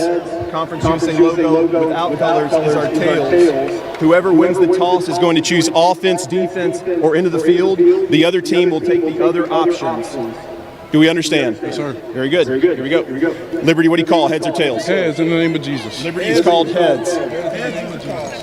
It is a heads. I want defense up first. I want my defense up first. You've elected to play defense up first. I want my defense up first. I want my defense up first. I want my defense up first. I want my defense up first. Away from the scoreboard. Let's go. I think he said he wants his defense up first, guys. CJ. In the name of Jesus. He's playing on the home court, right? All right, so overtime. Here's the deal again. 25-yard line. Each possession. Clock is inactive. The game clock, the play clock is, though. Second overtime. Teams are required to go for 2-point conversion if they score a touchdown. Beginning with the third overtime, each team will have one play, a 2-point conversion from the 3-yard line. Each team also gets one timeout in the first and second overtime, then one timeout the rest of the game. And for Liberty, they are 10-9 in all time in overtimes. Last one, a win at UMass, 35-34, November 16th. Almost a year to the day. How about that? Yep. So from the 25, FIU will scrimmage from the west end zone to our right. Pazanski in the shotgun. He's got Carey to his right hip. Snap to Pazanski. High snap. It's over his head. He picks it up on the bounce. He rolls right at the 30 and will pump it and almost got back to the line of scrimmage. That's the second straight snap. Joe Pazanski has had his world turned upside down. Really lucky bounce there, too, for FIU. Man, did they catch a break. 27 apiece in overtime number one. No gain on the and play. Pazanski was lucky to even get back to the line of scrimmage. He needs to go up to his center, Julius Pierce, and say, all right, buddy, slow the heart rate. Shotgun for Pazanski, carrying now to his left hip. Pazanski, blitz comes, he throws it up top. End zone to our right, just heaves it, and he's lucky that one was not picked off. The receiver, Anderson, ran like a stop route. Yeah. And Pazanski chucked it to the end zone. 3rd down and 10 now in overtime number one. Still at the 25 for FIU, tied at 27. Off of his back foot, able to get enough on that to get it out of bounds. 2 receivers left, 1 to the right for FIU. In overtime, 3rd down and 10. Shotgun for Pazanski. He's got 2 receivers left, 1 to the right. Here comes a late blitz. There's the snap. Pazanski rolls out to his right. Will throw it in a diving catch at the 6-yard line by Perry. That was a great throw by Pazanski. Threw that only where Perry could get it, and Perry kind of went head first into that right above the marker. 1st down and goal now for FIU at the 7. Pazanski, handoff, carry, tackled at the line of scrimmage by linebacker Aiden Vaughn. 2nd down and goal. Overtime number one, tied at 27. 2nd down and goal from the 7 for FIU, who just converted on 3rd down and 10. They converted on a 3rd and 15 late in the 4th quarter. But Liberty was able to fight back, stop on 4th down, and get a 48-yard field goal at the horn by Jay Billingsley to send us to overtime. Tied at 27, overtime number one, FIU, 2nd down and goal from the 7. Snap to Pazanski, looking left. Hit as he throws, it's up in the air, and it hits the goalpost. And through the hands of Devin Henderson. Pazanski took a shot there, He did. Darrell Farrar made sure he put notice to Pazanski on that one. 3rd down and goal from the 7. And now Jamie Chadwell is asking, he's got his hands up in disbelief of something. The grounding? Intentional grounding, yes. In between the hash marks. I mean, that's a good thought.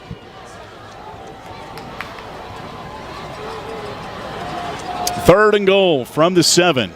Overtime number one, FIU and Liberty tied at 27. 3rd and goal. Owens to the right of Pazanski. There's a snap to Pazanski. 4-man rush. Pazanski throws over the middle. It's caught. Touchdown, FIU Anderson. Curl pattern right in front of Brylan Green. And Pazanski on 3rd and 10 converted to Perry. And on 3rd and goal from the 7, a dart to McGuire Anderson for the touchdown. Anderson sat down right there on the goal line and threw another dart right there for the touchdown. That puts FIU up 33-27. And overtime number one, Liberty will get a chance. Here's the extra point by Grant. Snap down, kick on the way. And the kick's good. 34-27, FIU.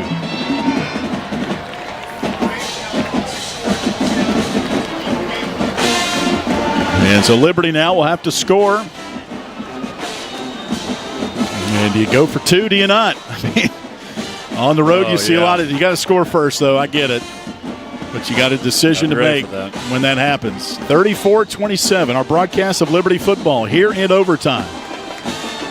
Brought to you by A.G. Jefferson Opticians of Lynchburg. Offering prescription eyeglasses, contacts, and more. More information is available at agjeffersoneyeglasses.com. Overtime number 1. Dante Lee Jr. wide to the right. Jamari Person to the left. Vasco in the shotgun. Coleman to his right hip. Dickens leaves the backfield. He's wide left. He now goes in motion. Snap to Vasco. Handoff to Dickens. Sweeping right at the corner. And a good run down around the 16-yard line. It'll pick up around 8, maybe 9. Following the block of Jalen Coleman. Shamir Sterling on the stop. We got some fireworks going on in the background behind the south end of the stadium across the way. Saw some red and blue ones, I'm just saying. 2nd down and 1 at the 16 in overtime. Liberty down 34-27. The Flames' first crack at it. West end zone to our right. Snap to Vasco. Handoff. No, he keeps it. Vasco, the keeper, and rolls down and tackled down to the 12. He'll have a first down. Great fake. Yeah, it was. Just so important to protect the ball in those situations, too. Especially right here. If you don't score a touchdown, the game's over. Sterling again on the stop. 34-27 FIU. They had the ball first in overtime. Converted on 3rd and 10 and 3rd and goal at the 7. This is 1st and 10 for Liberty at the 12. Vasco, handoff to Dickens. Right up the gut. He picks up a couple down around the 9-yard line. So 3-yard gain for Dickens right over the middle of the interior. Quaylen Hill, defensive lineman. Transfer from Florida Memorial. First time we've called his name out tonight. And he's a big boy. 6 foot 330. Tough boulder to move there. 2nd down and 7 from the 9. Liberty down 34-27 in overtime. Coleman behind Vasco. Vasco, the shotgun snap, hands off to Dickens, going right, and he's chopped down. Gain of 1. Could not get to the corner. So 3rd down now as Cheney Jr. makes another stop for FIU. Foot race on the edge there and just not able to make the turn. Can still get to the 3 and get a first down here. You don't have to score. Overtime number 1, 34-27 FIU. 3rd down and 5 for Liberty at the 7. Down to our right. Lee and Jenkins go wide to the left. Reese Smith and Person to the right. Empty backfield, Vasco. He gets the snap. He's under pressure, and he will be sacked at the 10-yard line. So Liberty's going to have to go to the end zone here, or at least pick up longer than what they needed to. It's going to be 4th down for Liberty. Keegan Davis on the stop. 34-27 FIU in overtime. Liberty's got to convert here on 4th and 6 from the 8. Or in the end zone. That'll be even better. 3 receivers left. Tight into the right. Here's the ball game. Vasco in the shotgun. Dickens to his right hip on 4th and 6 from the 8. Liberty down 7 in overtime. The snap back to Vasco. Back to throw. Looks left. Now right. Now backs up. He rolls left. He's got to get rid of it. Does. Into the end zone. Jump ball intercepted. Ball game over. FIU wins it in overtime. 34-27. I don't see any flags.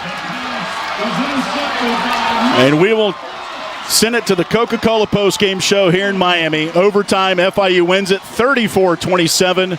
This is Liberty football.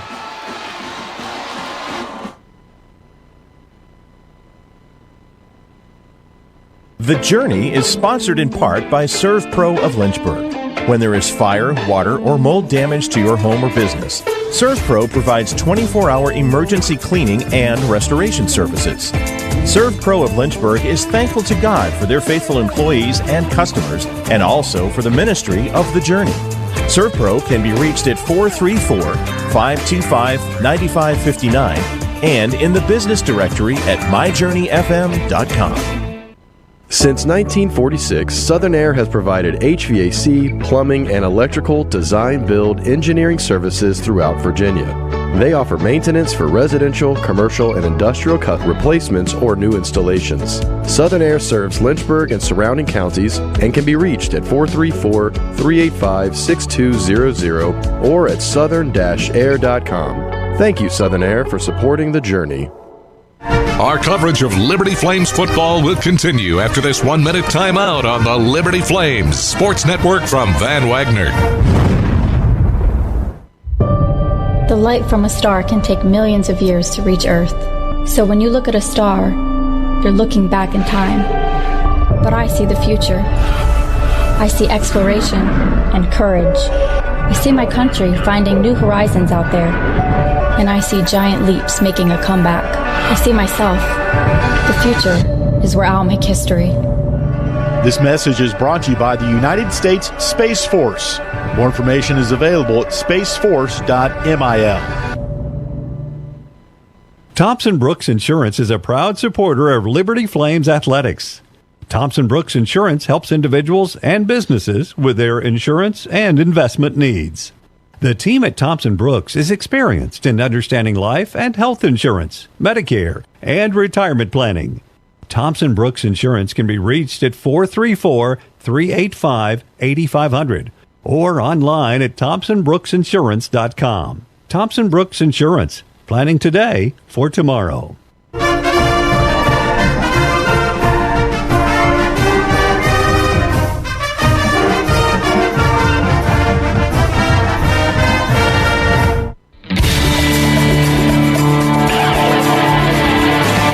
The game is over, but we're just getting started with the Coca-Cola post-game locker room report.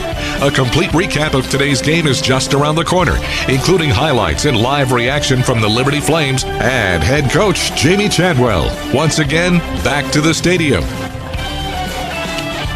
Final tonight at Pitbull Stadium in Miami in overtime. FIU wins over Liberty 34-27. Liberty falling to 4-6 on the year, 3-3 in Conference USA. They'll be back on the road next week at Louisiana Tech. While FIU improves to 5-5, 3-3 in the league, the Panthers will host Jacksonville State next week. Alongside Jason Porter, I'm Alan York. Coming up on the postgame, we'll head inside the locker room. Nick Pierce will talk to Coach Chadwell and a couple of the players after exciting ball game, but in the end, FIU wins it in overtime. We'll kind of break down just a wild ending. Liberty down 27-24 with 2:48 left. Had FIU on a 3rd and 15. FIU converted to midfield. Liberty didn't have timeouts left. Eventually, they would stop FIU on 4th down to get the ball back at its own 40. And on 3rd and 10, Dante Lee Jr. converted to a first down, and under 5 seconds left, it was just craziness everywhere. Chaos, hysteria, like excitement. The chains weren't set, and Liberty rushed the field goal team out. And Jay Billingsley with 4 seconds left, they spotted the ball, clock ticking, 48-yard field goal that crawled over the upright. It was good. Sent us to overtime, tied at 27. FIU got the ball. After Liberty won the toss, elected to play defense first. They converted on 3rd and 10. They also converted on 3rd and goal at the 7. Touchdown to McGuire Anderson of 7 yards. And Liberty 4th and 6 from the 8. Mr. Clark intercepted Ethan Vasco in the end zone, and FIU wins at 34-27. Tough one last couple of weeks. They don't get any tougher than how these games have ended, Jason. And it's just tough. You feel for the guys in that locker room that are fighting really hard. The coaches are coaching hard. And this one hurts. It hurts. Yeah, it does. And, we saw statistically on paper, we were talking about all the things that we normally do. We saw a lot of equality here on both sides of the sidelines here between FIU and Liberty, and it was just going to come down to a couple of small things, and indeed it did. But, you do have to credit the tenacity and the fight there of the defense for the Flames in the end of the fourth quarter to force that. And, boy, that scramble to get the kick even off really deserves some credit for the special teams, because that was high pressure, not to mention Billingsley coming through in the clutch. You would split hairs breaking down this stat sheet. Yep.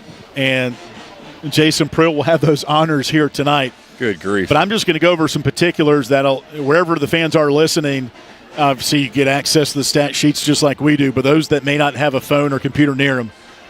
Game goes overtime. FIU wins by a touchdown. Total yardage. Liberty 378. FIU 375. 3 yards separate these two teams. It gets even more eerie. Total plays, 73 apiece. Average yards per play, 5 yards apiece. Red zone.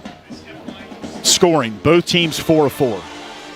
Time of possession, separated by 22 seconds. 22 seconds, yeah. So where do you find, good luck finding, where did Liberty not, both teams left plays on the field, don't get me wrong. Liberty did turn the ball over 2 times.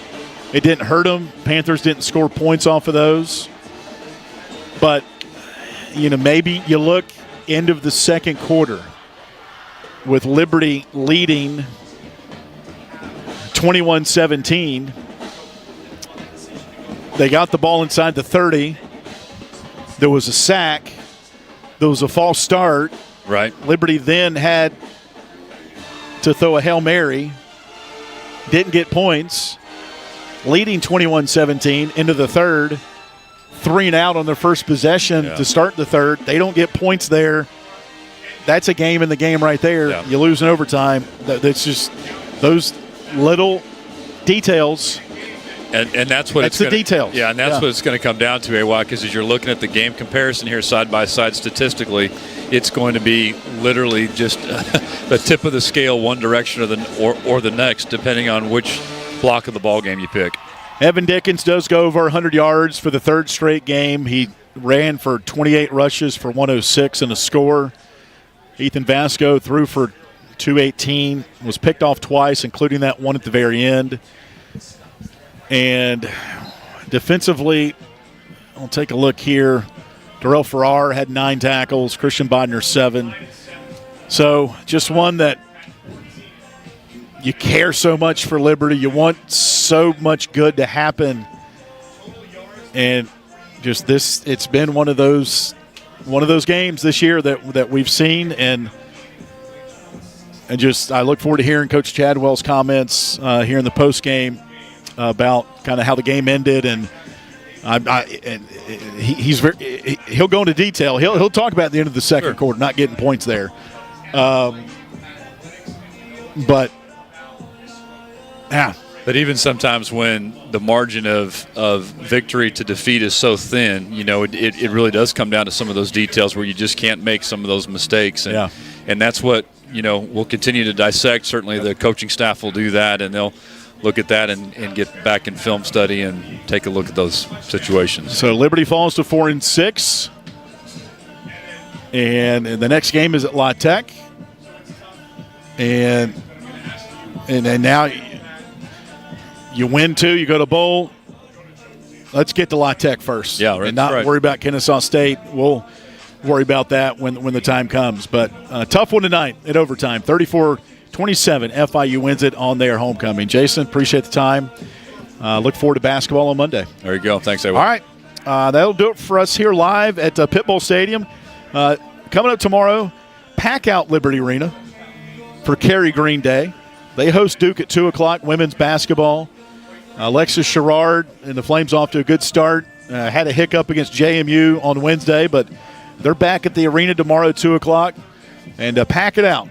Women's basketball deserves the support, and a good team coming in and a good team Coach Sherrard will have out there. 2 o'clock halftime ceremony for Coach Green, and postgame little fiesta for Coach Green as well at the arena. Look forward to that. And then Liberty men's basketball coming up on Monday against Carolina University, 7 o'clock. And our radio show for football coming up on Thursday, Mellow Mushroom. Then Liberty football back on the road at Louisiana Tech next week. We'll take a timeout. Jason Prill will anchor the rest of our coverage from our Lynchburg studio. We'll send you Liberty reaction from the locker room as well as FIU wins it in overtime, 34-27. Before we do take a timeout, going to get a couple of superlatives here. Our Thompson Brooks Insurance Player of the Game. Take your pick. There's a couple of candidates.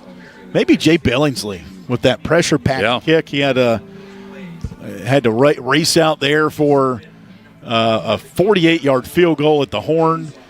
He was 2 of 2 today. We'll go to Jay Billingsley. We'll go special teams here tonight. Our Thompson Brooks Insurance Player of the Game, Jay Billingsley, for Liberty. And our defensive plays of the game brought to you by Freedom First Credit Union. Darrell Farrar had 9 tackles to lead the way for Liberty. Also had a tackle for loss. So did Mike Jarvis, C.J. Bazell as well. Our defensive plays of the game brought to you by Freedom First Credit Union. All right, Jason Prill will take you the rest of the way. Liberty falls in overtime, 34-27 here at FIU. This is Liberty football from Van Wagner. The Journey is sponsored in part by A.G. Jefferson Opticians of Lynchburg, locally owned and operated since 1940. A.G. Jefferson specializes in prescription eyeglasses, contacts, sunglasses, and children's eyewear. They also provide adjustments and repairs, accept most insurances, and welcome senior citizens and college students. Located at the intersection of Wards Road and Sheffield Drive in Lynchburg, A.G. Jefferson Opticians can be reached at 434-846-3937 or at agjeffersoneyeglasses.com. Bojangles is an underwriting partner of this Liberty Flame Sports Network broadcast on The Journey. Bojangles is a regional restaurant chain founded in 1977 with locations throughout the Lynchburg area, including Wards Road and Timberlake Road. Bojangles serves chicken, fixins, and biscuits made at each location. Thanks to Bojangles for their support of the Liberty Flame Sports Network from Van Wagner. Bojangles, it's bow time. Our coverage of Liberty Flames football will continue after this 1-minute timeout on the Liberty Flames Sports Network from Van Wagner.